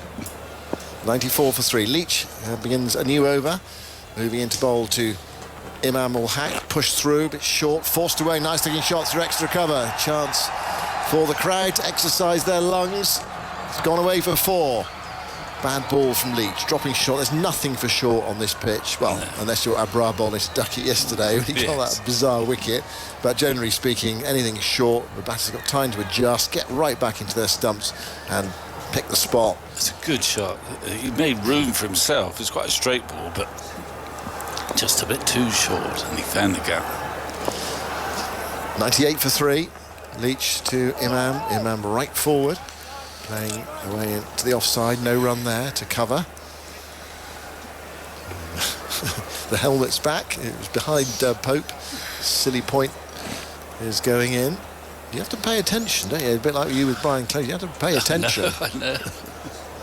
Just as well it's not a windy day. I mean, it's breezy today, but it's just as well it's not a windy day. It's very hard to hear the captain on a windy day. 3 close catches go down. Leach bowls to him. That's pushed through and off the back foot, guided away. Nice looking shot, but Leach skipped across to pick up. No run there. Imam on 14. He's been a bit busier than Shakil, who's been intent on defence. Leach to Imam. Imam gets one that turns in very slowly from outside the off stump. He's on the back foot. He plays out defensively. Shakil trying to back up his words from yesterday. We said 50-50 game. We can chase 320, 330. Chase 350 in Sri Lanka. It's not quite right. They chased 3-4-2 to win there. Another field change. Silly point's gone away. Imam waits. And Leach bowls to him. And one is turned away to backward square leg, where it's picked up by Robinson, and there's no run. Harry Brook making 100 today, just catching up with the news on this third day. Leach bowls to Imam. That one turns in from outside the off stump. Imam right back, knocking it away into the onside, picked up close in by the short leg fielder. It's the end of the over. Leach has bowled 12 overs, 0 for 49 in this second innings. 98 for 3. There is something there for him, but it's hard work for everybody. But just to sort of continue what I was saying about the difference between the seam attack, so Pakistan's averaging 57 per wicket, England's 22. The spinners, England's spinners collectively averaging just under 48 per wicket, and Pakistan's just under 34. So you might say Pakistan's had a slight advantage in spin, but I mean, their paces have been essentially completely demolished. And just to pick up on a stat I said earlier on about the Ollie Robinson to Babar Azam, bowling him out twice in the same test without conceding a run, that is the first time in test history that a number 3 batter specifically has been bowled twice by the same bowler without conceding a run. So you wouldn't have thought of that one, Victor, would you? Well, it's always worth pricking your ears up when he says it's the third. I mean, I lose enthusiasm. This is the 4th time. but the first time, you think if I were taking notes, I'd have written one down there. Right, this is the first time. Have we had record number of field changes, by the way, in this session? This is the first time Yes. that Will Jacks has bowled in this innings. And he's about to bowl now. So Stokes has turned to him. Jacks bowled 4 overs for 18 in the first innings. He goes in now and he hits the stumps, but Shakil had pulled away, so dead ball is called. That one turned, and it lit the bails up.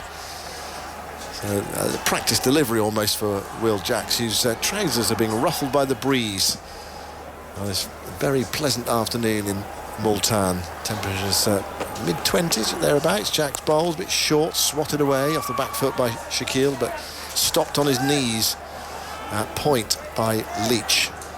Jacks puts his hand through his hair and brushes it back, and goes in now to bowl to Shakil. Short again and clubbed away. This time it beats the dive of Leach. It's going out towards the boundary. Fielder runs round from deep backward point. Crawley gets there, sends in the return, and they go through for 2. The 2 deliveries that Jacks has bowled legitimately, not quite as good as the one he bowled in practice. They hit the stumps. Fraction short so far, and as we were saying just now, nothing for short for the spinners on this pitch. Generally there isn't, but on this pitch it's very slow. That one's much fuller, floated up, tempter for Shakil. Shakil defends it into the onside. The Pakistan 100 is up with those 2 runs into the offside. Shakil very watchful. He's 7 not out. Jacks bowls to him. That's short. That's forced away through extra cover. More runs from here. He might get 4 for this one. Anderson's after it. He's pulled off a few good stops. He won't stop that one. In fact, he gives it up and lets Leach chase it out towards the boundary and pick it up. Well, quite friendly so far from Will Jacks. Too short. 6 runs off the over And Pakistan to 104 for 3. They've been set 355 to win. They're battling away. You know, the series is on the line in the next 3 sessions. Jacks to Shakil, tossed up, and Shakil is right forward, defending that to short extra cover. And there is no run. Jacks does give it some flight. He's not the quickest. He's a tempter for the left-handers. Jacks bowls now to Shakil, again short, again cut away this time out to deep backward point. Crawley's there, so it's only a single. Not Will Jacks' best over in first-class cricket. He concedes 7 from it. It's 105 for 3. Imam Ul Haq has 14. Shakil has 12. Pakistan need 355 to win. We're going to have a double change here. Waqar Younis is alongside me. Some thoughts from him, and then for the next 20 minutes it is going to be Atif Nawaz. Hello everyone. We've seen some quality cricket. We've seen some quality bowling from England, faster bowlers. You know, some of the deliveries you don't expect to see here in Pakistan on a pitch like this. Anderson, Robinson, and then Wood. All those 3 deliveries which shattered the stumps, was just perfect length to bowl on these pitches, and they swung, they seamed. Everything we've seen in that last an hour or so, they were just outstanding. Both end spinners on now. Atif. We have seen Saud, Shakil, previously also. He's batted really well. Imam is struggling a little bit with his hamstring. He's come out. Pakistan on the back foot here right now. Most certainly, Waqar. As Jack Leach into Saud Shakil, he plays that just in front of short leg for no run. It looks like a very different game to when we were commentating earlier in the morning. Pakistan started the day at 64 for no loss, and they are now 105 for 3, and that's after a little bit of a partnership here between Imam and Shakil. As Leach in again, and Shakil getting well forward, covering the movement and defending into the offside for no run. They've put on a partnership of 22 from 43 deliveries, these two. It's got a little bit more comfortable for the Pakistani batters with the spinners on, particularly with Will Jacks. The last over, they found it easier to score off him, but the seam bowlers, as you say, Waqar, have been absolutely outstanding. There's not a ton in the wicket for them. It's just great, skillful pace bowling. As in comes Leach again, and that ball's been punched down to long on for a single. Shakil on to 13. They do still have plenty of time, Pakistan. 249 more to win the game. They're not completely out of the game yet. It's a different type of captaincy from Stokes. He gives a new ball to his spinners, and then suddenly after a session he'll bring in his pacers. He sometimes give a new ball to Anderson, and then we saw today that Robinson was bowling a new ball and Leach took a new ball. I mean, he's getting everyone involved and try to give them opportunity to pick up wickets. Leach in again. As Imam works that just in front of square leg. There was an early call for yes, but they didn't set off. I mean, there was a misfield at square leg. They probably would have made it, but in the end, just the threat.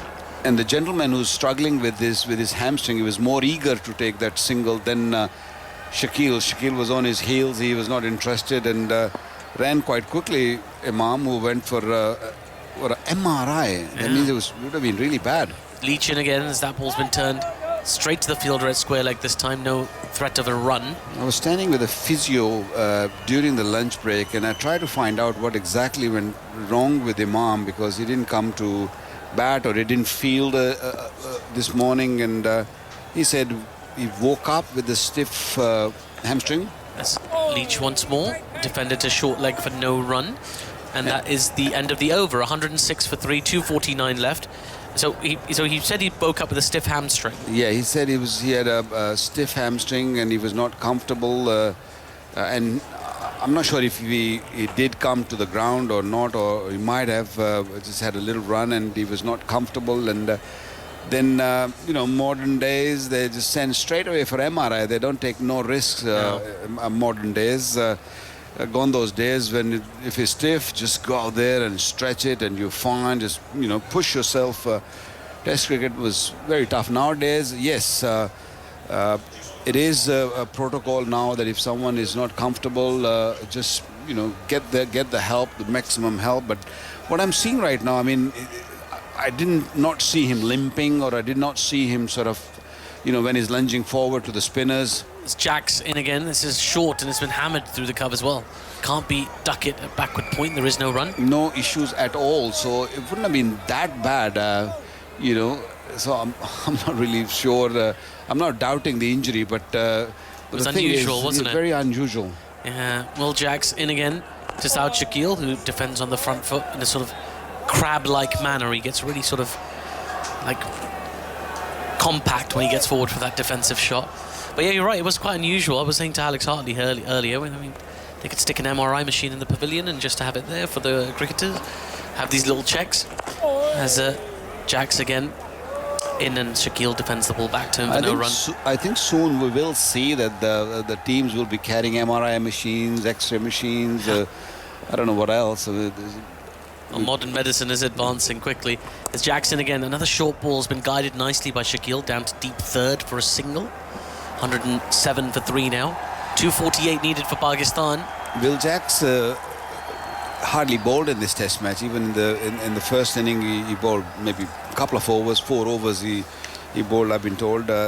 So he takes a little bit of time to just get into his groove, get into his rhythm, because he's a kind of bowler. And also, don't forget that he's not a regular bowler. Yes, he's picked up 6 wickets in the previous match, but he's not regular who bowls at first class or long overs or long spells. So when you don't do that, and then you are asked to come and bowl long spell, and then it takes a little bit of time to get the things right. That's Jackson again, very late from Imam that time on the cut shot. Plays the ball to backward point, a little bit quicker through the air that time. Will Jacks just rushing Imam, but no cause for alarm just yet. Pakistan 107 for 3 here at Multan. It's only the second session of day 3, but the match is heading towards its climax at a rapid speed as the previous ball defended into the offside again for no run. That's the end of Jackson's second over. 107 for 3 Pakistan here in Multan, where it's a bright and sunny day. Very, very warm out there in a big crowd. It's swollen significantly from the morning session. Lots of people. It might even be the biggest crowd we've had, actually. Anticipating a result perhaps on this Sunday afternoon. We suspect it'll probably go to tomorrow. I don't think they've just come for the result. They came to see Babar, and they were very disappointed. There was a pin of silence when he got bowled, and the way he got bowled. Normally he's he doesn't misjudge those deliveries. Yeah. He plays with his bat, and I was very surprised because there was no slip, and you don't really sort of allow the ball to go to the wicket keeper then if there is no slip. If there's no fear that if I edge it, somebody will catch it. But it was an excellent length, and the line, and the ball came quite a bit. I mean, it was. I surprised everyone actually, especially on this pitch where there's nothing much for especially a seamer. I mean, there is a little bit for the pacer like Wood. I feel that he can make the difference, but for a seamer you feel that nothing much, but they've got something out of it. They really have. It's all skill from the England bowlers. There's Joe Root to continue. Shakil gets forward in defence. Just looking at that crowd as well. There's the Fazal Mahmood enclosure, which is probably the busiest out of all of them. Although there's a couple of enclosures on that side. I can't tell which one that is because there's an England flag covering the name. As in comes Joe Root. That's defended to the onside for no run. There's the Hanif Muhammad enclosure. There's Fazal Mahmood there. There's Imran Khan. Wasim Akram maybe?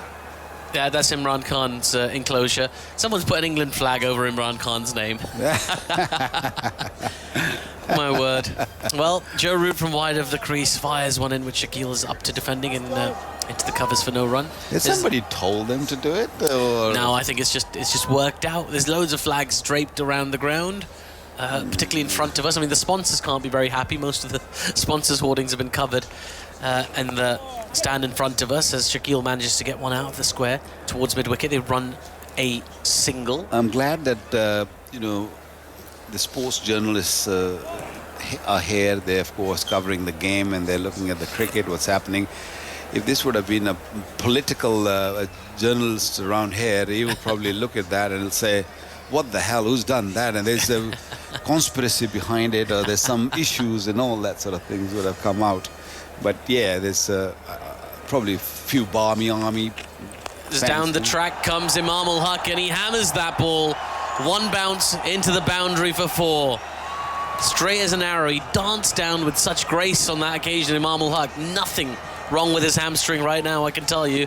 He moves on to 18 off 32 balls. Pakistan 112 for 3. Whatever was wrong with that hamstring is working really, really well for him. Keep it like this, because coming down the pitch is never easy, and he just really got close to the ball and he hit it really hard with some serious force behind it.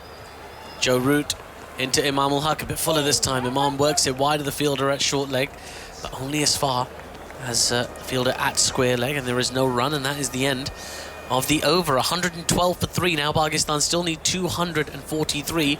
But this partnership just keeping Pakistan interested. 29 off 59 now between these two. Imam contributing 18 and Saud Shakil contributing 11. We talked about Saud Shakil. Was very impressive in the first inning, 63. Couldn't really get going beyond that. And the previous game as well, scored some runs, 37. I'm glad that he's getting runs, because he was been knocking at the door for a long time, and you know, selectors decided to go with him. Jack's in. This is short, and Shakil hammers down on that one, and it's been misfielded at backward point. They're going to get a couple here, maybe even as many as 3. It's Jack Leach just taking his eyes off the ball. Allows the batters another bonus run. 114 for 3 now. Just taking his eye off it at the last minute. A little bit of an awkward bounce, you could say, and then he just kicked it. And kicked it away. Yeah, that's funny. Should have been playing last night. Well, you want to talk about football? No. Okay. Not after last night. Will Jackson is down the leg side. It's been padded away by Saud Shakil. Do you have a team, Waqar? Did you watch the game? I did. I was very disappointed. I watched both games. Although I enjoyed the game, and I'm really proud of the England side, the way they played. It's just that you know, one of those days when you're doing everything right and it's not working, it's not happening. Will Jacks, and this is short again. Shakil cut. There is protection in the deep for him now, so that'll just be a single. Do you have a team affiliation, Waqar? What's your favourite football team? Look, I've never followed any team, but whenever it comes to this big tournament, especially World Cup, I always follow it. My son plays a bit of football, a good athlete, so we used to watch together, especially the World Cup. He follows Man United, and you know, him and his cousins, they're really in it, on you know, always fighting against each other. Will Jacks into Imam again. That's full. It's been worked away to mid-wicket for a single. Well, just do me a favour, Waqar, when you meet Daniel Norcross, which you will during the next Test match in Karachi, please don't tell him your son's a Manchester United fan. It'll make him really happy. Is it? Yeah. Okay. It'll make just don't tell him. What about Arsenal? Arsenal's the top of the Premier League. What can we say? You know, having a good season. Not so bad right now. Yeah. Man City. Will Jacks in. This is short outside the off stump. It's been cut out quite hard by Saud Shakil. He's really working that cut shot right now. But it's almost as if England want him to play that shot. There is a slip in place for it as well. Fielder in the deep, fielder inside the circle. Saud right now able to thread the needle. 117 for 3 the score. Well, Jackson for his final delivery. That ball's defended on the front foot and there is no run. Pakistan 117 for 3. They need 238 more to win this game. What is happening in this World Cup, Football World Cup? Yeah. About all those big teams, the top teams, the big names, they're all just going home. Well, I mean, Morocco qualifying, Croatia, I mean, they're fairly good side, but nobody has expected them to, you know, get to where they are, and they've really worked hard, they've fought hard. Well, Morocco is the big surprise, Morocco absolutely. is the biggest surprise, and Portugal going out is a big surprise. But the defending champions, France, is still there, sadly. Brazil's I say sadly, of course. Brazil's gone. Brazil's gone, yeah. So only 4 teams left. Who do you put your money on right now if you have to bet? I'm not saying that you're betting, but just... You put me on the spot, Waqar. I'll have a little think about this. As Joe Root in, and Saud Shakil defends into the offside for no run. I'd really like to see Morocco win. I think, you know, a big underdog story. Yeah, an underdog story would be wonderful. It's hard to see their route past France, particularly step by step. France. I think they've taken a big step, and you're asking to take a really big step now. Joe Root in again. That's defended on the front foot for no run. You have to believe in miracles with that. You have to. That's the joy of football. And I should let you all know that the both semi-finals and indeed the final will be on 5 Live. You can listen into that when those semi-finals happen, I believe a week or so from now. As in comes Joe Root. That ball's been left alone, padded away by Saud Shakil. There's a half an appeal from the bowlers. I mean, it hit him a long way outside off stump. And I think it might have hit Shakil. Yeah, I don't think it hit him in the pad. It hit him inside the pad. Just inside the protective area, in his sort of the fleshy bit of his calf. So he's giving that a little rub. Everybody had a little laugh about it. Very weird way of leaving the ball, because he just actually turned his face to the only way you can hit the ball back of the leg is if you turn away. Yeah. And that's exactly what he did. Joe Root into Saud Shakil again. Nice angle there, but Saud up to it, defends the ball back to the bowler for no run. France, maybe. I'm still stuck with the football here right now. That's all right. The game is going a little slow at the moment, so we'll just keep telling you what's happening. For sure. There's Joe Root. That ball, again, fired into Saud Shakil. He's playing slightly attritionally, I have to give you. He's going at a strike rate of under 33 right now, but I suppose Pakistan do have a lot of time to try and keep themselves alive in this game. Although, as I was saying earlier, there's a lot of journalists next door. Wakar was looking at flight options. Root in. That ball's defended back to the bowler for no run. 117 for 3, 238 more to win. Yeah, a lot of journalists planning their trips around Pakistan. They're having a wonderful time. In Multan, obviously, there's a bit more security. In Karachi, we're expecting a bit more freedom for the journalists. I myself, of course, won't be in Karachi, but... No. I know. But... No. I hope you had a great time so far. It's been wonderful. I hope you still carry on and win this game and, draw the series and have more interest in Karachi when we move there. But things are very, very bleak at the moment for Pakistan. But who knows? Cricket is a funny game. Just one big partnership, things can change, but it's still Pakistan long way. You get the feeling it's going to take a huge effort from someone down the track, and he's put it down. It was a chance for Will Jacks in his follow-through. Imam hit the ball very hard, but straight back to him. He kicks the turf in disappointment. He knows that was a huge moment. Imam just looking to break the shackles. Smashed the ball back towards Jacks. Just take another look. Oh, just a little bit early onto it. It struck him on his wrist and then onto his chest. That frustration was showing. What an opportunity for England. Jacks into Imam again. This is short outside the off stump.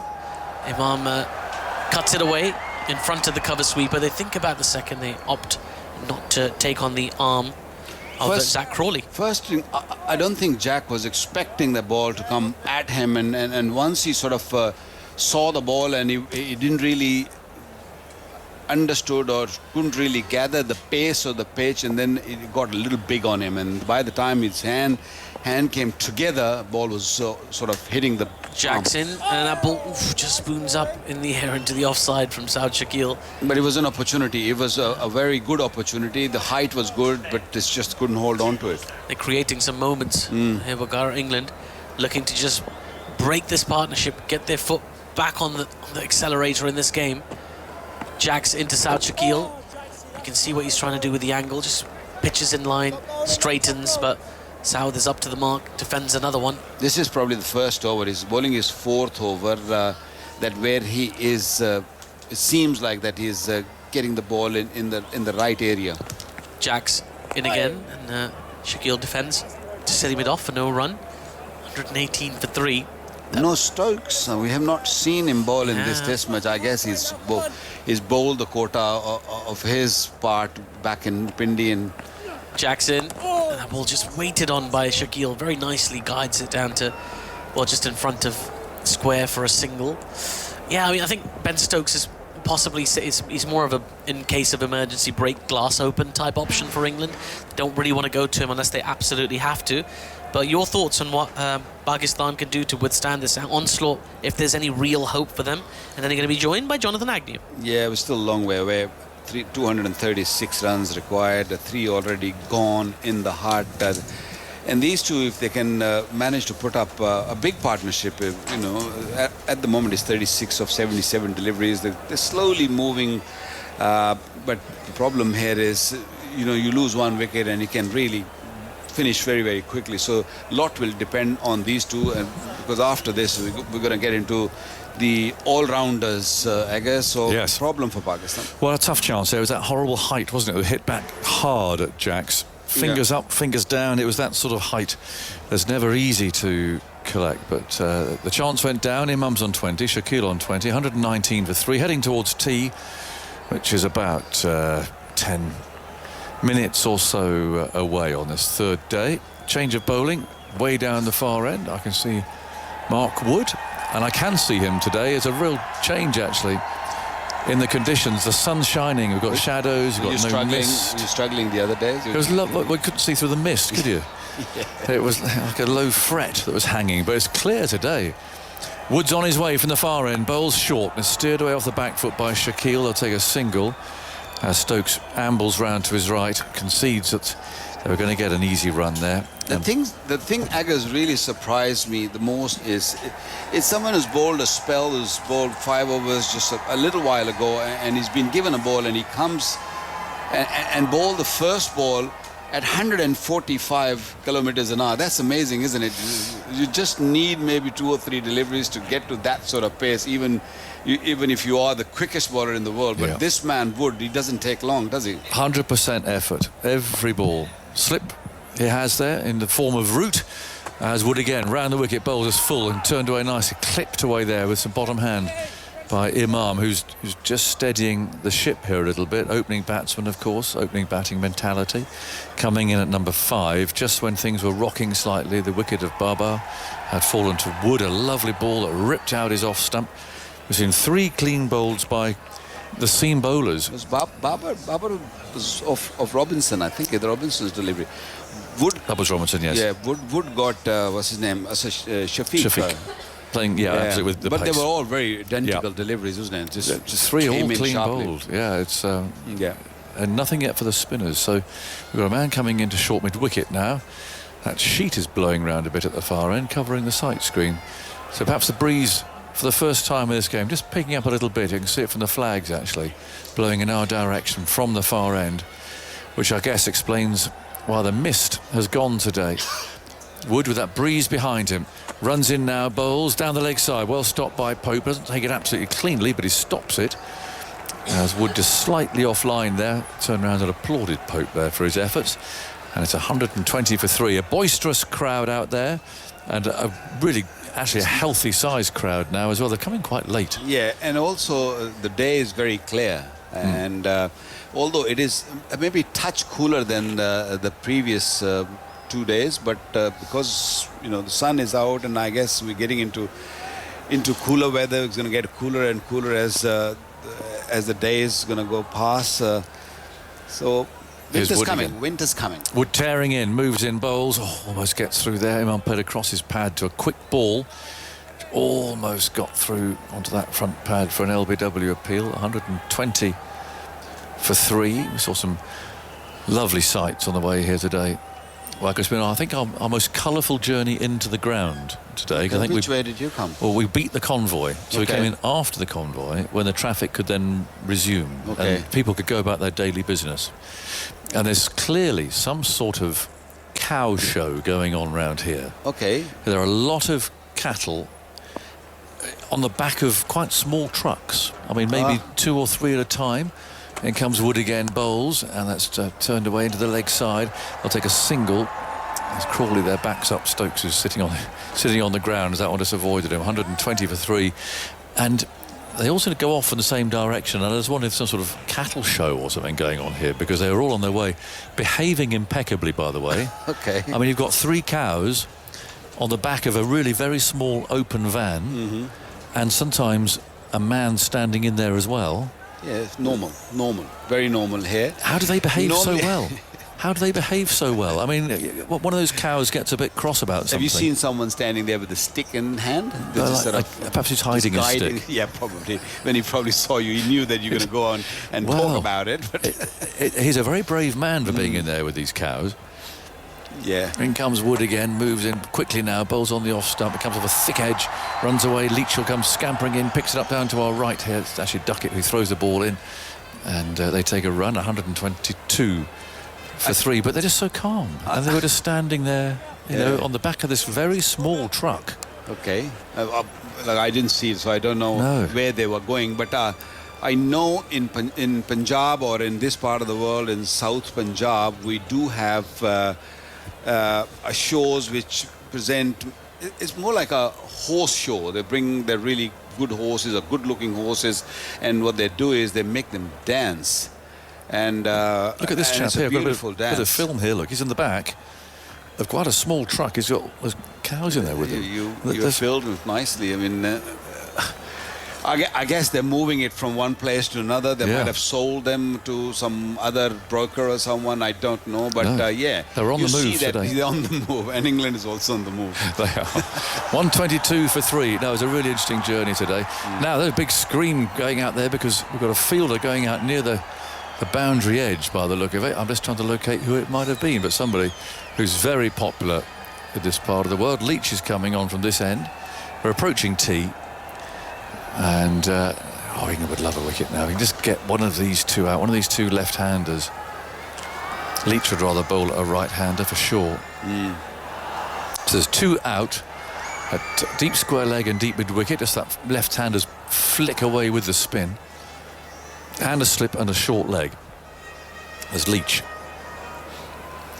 swings his arm, moves it over the wicket, bowls, and that's pushed away. Is a little uppish. Just out of reach of Leach. Runs down to Anderson, fielding quite close there at mid-off. There's a lot of rough outside the off stump of South Shakil. He's got to be a little watchful, careful when he's looking to drive on the offside. Here he comes again, tossing it up. He goes leg side this time. That's much better. Turning it out to Robinson, who allows them to take that 1 run. So Shakil to 23. Pakistan 123 for 3. Tee on the way. Wonder if we'll get a bit more play today than the previous 2, because it is clearer. The umpires get twitchy round about course to 5 here, so about course to midday at home. And both times actually the sun has still been up, but just not giving enough light as far as the umpires were concerned. But burning bright, but not bright enough, even with the floodlights on. Change of fielding here, so we've got Anderson going to the area that Stokes think the ball is more likely to go. He's the better fielder between he and Robinson, who's come to mid-off. And Leach from over the wicket strides in. He's there now, floating it up outside Imam's off stump. And Leach can pick it up, jumping away to his right-hand side. What do you think Imam's hamstring is? Well, he used to be all right, doesn't he? Yeah, I'm not sure why he went for the MRI. You know, when you go for MRI, it's always dodgy. Leach again, a bit flatter, and Imam on the back foot. Maybe he was a little tired, or maybe stiff, and he thought, okay, just don't want to go. I didn't see it happen, and I didn't look as if he no, sort of fell in the nothing heat. happened. I was talking to the physio, and he said nothing happened yesterday. No. It was overnight injury. There's Leach. Bowls turned away to short leg. It's Brook there on his hands and knees. I was saying earlier that I handed that cap. You were going to very kindly help me get it autographed by Baba. I think I should have taken you up on it then. You didn't get it? Oh, well, I gave it to the media man. Okay. Who said I'll do it, but he's played no shot. He's had off stump knocked out the ground. I mean, I'm not going to see that cap again, am I?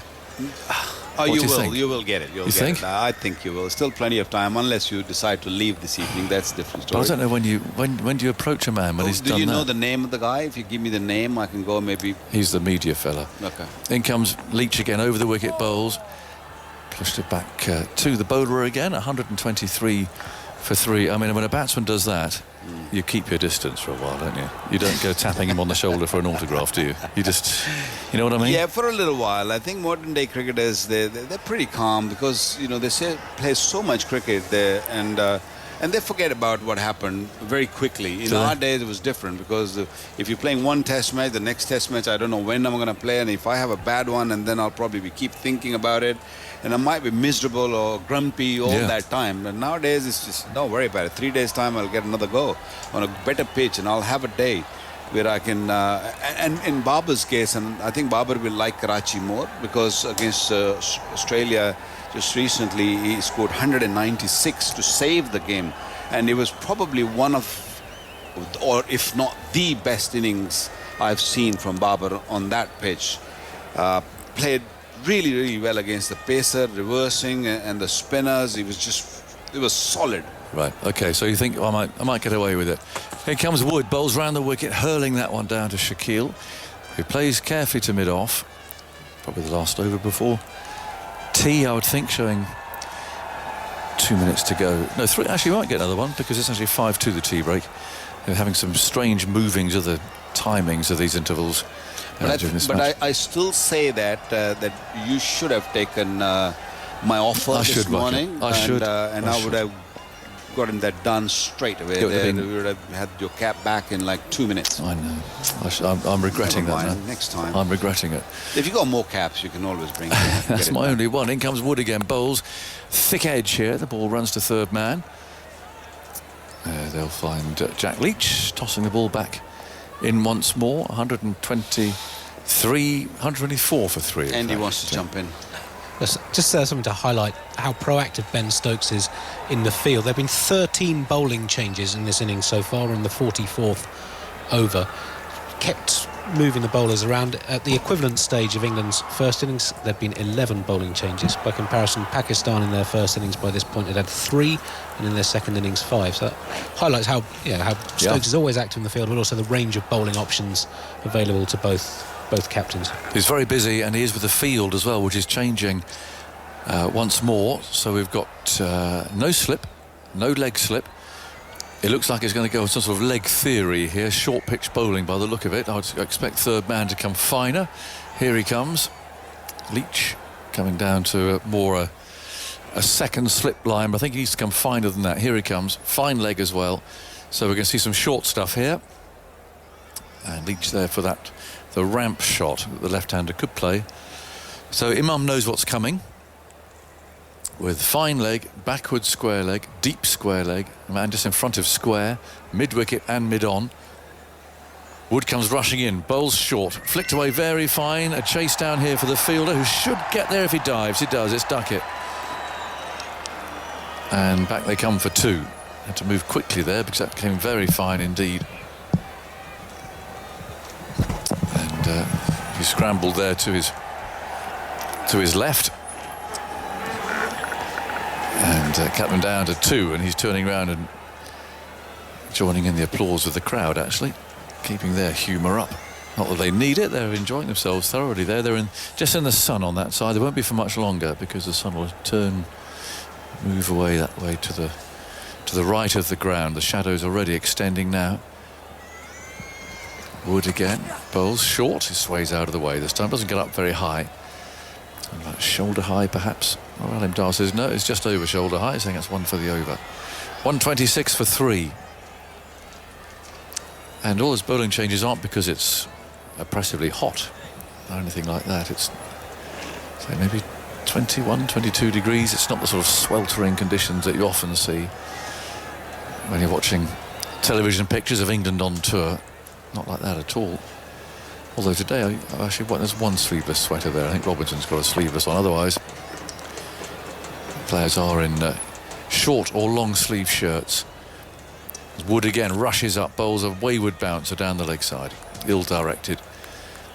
And Imam rather shrugs his shoulders and thinks, well, if you want to do that, want to waste your energy, that's fine.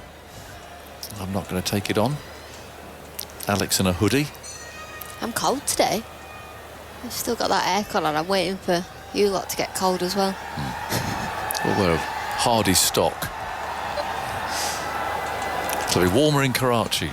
It will. I just looked up the weather forecast for you. So I know you like your sunbathing. 29.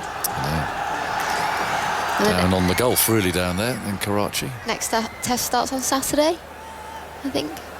So I'll be by the pool. Well, you might have some work to do if you don't mind. You're not here on holiday. I've worked very hard. The modern generation, hey Andy. I guess it depends. Getting paid to watch cricket never really feels like work. I don't know. 126 for 3. Imam's on 23, and our third man has come up. More of a fly slip, that sort of thing, where in fact he's being very meticulously positioned there. 10 yards in, maybe, from the boundary edge. In comes Wood, bowls, and a fuller length this time, tucked away by Imam. They'll get a couple. That's a deep backward square leg. Again, great cheers from the crowd. as Jack throws that back.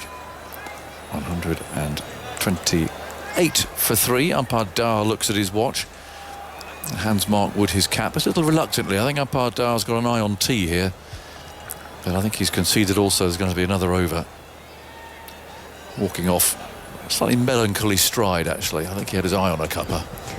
Just something on England's batting. Harry Brooks' century today was the 21st century of 2022. That's the most England have ever scored in a calendar year, beating the 20 that they made in 13 tests in 2004. This is the 14th test they've played this year. The record by any team is 25, and England are now into the top 10 most centuries by a team in a year. And to put that in perspective, over the previous 3 years, in 36 tests, they'd made just 20 hundreds in 2019, 20 and 21 combined. Shaquille's on strike. It's all be the last over before tea. And Leach goes in over the wicket, bowls on off stump, and this is played into the offside by Shaquille. He's looking to play a bit straighter than that. Got a thick edge. Jacks is the fielder. During the tea break, we can catch up with some of the England supporters who were here. And there's a fair number, a couple of hundred, I think. And a number of different travel groups, and of course the Barmy Army as well. Stokes fiddling again. What's he doing? He's bringing fine leg around a little bit squarer. Deep square leg in a little bit. Some tempting hits here if Shaquille wants to go for it. Leach again moves in, bowls to him. But Shaquille, maybe like umpire Dar, has got his eye on a nice slice of cake and a cup of tea. Ben Stokes just picks the ball up for Leach and goes into a silly mid-off. Yeah, very tight now. So 3 around the bat, plus Pope the keeper. Leach bowls, he comes down the pitch and he does club him down the ground. And again, an effortless shot. It's rather like one of Harry Brooks, that. Doesn't follow through or try and hit it particularly hard. Just well-timed, perfectly placed, with enough elevation to send the ball over Leach's head. And a very young ball boy down here. He's got number 77 on his back. I'm not sure who that is. It's a blue shirt. One of the franchises, no doubt. Settles down there. He fielded that very tidily. 132 for 3. Leach wades in, bowls. And Shaquille defends once more. Fielded in the offside by Stokes. Tosses the ball on. The Fazal Mahmood enclosure is almost entirely full now at the far end. That's down at, well, long leg really, as Leach is bowling. In he goes now, and it's down the pitch again and repeats the shot.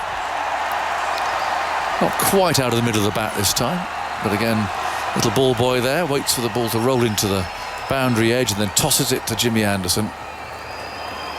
Didn't quite time that right, but it's effective and there's nobody back. Goes to 32. 136 for 3. 219 for Pakistan to win the game.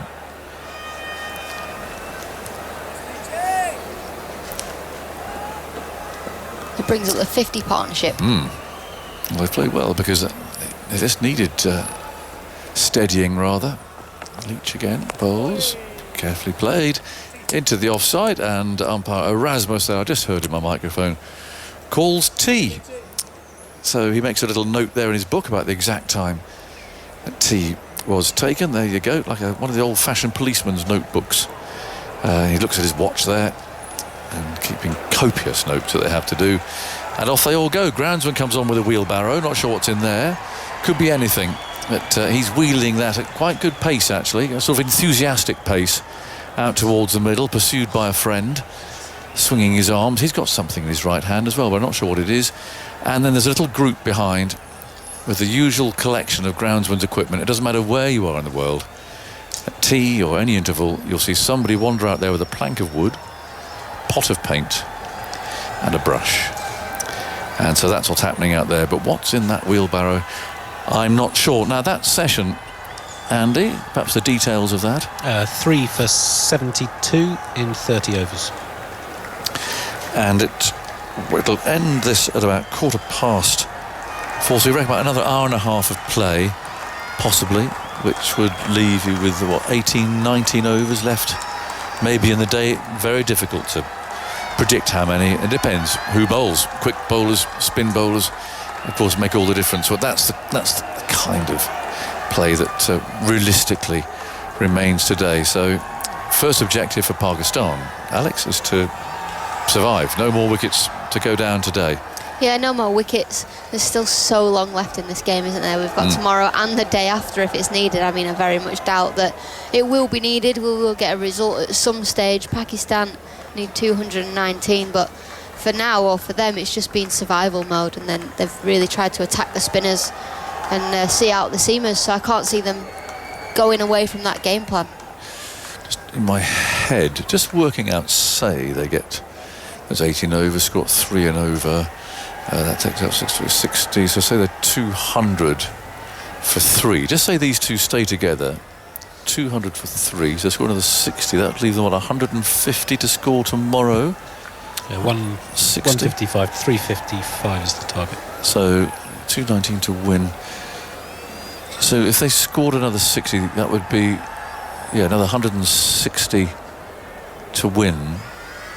With 7 wickets left, if these two do go steadily through to the close of play, they would quite fancy that, wouldn't they? Yeah, they would fancy it. I think they would fancy it even if they ended up losing 1 wicket. I think this England team during this series have had an incredible knack of going off for lunch or tea and then coming on and taking wickets. And whatever they say in the dressing room, it seems to work because they come out after a break and they do take wickets. So that's what England will be looking to do, try and get another 2, because once you get another 2 you have them 5 down. They've got a longer tail. You're into the all-rounders, you're into the bowlers. Yeah, you do feel that a couple of wickets for England should seal it, but if these two and your opening batsman and Saud Shafiq's a decent player, I mean, if they do survive what is this short session and just trundle along at 3 and over, that'll be a tantalising target that Pakistan would be left with tomorrow.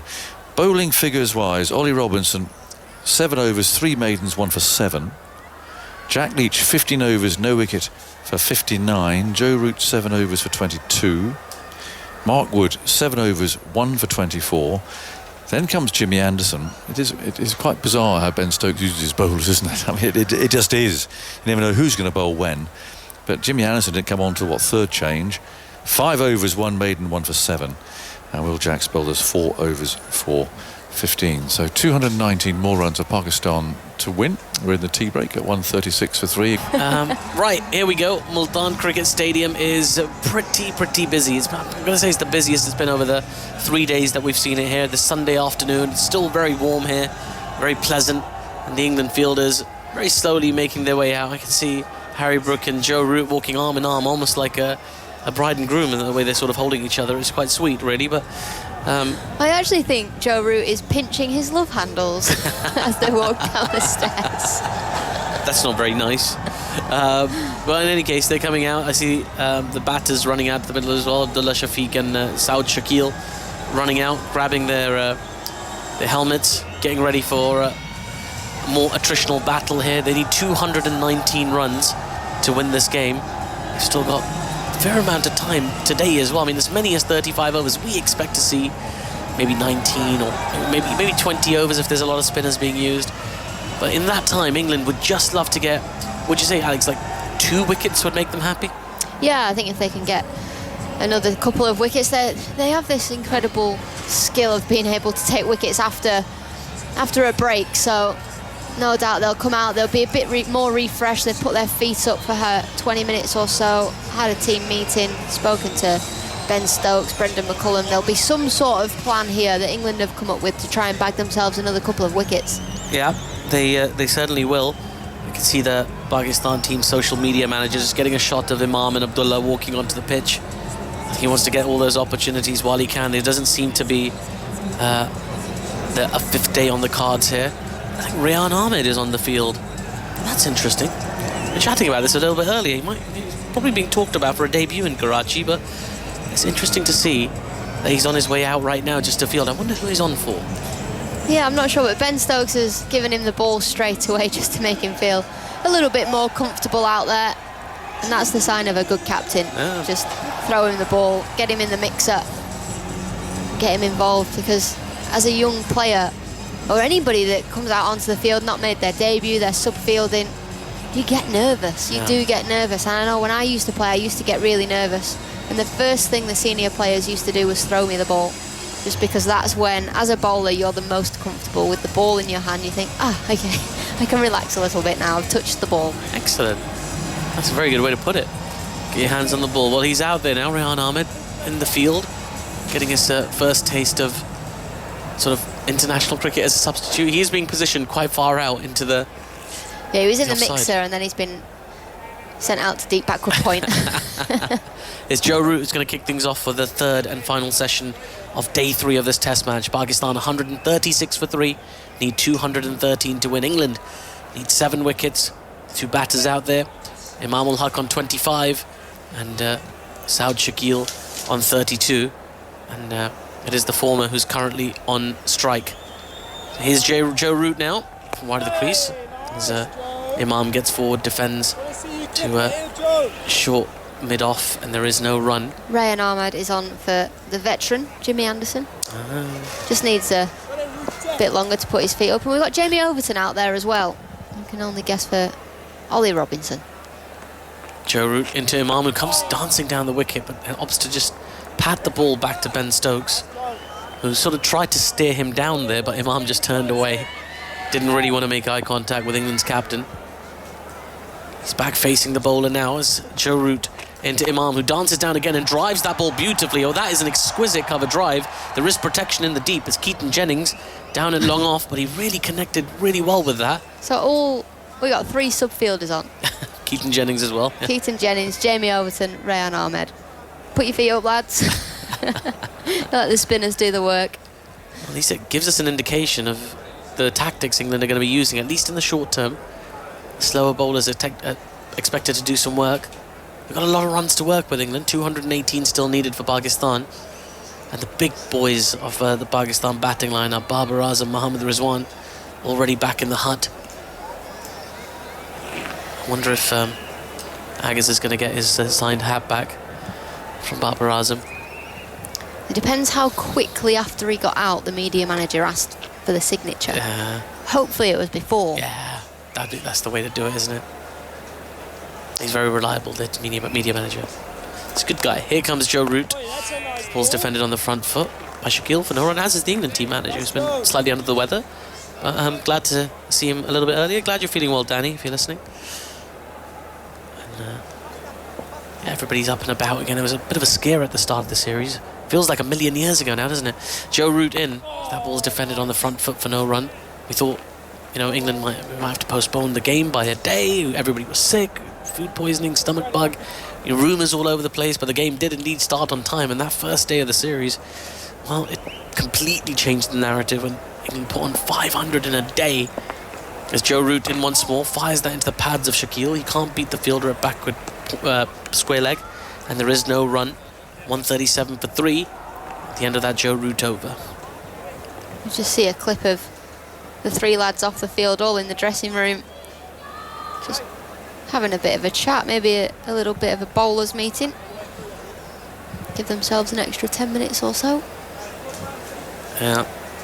Let's just see Mark Wood there walking towards the back of the room. It's quite hard to see inside it because of the glare from the sun, but... Well, so it should be hard to see inside the dressing room. Yeah, I suppose so.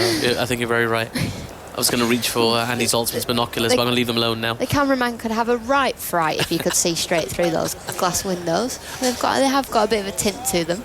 I think like the director sees them first, the images, and before he decides what to put on the big screen. So there's a little bit of built-in protection for them. But I see what you mean. I know what you mean. Right, Jack Leach is going to come in now. There is a bit of abrasion on the surface. The bowler's footmarks have left a little bit of rough for the bowlers to work with, the spin bowlers to work with. Leach is going to have a reasonably aggressive field. Short mid-wicket, a forward short leg, and a slip. As he comes in and bowls to Imam ul Haq.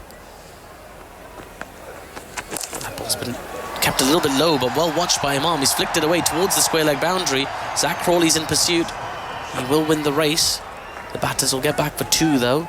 Big cheer for that, too. It's going to be that kind of session. You get the feeling every run is going to be cheered to high heaven here in Multan. Lots of fans to our right in the Mushtaq Ahmed enclosure as well. One of the great leg spinners. It's Jack Leach. Makes his way in again. Down the track comes Imam. He's hit that ball very hard, just past the fielder at short extra cover, and that's run away to the boundary for 4. Well, he took a bit of a chance there, Imam ul Haq. Backed himself to hit the ball hard enough to clear the fielder at short extra, and gets 4 runs for his trouble. Just over Rehan Ahmed, the substitute fielder, was positioned there. 143 for 3. Not far away from him at all. There, Rehan Ahmed putting his hands in the air. He'll probably feel like he had half a chance. I don't think he did. We'll have to see another replay. It went off very quickly, and the umpire's pointing in our direction. I always get nervous about this after the Will Jacks incident in Rawalpindi. Where you were stood up in the way. Yeah. And the scene was so sweet about it. He kind of said, would you mind would you mind? Proper Pakistani hospitality. I love it. I can think of 1 or 2 people at Middlesex who would have phrased it differently. Here's Leach now as the ball stays low, and Imam pumps it out to long on for a single. Both batters on, Imam on to 33 now, Shakil on 32. Pakistan 144 for 3. They need 211 more. For now, looking reasonably comfortable. They are taking the odd risk. We saw Imam and Saud dance down the wicket, try and hit that ball straight down the ground. But you get the feeling every time he plays that shot, or either of them play that shot, England feel like they're in the game. Just watching Ben Stokes marshal his troops around here. And he gets the fielders in very, very precise positions. Here's Leach into Shakil, who waits on that nicely and punches the ball back to the bowler for no run. Do tell. He was just telling Ben Duckett to go slightly round to his left, and then Keaton Jennings at long on as well to go to his left, but also come in a couple of yards, and then he said, no, couple more. Leach into Saad Shakil, bit of flight on this. He drives down to mid-on, but it goes quite slowly, so they do run through for a single.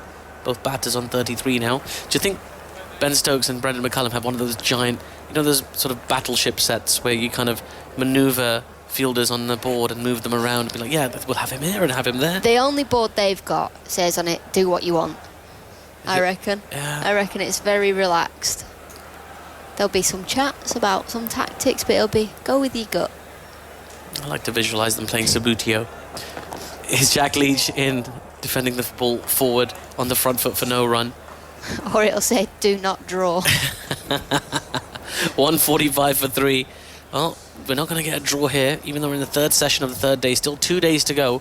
England needs 7 wickets to win this game and take a 2-0 series lead. Pakistan need 210 runs to even things up heading into that last test match in Karachi at the National Bank Cricket Arena. That's what it's called nowadays, I believe. They used to call it NSK, the National Stadium Karachi, but got themselves a naming rights deal. Mark Wood coming back onto the field. Good to see he's back on it. Who's gone off for him? Was that Rehan who's gone off? Yep. I think Rehan's gone off. A brief taste of Test cricket for him, but one I'm sure he'll cherish. But for now, it is Joe Root who's going to continue. Saud Shakil on strike on 33. The light is still pretty good here as Joe Root waltzes in. Shakil defends on the front foot. Loads of encouragement for the batter. In fact, 2 of the fielders have gone off. They put their bibs back on. Ollie Robinson has come back on as well. There we go. I suspect it's not long till we see some fast bowling again. That ball's been weighted on nicely by Shakil. Can't beat the fielder at point. There is no run. England, I think, would be happy to experiment with for a short while with the slower bowlers, with a partnership now at 62 is enough to get a bit irritating for Ben Stokes. I think he wants to break this and get on with the game. He's going to call upon his faster bowlers. Here's Root. Shakil waits on it nicely, plays the ball to backward point. A really quick call as well there of Aja, Aja, Aja, which means come. And they run through for a single. 146 for 3. Not too much sweat as well from the players. It's kind of warm, but very pleasant warm here in Multan. I quite like this weather. The more the time goes on, Alex, it dawns on me that I'm going to be back in London in a couple of days. I'm getting more and more terrified about the weather over there. I think I've got too used to this pleasantness. As Root comes in, that ball's been flicked to short leg for no run. I might have to have a whip round. I didn't bring any warm clothes here. I might have to have a whip round from you guys to just grab some sweaters and jackets and things like that. No, thank you. I'm going to need them myself. Sanjay's been in touch. Oh. Said, how does Alex Hartley know that Atif only sleeps for 3 minutes a night? Joe Root into Imam Ul Haq. That ball's been played off a thick inside edge to short leg for no run. And that's because every morning I'll be like, what time did you go to bed last night? You go, oh, well, I cannot sleep before midnight. Yeah, that's Your true. thing is you cannot sleep before midnight. And you always get the early bus to the ground. I do. So when do you sleep? Well, I get a couple of hours here and there. I do like being at the cricket. You see, that's the thing. Joe Root in, down the track comes Imam. He's driven that ball nicely. And there is a fielder in the deep, of course, and the throw will come in. It'll just be the single. It was a nice-looking shot, though. As Joe Root takes his hat back, puts it back on. I think that might be it for Joe for the time being. 147 for 3. As Pakistan need 208 more to win this game. I really just love being here. Like, even in England, I always get to the grounds quite early because I just love, particularly when you've got access to go on the pitch and have a look and take in the ambience and look at the square and pretend to know what you're talking about. Like, I love all of that. So I like just to squeeze it all in while I can. So I like to get here early. And leave late.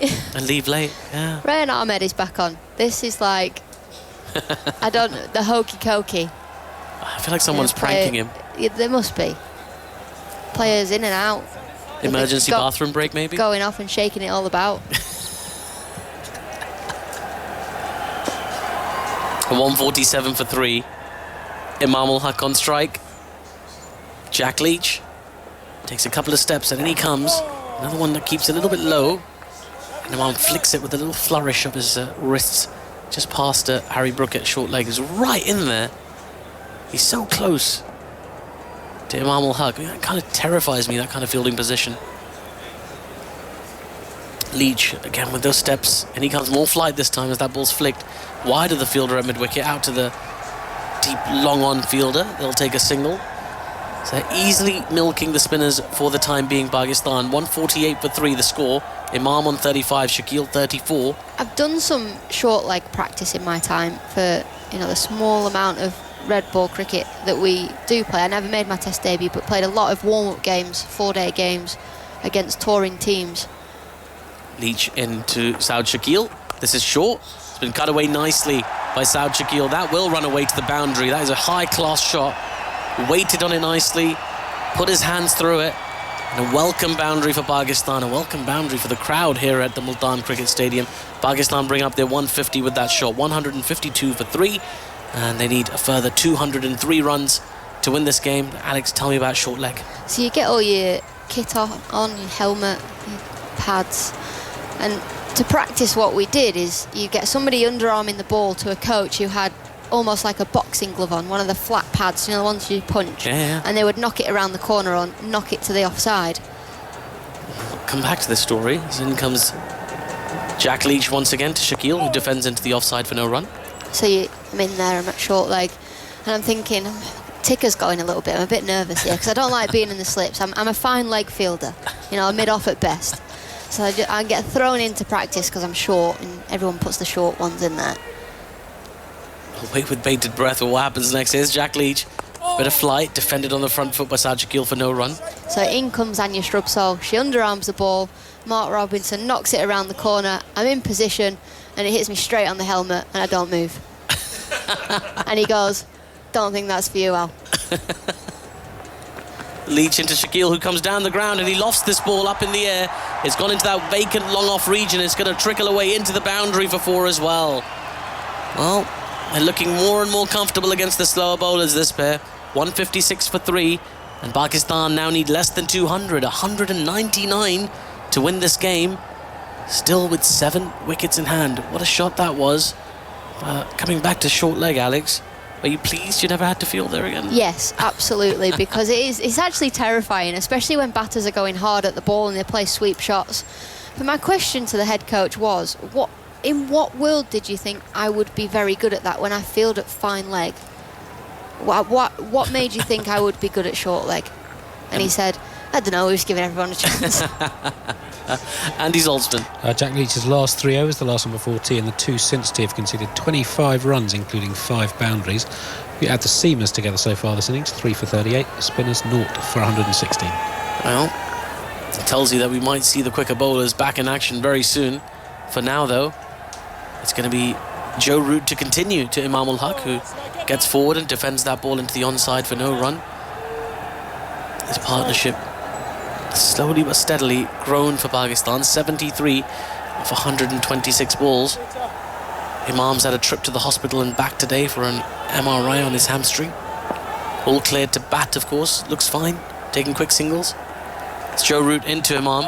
That ball's defended on the front foot for no run. There's a bit of expectation here that this passage of play will pass and the seam bowlers will come in. There's Joe Root in again from wide of the crease and again defended on the front foot for no run. Feels like the game's in a slight holding pattern, but England do run the risk of just allowing Pakistan a few too many easy runs if they don't turn to the quicks quickly. Joe Root into Imam ul Haq. Thought about coming down the track again, but just opted to reach forward and defend the ball into the offside for no run. 156 for 3. The fans who've piled into the Multan Cricket Stadium today haven't left yet. Good numbers still. Root in. This is short. Imam pounces on it quite nicely. He's hit away to the backward point region.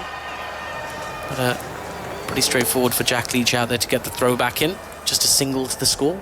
157 for 3. Joe Root just changing his arm position, trying to get the ball to skid on, bowling those round arm deliveries. Trap the batter, LBW. He's been outstanding thus far, as that ball's been worked into the leg side by Saud Shakil. No run there, and that is the end of the over. Well, they're going well at the moment, the Pakistani batters. England will need to do something a little bit different to get this wicket. Alex, your thoughts on this partnership and how well they've been doing, and the man who's about to come back on the field, and they're going to be rejoined here by Jonathan Agnew. Well, I was giggling because I've just watched Jimmy Anderson and Mark Wood run onto the field together, synchronised running. They were sidestepping, they were then sidestepping the other way, and they were running together, and they'd planned that because they were speaking about it before they ran onto the field. They knew the camera would be following them, and it was, and Mark Wood obviously just has a giggle. Of course, and they are both back on the field, which is a good thing. Jack Leach is going to continue from this. It's a lovely afternoon. This is the best we've had. In fact, it's the clearest I think we've had in any of the days of cricket so far. Beautiful, light blue sky, just uninterrupted sunshine, not a cloud to be seen, gentle breeze, and this is more like it. It's lovely. So hopefully we'll play a little bit longer this evening. So 157 for 3, the target's 355. 198 for Pakistan to win, and they have got 7 wickets left. Now Babar is out, their main batsman of course, however still some left, and there's these two playing very well. So really interesting game we have here at the moment, with a good crowd gathering as Leach goes in round the wicket and bowls. Oh, that's a good delivery, just skidded on to Imam, but he's got it away down to third man. Chase there for Root, rushing back, slings the ball in, that low arm throw that he has, and finds Pope. Almost skidded through it, just turned a bit, and Imam had to fiddle it away into the offside. So he takes 3, no sign of that dodgy hamstring that sent him off for an MRI scan. 159 for 3. Leach spins himself a catch, hasn't got a wicket yet. No wicket for 78 in the 18th over. Strides in once more, bowls, are very full, clipped into the leg side. Again, they should get 2 here as Anderson gets to the ball now. No, it's just going to be 1 actually. Settle for that 1 run fairly early. 160 for 3, and Leach could have had a wicket in his first over. Just found the edge. Enough of a deflection to miss Pope's gloves to hit his thigh. And the ball kept going up, but it just went too high over Root's head. He couldn't catch it. 160 for 3. Shakil on 42. So chance in the crowd as Leach moves in, bowls to him just short of a length, clipped into the leg side, finds the captain there who hasn't bowled yet. Maybe something that we see at some stage if he feels he wants to change things. Leach again, round the wicket, bowls rather short, that's clipped away. Stokes can get a left hand to it, but the ball ricochets. Again, they're up to the running. They know here they've got a chance. Put some pressure on. Keep England more knowing that they're after it. They can't just settle back. And if Pakistan is bat tomorrow, they'll win the game. And then we have a fascinating match in prospect at Karachi, which is a bit of a cauldron. Have you been to Karachi Stadium? Never been to Pakistan before. Big circular sort of all-in-one enclosed stadium. There goes Leach, bowls down the pitch, clipping it hard. Oh, that's really hit hard there to Stokes. Whew, really in the firing line. That would have tickled him a bit. He got a hand on it. I don't know if it was actually technically a chance or not, whether he actually hit it into the ground. I think he probably did hit it into the ground, but it went very hard indeed. Imam's on 39, and now he steps into the offside. Gives himself a little bit of room there. Very nicely played. Stepping away, opening it up. And Leach again just dropping short. It gives you a hit every over. Just not that consistency that you really need. And the batsmen know it and they wait. No wicket for 84 now, 165 for 3. And his last 4 overs have gone for 8, 8, 9 and 8, with at least one boundary in all 4. Yeah, it's just not creating the pressure that really need to be trying to create here. What's Stokes going to do? He's got his seamers, they generally keep it tight. He's himself, he can come on and bowl as he did in Rawalpindi. It's a short pitch attack maybe. But the spinners so far haven't picked up a wicket at all. 165 for 3. Leach no wicket for 84. Root no wicket for 26. Jack's 4 overs for 15. Whereas the quicker bowlers, Anderson 1 for 7, Robinson 1 for 7, and Wood 1 for 24, bowling in a more attacking manner. Now we've got Root then from the far end. Shadows drawing out as he bowls. It's steered away to backward point. No run this time, but they're looking busy, these two. The confidence is growing. They're just playing the ball on its merit as well. The previous ball that got hit for 4, it wasn't an awful delivery from Jack Leach. It was just back of a length, but there's Root again, low arm, and that hits the pad. Oohs and ahs there. The ball runs away into the leg side. Just got punched off the back foot through the covers, off the stumps. Yep. And you talk about thinking, oh, how unlucky is that? But it's the length that he's played it off. Probably 6 or 7 inches too short from Jack Leach. Root again outside the off stump. He plays it late, cutting the ball. Leach picks it up and throws. 165 for 3. Shakeel to 43. You being adventurous over dinner tonight, or yeah, still playing with a fairly straight bat? I might, head down to that restaurant that we've been to every night. And was it a burger the other night? I thought I saw you have. Bit risky that last night actually. I had a fried chicken burger. Paid the consequences. Oh, we don't like to hear about that. 166 for 3. You've got to go local, Alex. You've got to embrace the curries, embrace the handy. Have you had one of those yet? Oh, what? Handy. Have you? Yes, certainly. Here's Root. This is driven, clubbed away through extra cover, coming down the pitch, using his feet, and that's really well played by Imam, who goes to 47. 170 for 3. Talk to me about one of these handies then. It's chicken, and it's the top entry on the menu. And I have it with some fried rice usually, and a nice naan bread. And really, it's not too hot. You'd like it because it's got a bit of yogurt. It's not too spicy. 170 for 3. Victor likes it. That's usually a good sign. I'll have to give it a go. Well, you should. 170 for 3. Imam's on 47. And Root again comes in, bowls. And it's carefully defended by Imam. Root trots across, picks it up, rubs the ball on the back of his trousers. All ball Root, he shouts. I suspect Pope from behind the stumps. No wicket for 31. The ball to go in this over. Root again, comes in, bowls, and again he's down the pitch and driving. He's found the gap. Won't go for 4 this time. There's a fielder out there. Throwing in on the bounce to Root. Doesn't look happy about something. I think actually is where the batsman positioned himself as the throw came in, but that's up to the batsman really.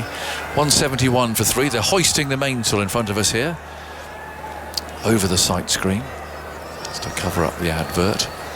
Simple system, but works very well. A couple of knots involved in it.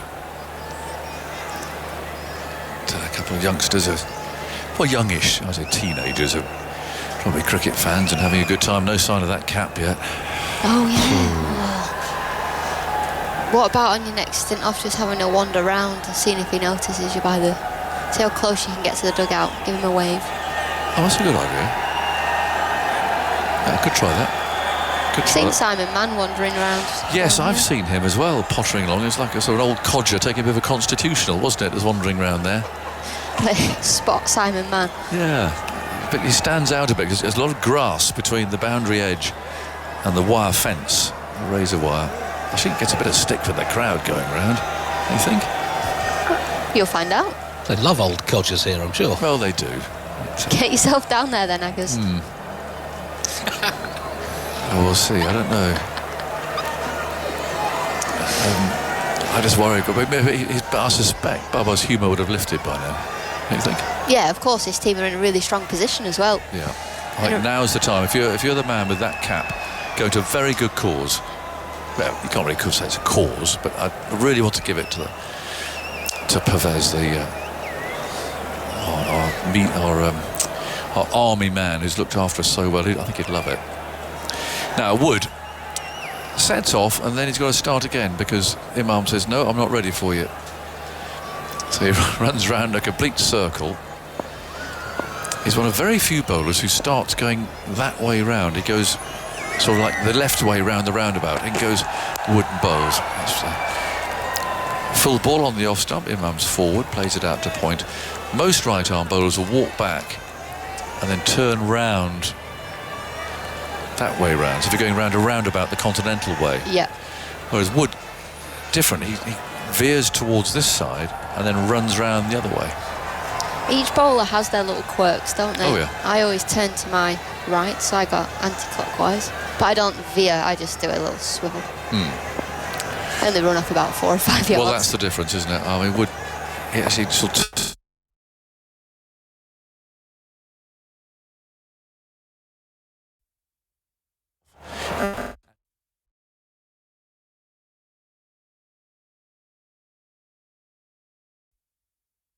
Going, in goes Wood again, bowls. And that's pushed away down to mid-off. A lot of the Indian pilots like doing that. I don't know whether they just can't be bothered to stop, really. They just do it on the turn and off you go. It's quite exciting. Our PIA flight might do that on Tuesday. You haven't flown with them yet, have you? No. That's quite fun. A lot of Air Force pilots, I think, have made it through to the commercial sector, so they like to do a bit of that. Now, Ollie Robertson's showing Murray Erasmus the ball. He's having a look at it, but is it going through that? Oh. They might just have gone out of shape. Let's have a look. It's going through that second one. No, it's all right. Not through the first ring.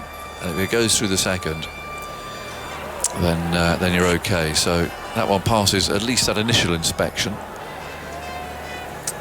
And Wood, therefore, with this same ball, sets off again on the turn, rushes in, he's there and he bowls, and that's a nice, very compact defensive stroke from Iman, who's on 48. It is frustrating when an opening batsman comes in lower down, you know, because they've got the technique. They're used to playing defensively and stubbornly and obdurately. You think you're in as well. You think, oh, we've got a team 3 down here. We're really into their middle order. One more and we're right in. We can win this game. And then you go, this guy normally opens the batting. Yeah, and it just shows, doesn't it? Not quite as loose, not quite playing the shots and opening up, I don't know, a bit of a gap or something as middle-order batsmen do. He's waiting now. Wood's there. He moves in, bowls. Now, there's a good shot. He's unleashed at a wide ball from Wood. Doesn't get a run for it. He's managed to pick out the fielder there at backward points, Crawley. There's a trace of smoke rising above that main stand there. Just a little bit of dark, spoiling the pale blue sky. Someone having a barbecue, maybe. It's a Sunday afternoon. I miss my barbecues. I love a barbie. Be good today. You threw a belter of a barbecue for us in the summer. Yes, you're quite spoilt there. Oh, well, can't imagine what next year's is going to be like. Well, there's not a Commonwealth Games next year, and that was why I did it, really. In goes Wood again, moves in over the wicket bowls, forced off the back foot square. Tumbling save by Stokes, and there's no Trembridge Test next year, is there? Yes, there is. The girls are playing there in the Ashes Test match, is there? Right. Oh, well, I shall check my diary. And it's a 5-day 5 Test days, match. isn't it? Yes, 5 days. We've been crying out for a women's 5 days Test match for however long, and you just know that it'll probably be a draw because we've finally got 5 days. Well, it shouldn't be. It Shouldn't be. results. No, and Heather Knight, Meg Lanning, captain, or Alyssa Healy will want results. Yeah, and how many overs you got to bowl in a day? In goes Wood, over the wicket bowls, and that's steered down to third man. He'll take a single there. There'll be a lot of overs. It'll be more than the men's 90, so there'll be a lot of overs, I would think. I think it's 100 or 110. Right. I had to. More than they're having in championship cricket. So, I mean, there'll be a lot of overs bowled in that game. Pretty sure it's 100. Tim, you haven't got to go and check, darling. I was just, honestly. Mark Wood has shown remarkable improvement since his remodelled run-up. He extended his run-up, came back in early 2019 in the West Indies. Since when in Test cricket, this is his 15th match. He's averaging just fractionally under 26 with 55 wickets. Prior to that, he'd taken 30 wickets at 41.7. And in ODI cricket, up till the time he remodelled his run-up, he was averaging 48 with the ball. Since then, 28. So it's been a huge moment in his career. What's interesting is it coincided with Stuart Broad shortening his. So it's worked for both of them, actually, in their different ways. Ollie Robinson's on. He opened the bowling today. And got the wicket of Barber for 1. Oh, I thought Captain Darling was going to check how many overs were bowled in women's Test cricket, but in fact, all he's doing is going to fetch Waka Yunus. 172 for 3. In comes Robinson, then bowls, very full, dabbed away late, down into the offside. Pope's after it, more cheering. Is that Simon Mann doing a lap of the ground? Sounds as if it could be. Something's exciting them out there. No, it's Imam getting 50. Same sort of reaction. So they're very excited about that. He's played very well, actually, given that he's had that scan this morning on a hamstring, and he's reached his 5th half-century in Test cricket. Is Uncle Lindsay here, do we know? Waka? He's gone to Saudi Arabia, actually, at the moment. I tried to call him the other day, and he messaged me that he's gone to Saudi to perform Umrah. Oh, right, okay. A religious man now. Yeah, here's Robinson, and that's turned away into the leg side. Wood comes trotting in to throw the ball back again.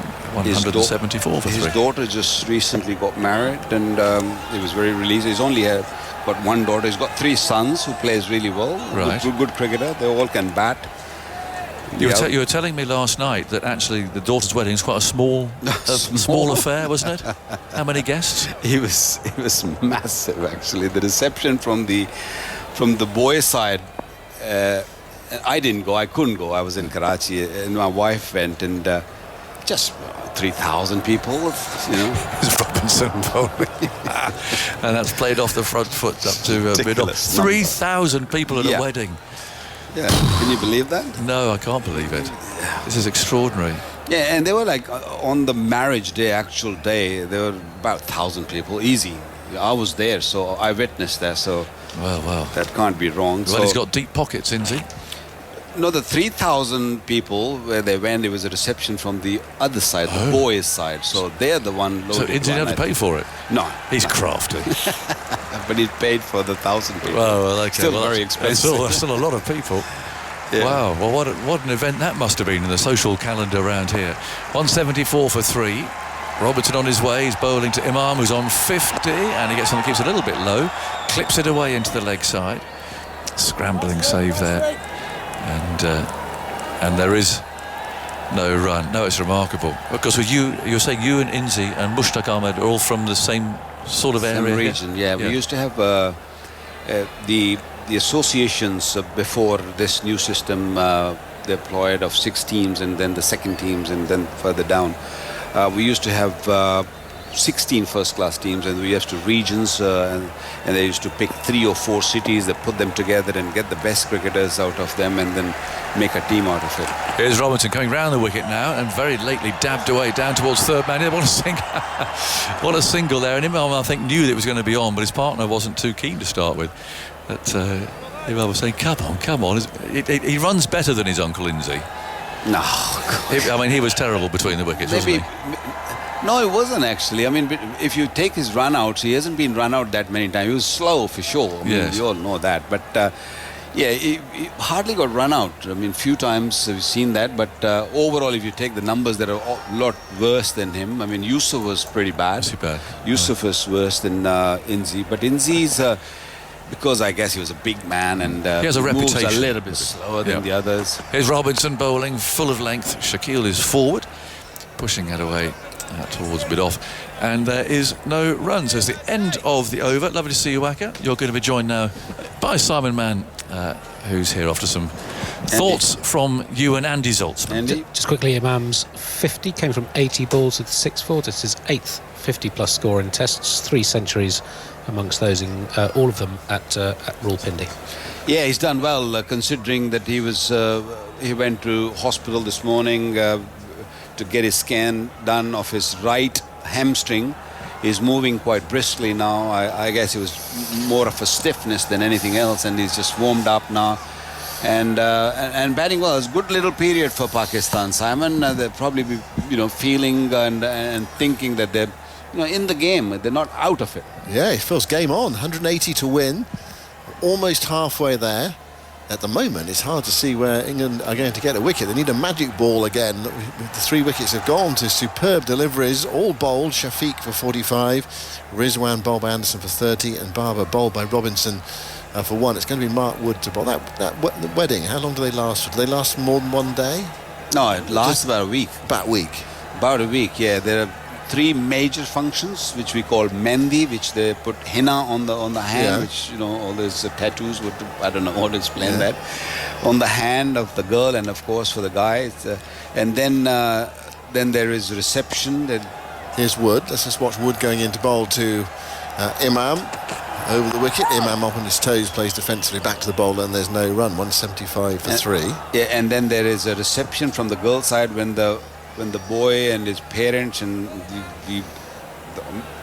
the big number of people, they come and get the nikah done, which is get registered and sign and take an oath and all that, and then after that they take the girl and the next day or day after, sometimes they give a little break because people get exhausted after that, and then the girl side goes. Wood round the wicket. Let's watch Wood going round the wicket to bowl to Imam outside the off stump. No stroke from Imam, quite wide from Wood, collected by Pope. And then the guy's side and of course the girl side, they get together to celebrate their wedding, and that's mainly done by the guy side, which was in Sargodha.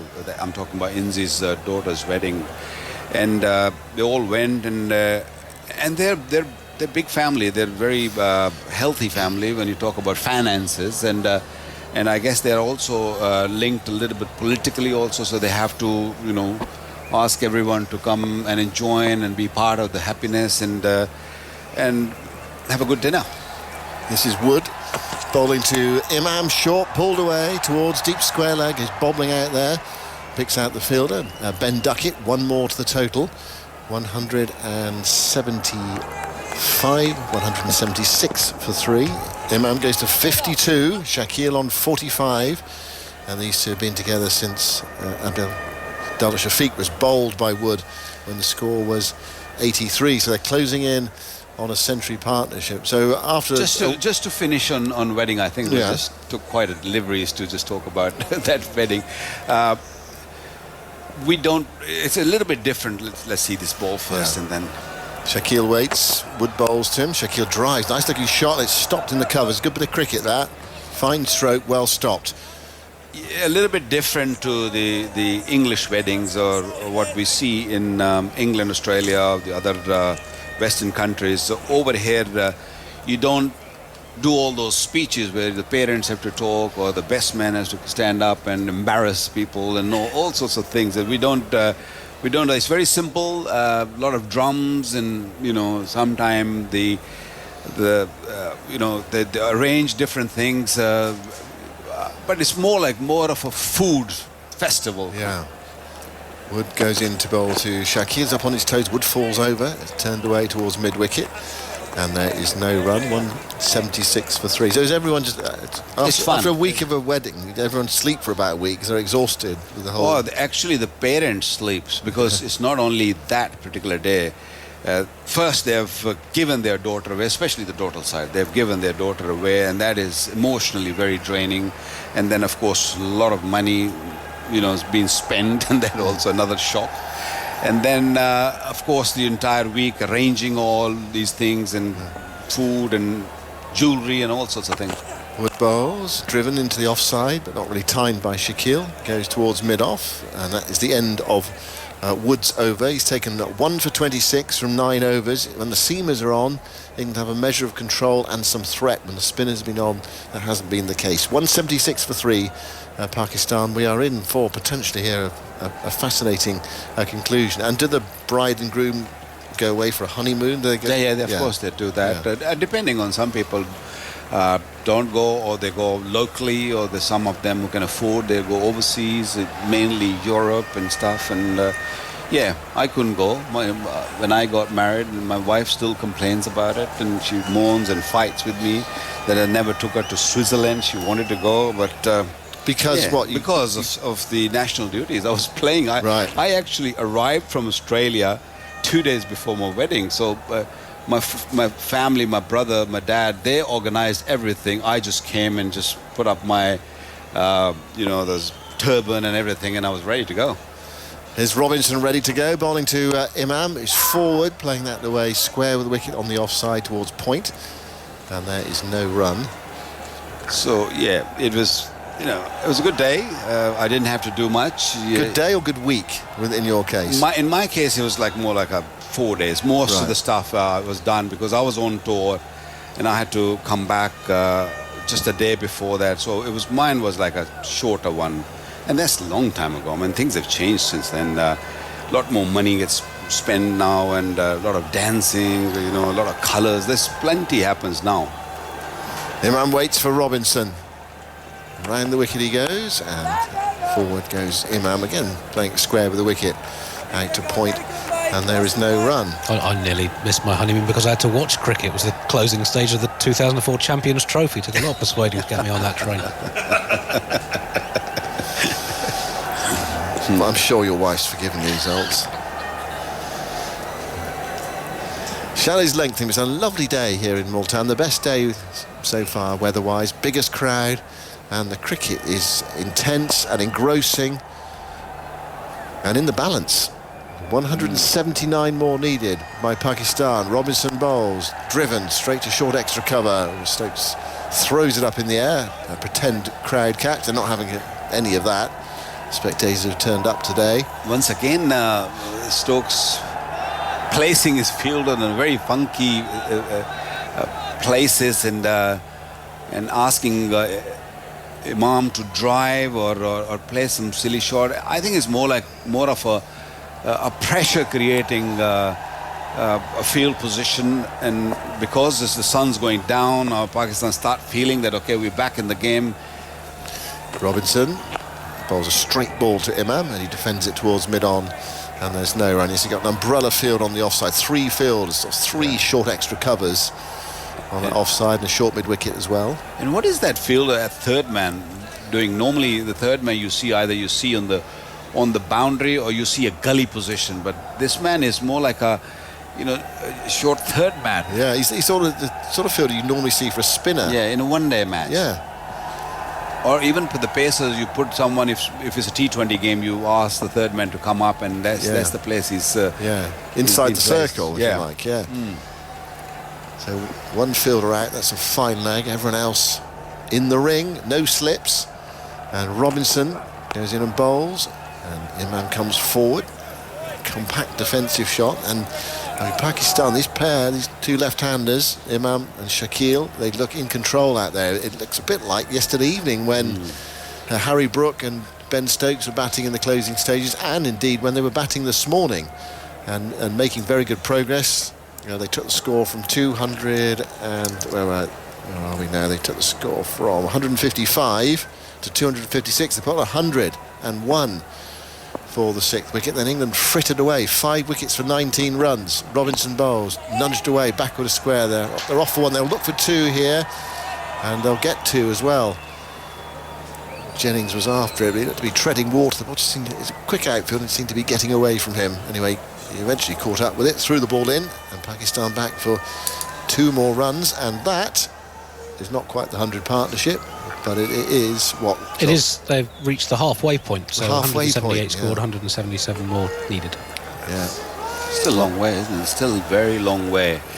Yeah, but Pakistan, they got to think that, they are at some stage going to get exhausted. They're going to get really tired, because you go back, Pindi, and they were in the field for more than 250 overs. So that tiredness, that yes, they won, they were happy, the energy comes back, but at some stage that tiredness, that fatigue that comes back to you, and at the moment 167 deliveries, they have not picked up a wicket.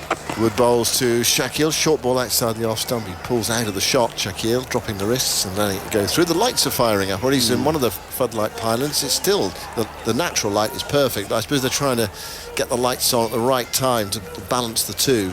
I think they've just decided that this is the time. 5 past 4. They came on yesterday, I think, at 5 past 4. So they have to, I guess.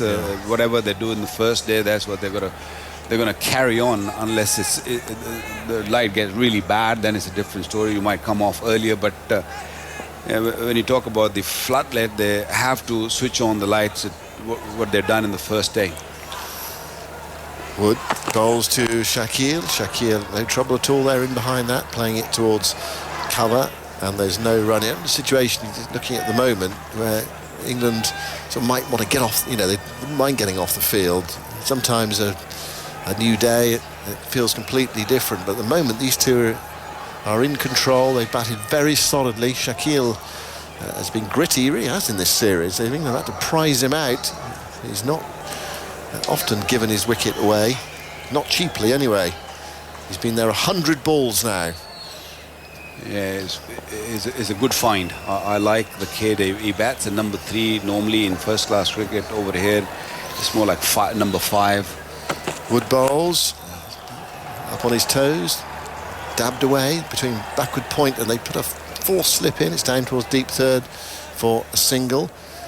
And Shakil moves now to 46, and Pakistan to 179 for 3. Imam Ul-Haq coming in at number 5. If I have to compare the 3 days, probably this is the best time to bat. Yes, just after lunch, Pakistan did lose those 3 wickets, and it was all happening. It seemed at the time that it's going to finish very, very quickly, but now spinners are not getting anything out of this. Even the pacers, it's not really hard to sort of tackle. It just looks flat at the moment. Wood to Imam, down the leg side. There's the appeal for a catch down the leg side. England are claiming it. Will they review it? It's been given not out by Murray Erasmus. Pope didn't look so interested as Wood. So there must have been a noise, possibly the pad, possibly the edge. It would be a real strangle if he gets this. What are they going to do? England only have 2 reviews remaining. Stokes is coming across to say, what do you think? He doesn't know. 3, 2, 1. No, they're not going to go for it. Well, they've only got 2 reviews left. They reviewed one earlier. I think it was an absurd review from memory. It was a real optimistic one. That it was from Root LBW against Shafiq. Look, I have a feeling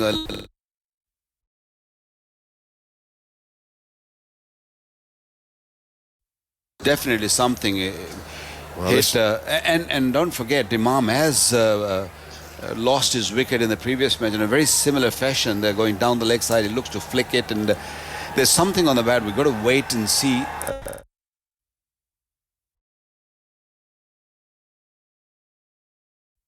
Pad or bat? Well, we'll see in a moment.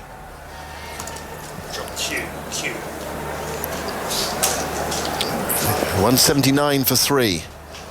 Wood goes in to bowl to Imam outside the off stump, driven away, and it's gone away for 4. The dive unsuccessful from Crawley at point. Now that might rub it in as far as England are concerned. It's the 100 partnership. 183 for 3. What a fantastic recovery from these two Pakistan left-handers after Shafiq was bowled by Wood for 45 with another beauty.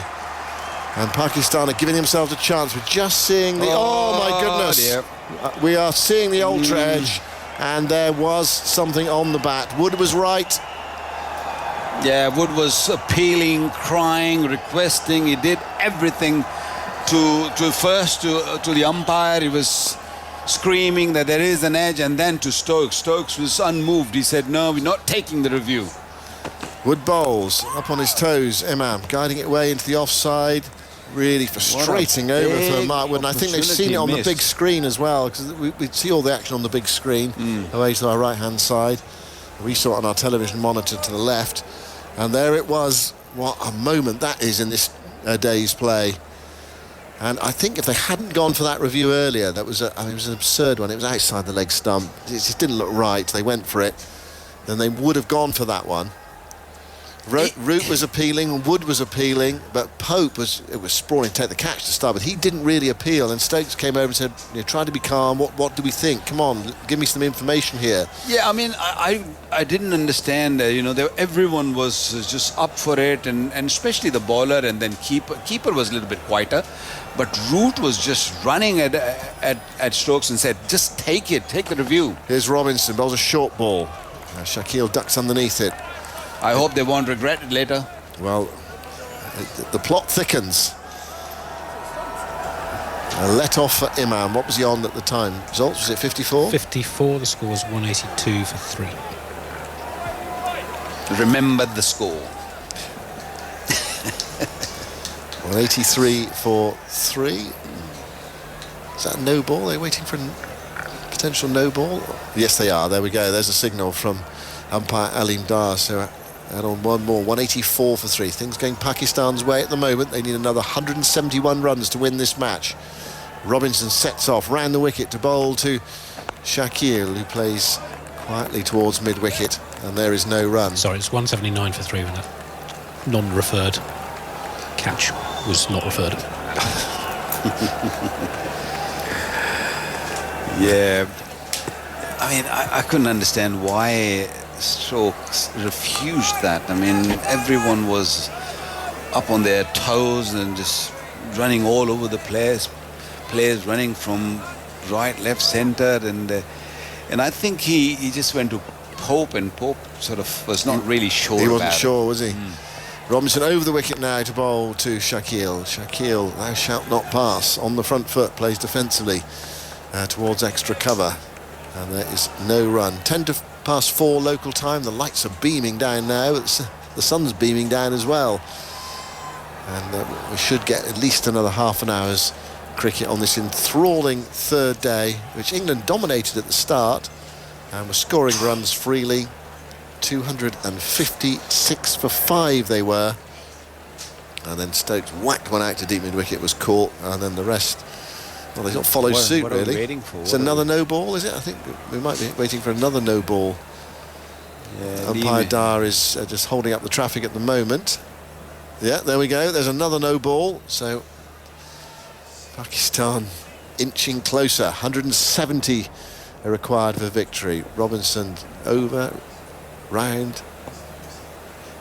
It's round again now. And moves in and bowls a straight ball, which Shakeel plays defensively too. Goes up to Anderson at mid-on, and there's no run. England's seamers have been the main threat. The spinners have barely threatened, although there was a return catch to Jacks that he dropped. And then that one just a moment or two ago with Wood that catch down the leg side that was turned down, but England did not review it. And if it had been reviewed, it would have been overturned because there's a little flicker on very the little, very faint. Yeah, it was very faint. You can see that. Yeah, there were a few players like Root. He heard something. Robinson bowls, forward goes Shakeel. I suppose the difference is no run there. I suppose the difference is you hear something, you're not quite sure what it was. It all happened so quickly. Is it pad, is it edge? How many reviews remaining for England? Two. Still two. I mean, they could have taken a chance there. Yeah, but if they'd lost it, they'd had one left, and you think, well, they might, you might need a few more as the game goes on. He should have listened to Root. Root was just, applauding for it, and he was just, screaming and requesting, but Stokes was unmoved. 185 for 3. Robinson, his 10th over, bowls. Shakeel, forward again. He looks immovable. Yeah, technically very, very sound, isn't it? He sometimes miss out on a half volleys because he makes up his mind. If he's defending, he gets bogged down at times, but he's one of those batsmen who will stay out there and he plays his own way and believes and have faith in himself that he can do the job for team, and he's doing it nicely. I mean, overall, if you look at his series, he's done extremely well. He's got a couple of 50s and 40. Robinson bowls to him, a bit more forceful there, but he won't get a run. Plays it up to Anderson at mid-on, where he was talking the talk last night. He said the game is 50-50. He said Pakistan can chase 320, 330. They've done 350 against Sri Lanka, and well, he's putting his words into action here. He's showing it's possible to really extend England on this third day and make them sweat on the possibility of taking the series in this match. We could be in for a cracking final day tomorrow, even though it's the fourth day. Robinson tries again. A bowls to Shakeel. It's full. It's clipped away, but straight to forward square leg. There is no run. It is the end of the over from Robinson, so he's bowled 10 overs and taken 1 for 14. Now, the problem for England has not been the pace bowlers. They have taken wickets and they've been economical. It's been the spinners who've not been able to control the run rate or take any wickets. 185 for 3 in the closing stages of this exciting third day, with Pakistan battling hard and very much in this game. 185 for 3, and for the next however long, here's Jonathan Agnew. Well, I think I'll get a full 20-minute stint in here, Simon, because there's still plenty of sunlight left today. The shadows are long, but the sky is bright and the sun hasn't yet appeared below our roof. The main difference is the visibility and the mist. But the floodlights are on now, and Wood's on his way, bowling to Imam, and he bowls outside the off-stumper ball that keeps a bit low, and that little tickle down the leg side. It was a very, very small indicator on the Snicko, but it was there. Enough, yeah. It was there. And I think I heard Simon say, and I agree with him, that the bad review earlier on, meaning that England really got 2 left when they went for an LBW where it was seemingly perfectly obvious that the ball pitched outside leg stump. Yeah. But for that, I think they might have reviewed this one because they had a bit more leeway. And Wood and Pope were both very excited by it. It's not been a very great day for England so far. It hasn't at all. 185 for 3. And in goes Wood again, bowls on the off stump, steered to third man for a single. And then more or less, as we sort of predicted at tea, really, where Pakistan could be by the close of play, wanting round about 160 to win. We were guessing because of the light and who's going to bowl and so on, but they're going to go beyond that. If these two are still here, it may be 145, 150 that they need tomorrow to win with these wickets in hand. England desperately need to break this partnership. It's a mild mystery still, even though that Jimmy has only bowled 5 overs, unless he's got a problem. Well, I think there are a couple of issues amongst the team, and I mean Jimmy has been off for a little while. Mark Wood, I think, was one of those who was described to me by someone who saw it as running up the steps like Usain Bolt. Right. Well, possibly more reason try and bat a bit longer. Yes. Leg slip in place then, and Wood rushes in round the wicket. Is there now, bowls short, turned away off his hip, down to long leg it goes, through a couple of shadows, certainly of the pylon, that's stretching all the way across the field now. That's the one that we can see that's at 1 o'clock, really. If you imagine a clock face of this big ground, there's a floodlight pylon at 1 o'clock, and then round to our right there's one at 3 o'clock, a couple behind us I would say, and we can see one that's at about 11 o'clock as well, all burning brightly now, but not having any impact because the sun is still with us. You feel we could go on for another 20 minutes, compared to previous days, which would take us at least till 5 o'clock. Well, I think sunset is 5. Yeah. No, I think it's 5:13, isn't it? I think it's where it's completely gone, and you're without any remaining light. It's sort of dark then. 187 for 3, and in goes Wood again. The big leapy bowl's short, down into the leg side it goes, but along the ground didn't really time that. Thrown back by Jacks out in the deep, and well, he took it on there, Imam, the bespectacled Imam, left-hander. Both these two are left-handers. Perhaps has just blunted Leach a little bit. Yeah, he's had a tricky day with some tricksy fields. Wood begin this almost a reverse launch, really. He wheels round in a different way to most right arm quick bowlers would do. Now he's rushing in again, big leap, and he bowls outside the off stump, guides it away down to third man. See that prowling run of Leach's down there, picks it up, throws the ball back, and they take a single. And on that subject, Mike has written from Cheshire. Morning, Mike, hope all is well with you, keeping warm. I'd never noticed natural turns, but I did some paragliding lessons once. You launch, stroke, fly the wing with your body facing away from the wind. Then you turn your body into it, so as if to unwind the lines. Quite complicated here, Mike. The instructors had to establish your natural turn to make sure you didn't wind the lines up instead. It's quite difficult, because once they ask people, they start thinking about it, so they don't do it naturally.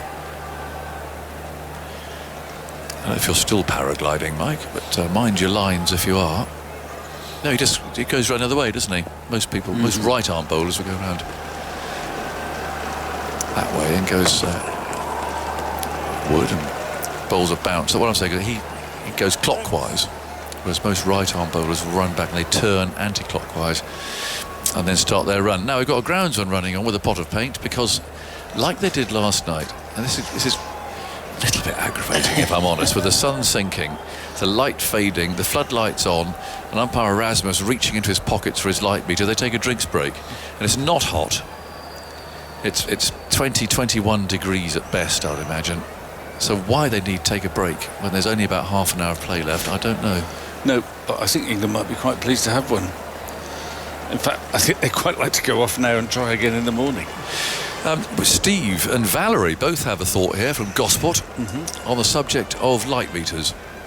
As Halabaggers and everybody else, having watched the daily palaver of light meter readings, I have got a suggestion. Surely it's possible to incorporate a light meter into a bail at the end of the wicket. This could be activated remotely between overs and be set to flash when the light has deteriorated to an unacceptable level. At present, we're losing unnecessary time each day through the tedious umpiring pantomime surrounding the light. He's got a point there. I mean, Joel Wilson at Royal Pendy really did need one of Andy Zaltzman's cattle prods to get him moving. And that was just taking the light meter reading. I mean, there was a moment when I thought he would have preferred the executioner rather than the cattle prod. That is the other option. So you have out there. Do you remember those sort of, what they call themselves, little sort of holes in the ground where you used to give a helmet, they'd lift it up, you'd put the helmet in and then close it down again? Yes. You could actually keep one of our battery-operated executioners in there, and if it feels that one of the umpires is moving too slowly, then someone else can be nominated out there to press the button, give a quick tap on the backside, and they'll get a move on. I should inform listeners who weren't listening earlier on, the executioner is a device for dealing with insects, mosquitoes, rather than a descendant of the Pierpoint family. Yes, an unexpected return to capital punishment. It's ruthless with mosquitoes. and highly recommended for if you're going on those sort of holidays where mosquito could be a problem, or indeed recalcitrant umpires. So what would happen then if you have bails that light up when the light goes below a certain level? We need John Holder for this. And if the bail lights up whilst the ball is in the air, having been delivered, does that count as dead ball? Do you play the ball to its conclusion? Well, we do have zinger bails, don't we, with lights in them? So I think he's onto something there. But there could be a problem if you went to as the ball passes the bail, it just happens to light up. I suppose if it stays on its stump, No, you've got a third matter. umpire. You could have a different colour for that light as opposed to dismissals. Right. So you don't stop for bad play whilst the ball is in the air? No, you check it with a third umpire. You can have a different rate of flash, maybe, if it's different a colour, bad light different flash. colour. Or yeah. But these bails flash, don't they? Yeah. So therefore, they've got flashers in bails already. It's a question of just reprogramming it a bit, I'd have thought. I think that's a good idea. It needs something, because there's messing around with light meters. I mean, that's 5 minutes of valuable time on a day in which they're not going to get a full day because of the light. Yeah. That they've had a drinks break. In this particular instance, this game is going to end a day and a bit Yes. ahead of schedule. So calm down, dears. Calm down, dears. I thought I'm quoting a former Prime Minister. I think you might be. Yes. Anyway, they've had their drink, and noticeably that the light has deteriorated in that time. Yeah, the but sun still hasn't completely sunk, but we're now seeing more of an impact of the floodlights that are beaming down. Robinson's got a bowl. No, it's Anderson's got a bowl from the far end. From round the wicket, there's 3 on the drive in the offside. 3 and 1 on the leg. And Shakeel won't be tempted by a full ball on the off stump. He simply plays back to the bowler again. And there's no run, and you can see the signs of the sort of end of the day. There's Benny from Sky, who does their interviews, strapping up his camera, he's putting over his shoulder. He's done it for many, many years. It's a big camera, isn't it? It is. Our Australian friend. But we might get another 10 minutes today. It looks so clear, and there's still genuine shadows out on the pitch. I think we'll get more than 10 minutes.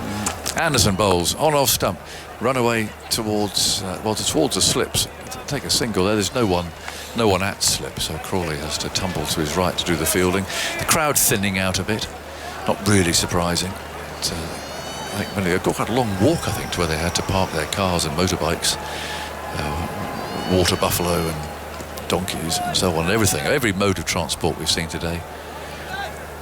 A lovely drive out on a Sunday morning, and largely because it was so much brighter. It wasn't the dust.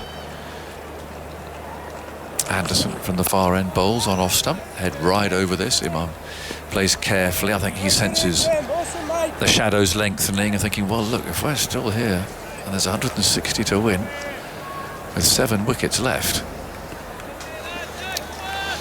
we're going to be in a very, very good position. And you were quite right, Victor. England losing 5 for 19 in a flurry this morning. I know. It's well, the other thing that is evident at the moment is its wicket is probably better for batting now, I think, than at any other stage. Anderson bowls. It's short and cut hard, but very well fielded by Crawley. Terrific dive. That was 4. There's no one down here at third man. I think when Imam hit that, he thought, well, that's gone to the boundary. I thought so too. Yeah, very well stopped. Crawley flinging himself full length to his left. A couple of kites doing an aerial dance there together, swirling round. Mainly using the thermals, but not going too high. I think they're in spotting mode. They're looking to see if there's anything on the ground they can plummet towards, pick up. There's Anderson bowling, flicked away off his pads. Another brilliant piece of fielding. And that's Robinson this time at square leg. Actually, it's not Robinson. It's Overton. It's Jamie Overton. Yeah. It's a Robinson size. He's a very good fielder, Jamie Overton. He's a very good close catcher, actually. Robinson off the field, I think he is. I think he must be. Yeah. Yep, so Jamie Overton, terrific piece of fielding. That saved 4. So Anderson's figures might have had another 8 runs taken off them. He's taken 1 for 8 so far as Anderson bowls full. Imam forward, plays the ball to mid-on. It's the end of the over, and there's no twitchiness about the umpires yet.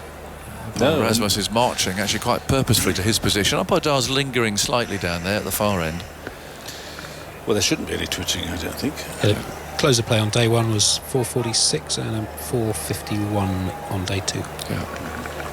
And the sun just appears then from beyond this overhanging concrete roof that we have over our first floor commentary box. Jack Leach is back. He's had a fruitless time today. Started off bowling okay, I think.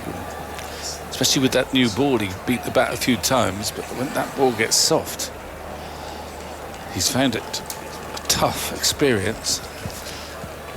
Stokes has kept the field very attacking. He's kept open lots of gaps at allowing someone like Imam to go for the aerial route, and every time they go for the aerial route, they succeed. Yeah. He's conceded quite a lot of boundaries. I'd quite like to know how many boundaries Leach has conceded. It's gone for 4.5 and over. There'll be a new ball tomorrow, but not immediately. So then this is the 61st over. Leach has gone for 1-6 and 11 fours in his 18 overs. So that's 50. Long partly because they're having a very peculiar looking field. Bearing in mind that stat, on the leg side, he's got a whole range of fielders that are about, I don't know, 50 yards from the bat, not the maximum 75 or 80 on the leg side. That was a long conversation. They're trying to work out exactly what to do and place these fielders where they want. Short leg comes out, and he's going out towards square leg, and they've got 3 behind him in no man's land, really. So a completely different sort of field to previously, with lots of men on the leg side. In fact, he's bringing 1 back onto the offside, but there's now going to be 4 men on the offside. The only close catcher now really is a slip, but there is a shortish mid-wicket in Stokes and a shortish. Where's he going, Harry Brook? He's now going to backward point, probably for a reverse sweep. So that suddenly, having said they've had a very attacking field for Leach throughout, now they've got a very defensive looking field for Leach. Still a slip though, and the man on the drive as Leach bowls is turned away into the leg side. Stokes is after it. No, they cry. He gets there very quickly as well. And almost overthrows there. The ball whistled past Pope. And Stokes really flung it, although the batsman wasn't going anywhere. That's a bit of frustration there. Now he's bringing up Overton.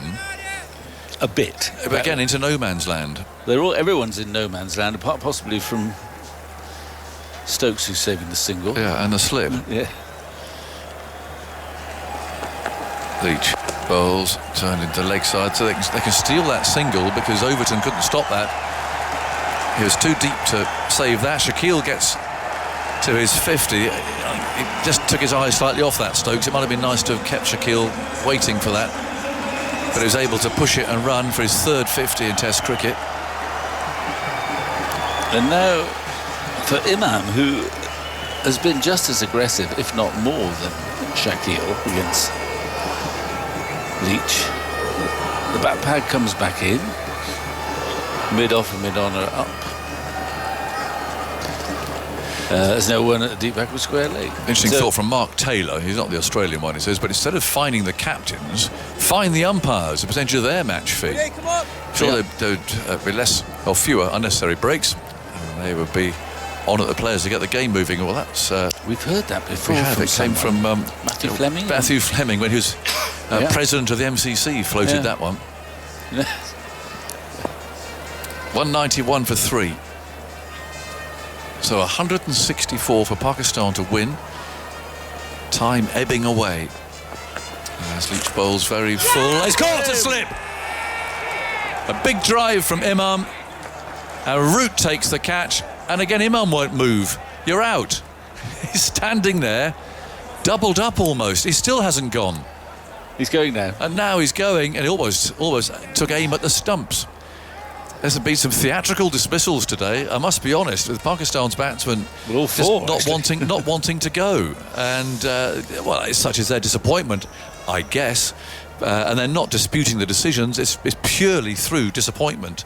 That was a straightforward edge, as it were, but nice smart catch by Root, waist high to his left, and England finally break through. And Imam must have been there for 10 seconds. Yeah. I think at least 10 seconds. I thought. Not going. He's just doubled up in absolute torture, self-torture, disappointment at having got out. He played very well. Big wicket just before the close, and that keeps England moving now. 191 for 4. We'll see who's coming out. Victor, some thoughts from you, and then Atif is going to come in here and take us through to the close.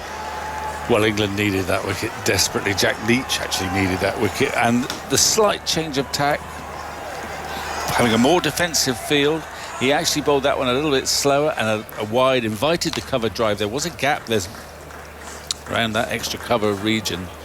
He's timed just about everything, but on that occasion, he didn't spin much. He wasn't quite there. He played Leach really well all afternoon. He got the outside edge and a sharp catch by Joe Root at first slip, and much relief in the England setup, because that was a very threatening partnership, of which we'll hear about from Andy. Imam 60 from 104 balls with 7 fours. The stand was 108 in 32.2 overs. Saud Shakil's 50 came from 115 balls with 5 fours. Zagar's had his third in Test, his third in consecutive innings, and he's only the second Pakistan Test player in men's cricket to score 3 50s in his first 2 Tests after Umar Akmal. Another left-hander. Hey, Atif. Hello, Victor. Hello, Zoltz. And 191 for 4. It's so much more different than 191 for 3 as we head towards the close of play today. Only a few overs to go, you imagine. And what a time for Jack Leach to dismiss Imam al-Haq.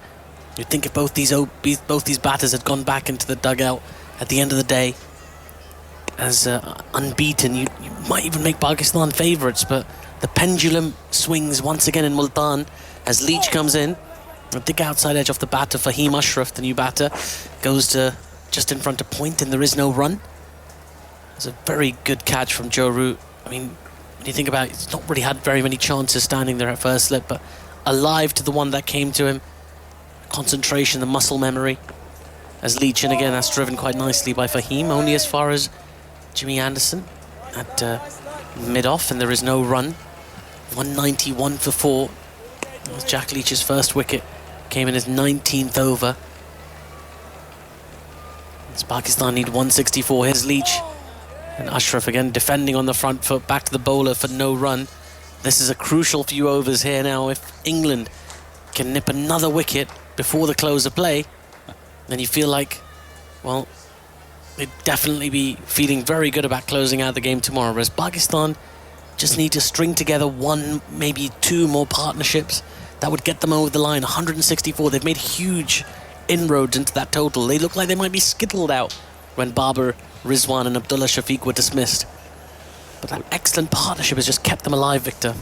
Yep, and Joe Root's reward for taking a neat catch is come and have a bowl. Jimmy Anderson came on for 1 over. He really is treating Jimmy Anderson, I think, with kid gloves. Maybe he's saving him for tomorrow morning, or he's saving him for Karachi, or maybe he's not 100% fit. But it was a 1 over spell from him.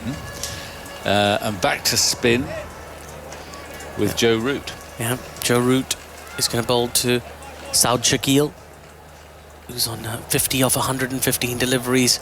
The sun is setting in the distance in Multan. The floodlights are illuminating this beautiful cricket ground as Root comes in from wide of the crease. Shakil turns that away just in front of square leg for a single. Another one knocked off. 163 to go for Pakistan. England, 6 wickets needed to take an unassailable 2-0 lead for the very first time in Pakistan for them. Absolutely, they've never won 2 tests in a test series in Pakistan. Most of the series have been three test series, I would guess, although in way back maybe a bit longer. But we used to get a lot of draws in the early days of this rivalry. Now Fahim Ashraf is just taking his time marking out his guard. He's asked for middle. I suppose he's sort of a night watchman, isn't he? I mean, obviously Salman was next on the list, and there's Mohammed Nawaz. Yeah, I think so. As route in, it's a dipping delivery, which Fahim's driven quite nicely. Or he may be a Night Hawk. So Fahim batted quite nicely in the first innings. Yeah. Salman is definitely the recognised batter between the two, specialist batter. But he doesn't have the experience that Fahim has. As route in again, another dipping delivery, which Fahim drives nicely to mid-on. He's still yet to get off the mark, faced 5 deliveries now. Theoretically, another 13 overs left in today's play, but we're not going to get them. Root in again as that ball's defended into the onside for no run. 192 for 4, the score remains. If you fret about the over 8, stick Joe Root on. He doesn't hang around. England very pleased to have broken that wicket. 2 slips in place now for Fahim Ashraf as that ball goes off a thick outside edge towards Ben Duckett. Extra cover, there is no run. Looking to attack here is Ben Stokes. He's got 2 slips, a forward short leg, a slightly deep silly mid-off, short cover let's call it. Now that short leg fielder is coming to short point, or silly point even, just in front of square. 192 for 4, the score. Joe Root in again to Fahim Ashraf. Lots of flight on this, driven quite hard by Fahim. Still can't get off the mark, picks out Jimmy Anderson at mid-off. And that is the end of Joe Root's 12th over. He's got to 33 so far, he's wicketless. Pakistan 163 runs away from winning this game. As that sun continues to dip, wouldn't be surprised if the umpires pull out that little meter, put it on the stumps. They haven't done so yet. But they, you get the feeling it's not a million miles away. I think we're getting more light from the floodlights than we are from the dipping sun in the distance. I tell you what, 3rd day here, Victor, I've really enjoyed the sunset every single day. Just this beautiful sky, a bit of orange, a bit of purple, a bit of blue, violet. It's been clearer today too. Yeah. Well, it's a fairly reliable clock, that setting sun. Once it dips there, it's going to be 4:50 down behind the top of the roof of the stand. Be gone in 10 minutes, I should think. Yeah. Not beyond the horizon, but beyond that stand. That's just a big stand away to our right. Wow. Joe Root is reverting to this slightly defensive, almost giving a 1 so he can bowl at a new batsman. Yes. Well, Sorry. Jack Leach is in. That ball's turned just wide of the fielder at mid-wicket. Takes a couple of steps forward, does Shakil, thinking about the single, but opts not to pursue it. 192 for 4. Jack Leach. He's got that huge wicket of Imam-ul-Haq.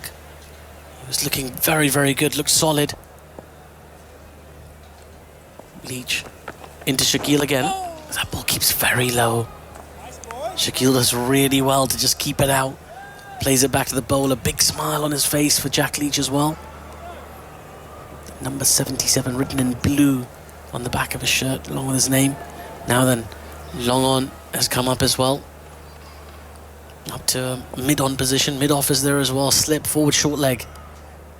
Jack Leach twiddles the ball in his hand. Couple of steps. And he comes and he bowls. Another turning ball, which Shakil's punched with relative ease just wide of Jimmy Anderson at mid-on. They take a single. He moves on to 52 off 119. He's really had to work hard for his runs today, Saud Shakil, but he's shown a different kind of class about his batting. Well, he's shown a lot of class, hasn't he, in this series? This is his first series, isn't it? And Yeah. he's got runs just about every time he's come to the wicket. Just third half Very century. compact. Leach into Ashraf, who just got his bat down a little bit late on that, but he's played it just into that vacant cover area. They do run through for a quick single, so Fahim Ashraf is off the mark of his 9th delivery. Pakistan 194 for 4, 161 runs needed still. You get the feeling, whatever the result there, Victor, it's going to come in the second session tomorrow, unless England can blow these wickets away. Yeah, it won't come in the first session if Pakistan is still going well. Yeah, could be a thriller in Multan. I talked about that journalist a little bit earlier. He was writing this Urdu headline on his computer. It said Mojza in Multan. Miracle, that is. Miracle in Multan. That's what he's hoping for. And alliteration in both languages. Oh yeah, We like a bit of alliteration. it's gorgeous. I heard about a bit of onomatopoeia the other day. Here in Urdu, in Pakistani onomatopoeia. I'll tell you about it in a second. Okay. I'm looking forward to it. Jack Leach, ball in hand, and he comes to Saud Shakil, steps back into his crease and punches to extra cover for no run. There was a song playing during the lunch interval in the area where the Chaz was playing a song from his phone. As Leach in again, that ball keeps slow, just punch wide of the fielder at point. They'll run through for another single. Each run valuable here for Pakistan. That is the end of the over as well. 195 for 4, 160 runs needed. So he's playing a song from his phone, and one of the lyrics was "Teri churiyan shrang kar di," which translates to "Your bangles go shrung." And I didn't know the word shrung, so I said to the guy, "What does shrung mean?" He said, "Shrung is the noise they make when they bang. They do shrung kar di. They go shrung." Onomatopoeia. Gotta love it. Andy Saltzman. I'd say a little on Saud Shakil, who's heading towards 500 balls faced in the series, comfortably the most by any player. As I mentioned, he's just the second Pakistan player to make 350s in his first 2 tests. And it's very noticeable how differently he's played against pace and spin. Against spin, he's now scored 152 runs, going at around about 60 runs per 100 balls. It's Middle of the black. Joe Root just making sure his field is exactly where he wants it. Saud Shakil on strike. Root in. Dips nicely, and Shakil is forward in defence, pushing to Ben Stokes for no run. Andy? Against pace, he scored 75 of 222, so basically 2 and over, around 33 per 100 balls. Been out twice to pace, once to spin, but he's been very cautious against England's seamers, obviously seeing them as the greatest threat. Yeah, they've definitely been more cautious against the seam. You can tell that by the economy rates when they play them. There's a Root in. This is short, and Shakil hammers this out towards deep point for a single. We'll happily do this in singles, Pakistan. Right now, it's key is not dropping another wicket. England want one more tonight. You heard him, one more tonight. 196 for 4. That's Ollie Pope behind the stumps. Well, that would be good, but they both actually, since the fall of that wicket, I mean, of course, Ashraf is a proven batsman, really, isn't he? He's a very good quality player to be a night watchman. Gives the crease a good hammering too. Yeah. Listen to it. Root into Ashraf. That's full, and Ashraf flicks it to mid-on for no run. He's got a very heavy bat, doesn't he? He's got one of those 3-pound bats. Maybe. But he likes to bang it in the crease. In terms of weight, of course, I should say. The exchange rate is good, but not that good. Root into Ashraf. That ball's played defensively into the onside. Root himself sort of closes it down, so no single. 196 for 4. Pakistan need 159 to win. It's going to be a cracking day tomorrow here at Multan. The 143rd field change of the day is just about to take place. They've been very, very proactive, trying different things. There's a silly point, forward short leg, and 2 slips for Joe Root as he comes in to Fahim Ashraf, who plays that ball straight down the pitch, back on the bounce to Joe Root for no run. He's very capable in defence as Fahim Ashraf. You get the feeling that's the brief he's been given. No wickets today, son. Yeah, but I don't think he really wants that on a permanent basis. He looks like someone who likes to hit the ball. And he was starting to do that when he was out in the first innings. Root into Ashraf, who just works that just wide of the fielder. Harry Brook at forward short leg. They've taken the first one quickly. They want the second, and they will get back for the second. Good running by this Pakistani pair. They inch closer to salvation. 198 for 4. They need 157 more runs to win this game. Joe Root's now bowled 13 overs. There's some worried looking fans who are still in the stadium. A lot of fans have left after the match when the security convoy takes the players away from the stadium. It can get very trafficky. Light meter time. Yeah, so here we go. Murray Erasmus has just taken the bails off at the non-striker's end. He's going to put his light meter on. He's done so. I think they're going to go off. I think so. There's high fives from the England team. They're all they're walking off. So Pakistan will be pleased with that. I mean, despite that loss of Imam ul-Haq, they've got very, very close here. They've given this England side a push. Nobody really gave them a chance after Babar Azam and Mohammad Rizwan were dismissed off gorgeous deliveries from England's pacers. And of course, Abdullah Shafiq fell to Mark Wood as well. But since then, Pakistan put on that partnership worth 120, and it's brought them back into the game. England just made sure they edged right back into the game as well with that wicket, that late wicket of Imam ul Haq, and now this game is right in the balance.